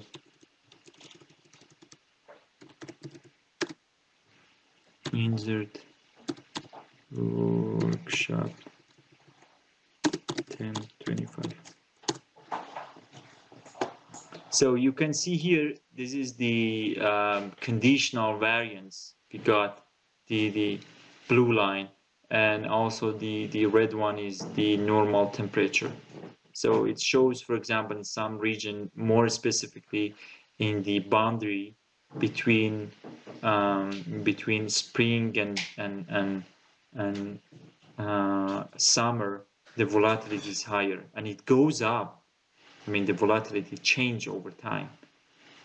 So it is another dimension of the weather shocks, which needs to be more addressed in the literature.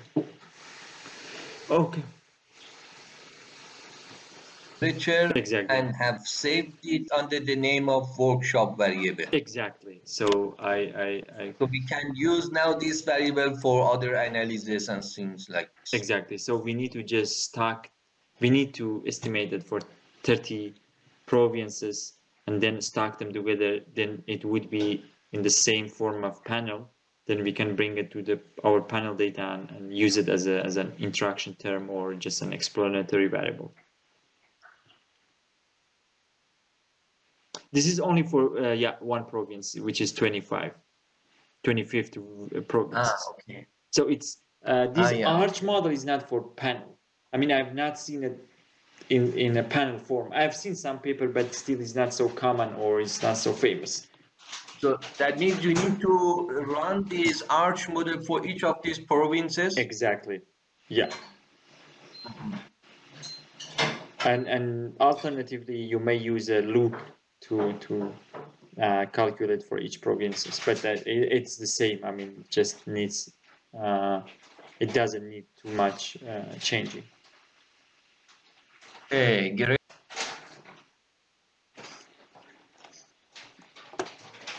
So maybe just a quick wrap up. Yeah, just a quick wrap up. I would like to. I hope that you have not yet tired so much. So here, summary. There are some major or general point I would like to mention So far we captured the reaction of prices to the extreme weather shocks, and there might be long-run effect of weather variation, but as we discussed, for sure, the short-run effect of weather variation is dominated. So when in your analysis, when you talk about climate change, you should also include these things in your analysis. And for sure, climate change and GDP might be somehow two-way direction. So you may get this indigeneity problem if you are talking about long-run effect of climate change. And the policy implication, for example, buffer stock scheme, which we already discussed about, that the government can use these information and data to improve this buffer stock scheme. It means that they can intervene into market in the right way, in the right time, so not to make more volatility in the market. And for policymakers, for sure, it's important to know how long it takes that the cost change due to a policy. For example, if they decrease the input cost of production at the farm level, might be passed through to final consumers, and how long does it take that consumer feels the change in the prices. More importantly, perishability, the characteristics of the product, may aggravate the short-run effect of weather variations. So in the case of perishable product, these weather shocks may be more obvious. And some potential topics for future studies, if you are interested: the effect of weather shocks and grocery shopping behavior. So it's really important from business view, not only from policymakers, because I mean, when there is a extreme weather or a wave of heat, people avoid to go for shopping, and then the supermarkets may receive two problems. First, lower demand. The second one is the higher heat, which may not be good for their cost. So these things may be also linked to panic buying, hoarding effect. For example, following catastrophe or following extreme weather shocks, flood or something like this. This panic buying, it's the first thing comes to their mind because they feel that they don't get enough food or low elastic product for their life. And then the linkage between extreme weather event, commodity price, and measure of inflation and GDP grows. So this issue is addressed by one of the paper in the literature. However, still it needs to be improved. So these GDP and extreme weather shocks, not climate change, also would be an interesting topic. And for sure, the extreme weather shocks and financial markets, if you are interested in financial markets, I'm sure that there would be some linkage between extreme weather shocks and financial markets. So even from demand side or supply side, so even from supply side, from the companies, there might be some effect, and from demand side, because it is common that weather and extreme weather shocks even may change the mood of people. So they may change their decision toward buying or selling their stuff. Spatial correlation, we have already discussed along the workshop. This could be also an interesting venue for future study. If you are interested, you may also include the spatial variables to your study, specifically for the weather-related shocks, not for prices. Please don't get stuck. Avoid spatial analysis for prices, because I have done it for 1 year. At the end, I realized it doesn't make sense at all. And then frequency domain analysis also would be one interesting topic. If you are interested in filter analysis, you may use those filters to decompose the weather shocks, and then you can use it for your analysis, in which frequencies temperature may have which kind of effect on the market. Yeah, thank you so much. And the last point some limitation and challenges of cost pass-through and price transmission. Still, as I said, and also Professor Farzanagan correctly mentioned, you have to describe your market, your data, before using this kind of method. Otherwise, you couldn't just interpret the result. I mean, you first look at the market. For each market, there might be some specific policies, kind of data, whatever. Then you should first check completely this data, then you may interpret your result. And proxies, I mean, proxy also important. We use different proxies, and then we realize that the proxy may also play a major role. If you use a proxy, please also check if this proxy makes sense, if this proxy reflects the real change in the market, and for sure that data, dimensions of data, is it panel or time series, and scanner data also is an important issue, is an important source of data if you are interested in high income countries more specific, because in case of Iran we don't have this kind of scanner data. This scanner data is based on the POS data, so if you go to the supermarket buy something, your information are stored, so then you may use this scanner data, which is in form of panel, to analyze big data. For example, what happened for the shopping behavior of people during, for example, extreme weather shocks. Even it's based on daily data, so it's quite precise, and they can analyze the market. Pandemic. We have done it for one paper for pandemic about that. It's daily data, and it's really interesting. Yeah, it's a bit expensive, so maybe Professor Farzanagan, if you support us to buy this kind of data, then Inshallah. if you have a good proposal. Yeah, we can prepare whatever you want. Okay, very good. Let's discuss it so after the event. Sure. Thank you for your attention. I know that is, sorry, I know that is your weekend, and I'm sorry about that. And I hope that you, I mean, I compensated part of your holidays time by providing practical information, some things for your future studies. Yeah, thank you very much, Omid, for this excellent 2 days workshop. It was great. I learned also some new stuff on these volatility issues, and temperature is a very interesting topic. It was very useful, and I hope that we keep in touch. There are more issues to learn on this topic in future. I also would like to thank all participants who also join us for this event from Iran, Germany, and the other countries. As I said, this is open to all interested people from each corner of the world, so it's not limited here to just these two countries. So we have also 3 questions that we just would like to give a feedback to the workshop trainer in this context, and also for us to improve it. If you have suggestions for future events to make the things better and more useful for everybody who joined here.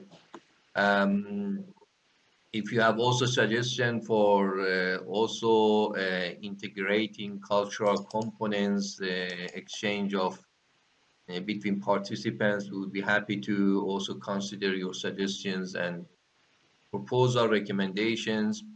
How beside all these academic components, also we introduce the or we promote the cultural exchange between the participants. That is also quite important, not only for us, but also especially important for the other under the name of this project, which is higher education dialogue with Muslim countries. So in that sense, the project would like to foster cultural collaboration within, of course, academic exchange and academic context. So that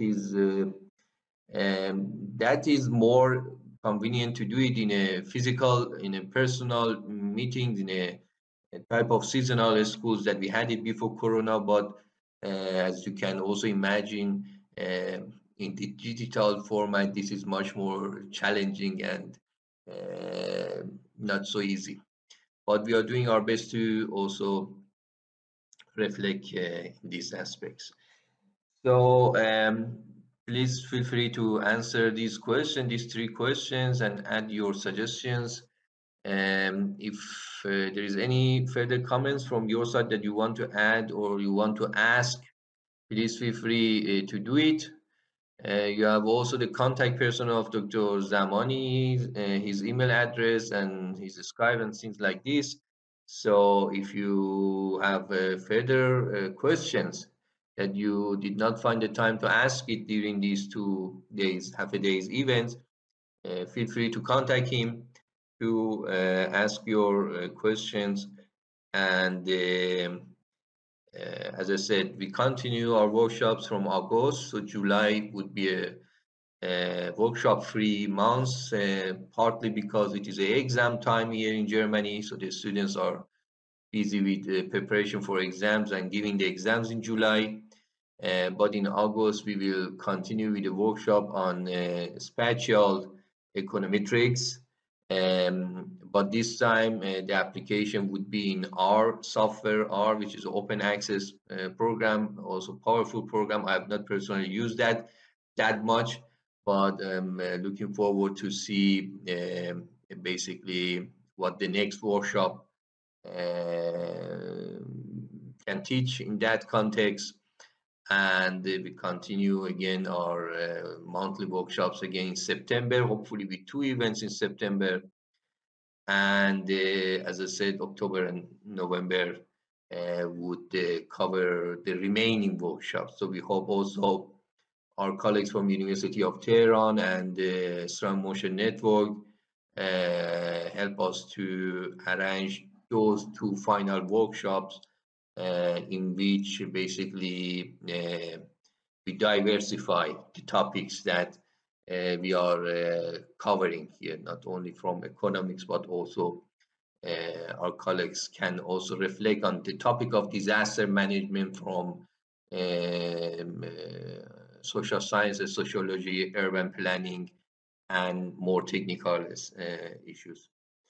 So, and this is basically what we are going. We would have also one online panel on the topic of disaster management, sustainable development with reference to Iran, and not within the NaDiMa project, but within the International Iranian Economic Association. So I'm going to organize this panel, which would be in the first week of September. So in that panel, we would have 3 speakers from Iran who basically agreed to talk about the disaster management from a variety of dimensions. And when it is fixed, I would publish this news also in the website, so you can also participate in that panel. So with this, I don't have any further comments here. We will issue certificates to those who participated in our event till the end, and also join these working groups and deliver these tasks. So this certificate will be issued to them. Additionally, for the students of University of Marburg from Master Programs Economics Institution, Economics of Middle East, basically the NaDiMa monthly events are included in their module, key qualifications module, under the condition that we have explained in our website. So, that would be also be considered in that context. Yeah, I have no additional basically comments to add here. I hope that you also enjoyed the meeting and was at least useful for most of you, if not all of you. But I also believe, that any of these type of events have something to teach, even for those who might not necessarily basically doing their main research in these aspects. So it's good to know basically what are the common approach to measure volatility and the calculated volatility, estimated volatility, and how we can use these econometric package to basically make the empirical research, which is quite important nowadays, is a good important skills for many who come to university and want to later on get a job in the job market. So without these type of analytical skills, it's quite difficult, especially in the field of economics. But this is also common things in the other disciplines. So for this reason, part of our agenda in the year 2021 by organizing these workshops is to basically teach these type of skills, which we might not manage it in our semester, or there are somehow the topics which basically might are quite important, but due to the time restrictions or other restrictions, we might not necessarily manage to teach all these details in our usual semester program. So for this reason, I guess that is a good complementary program beside what you are doing during your semester in Marburg or in Iran or in other countries.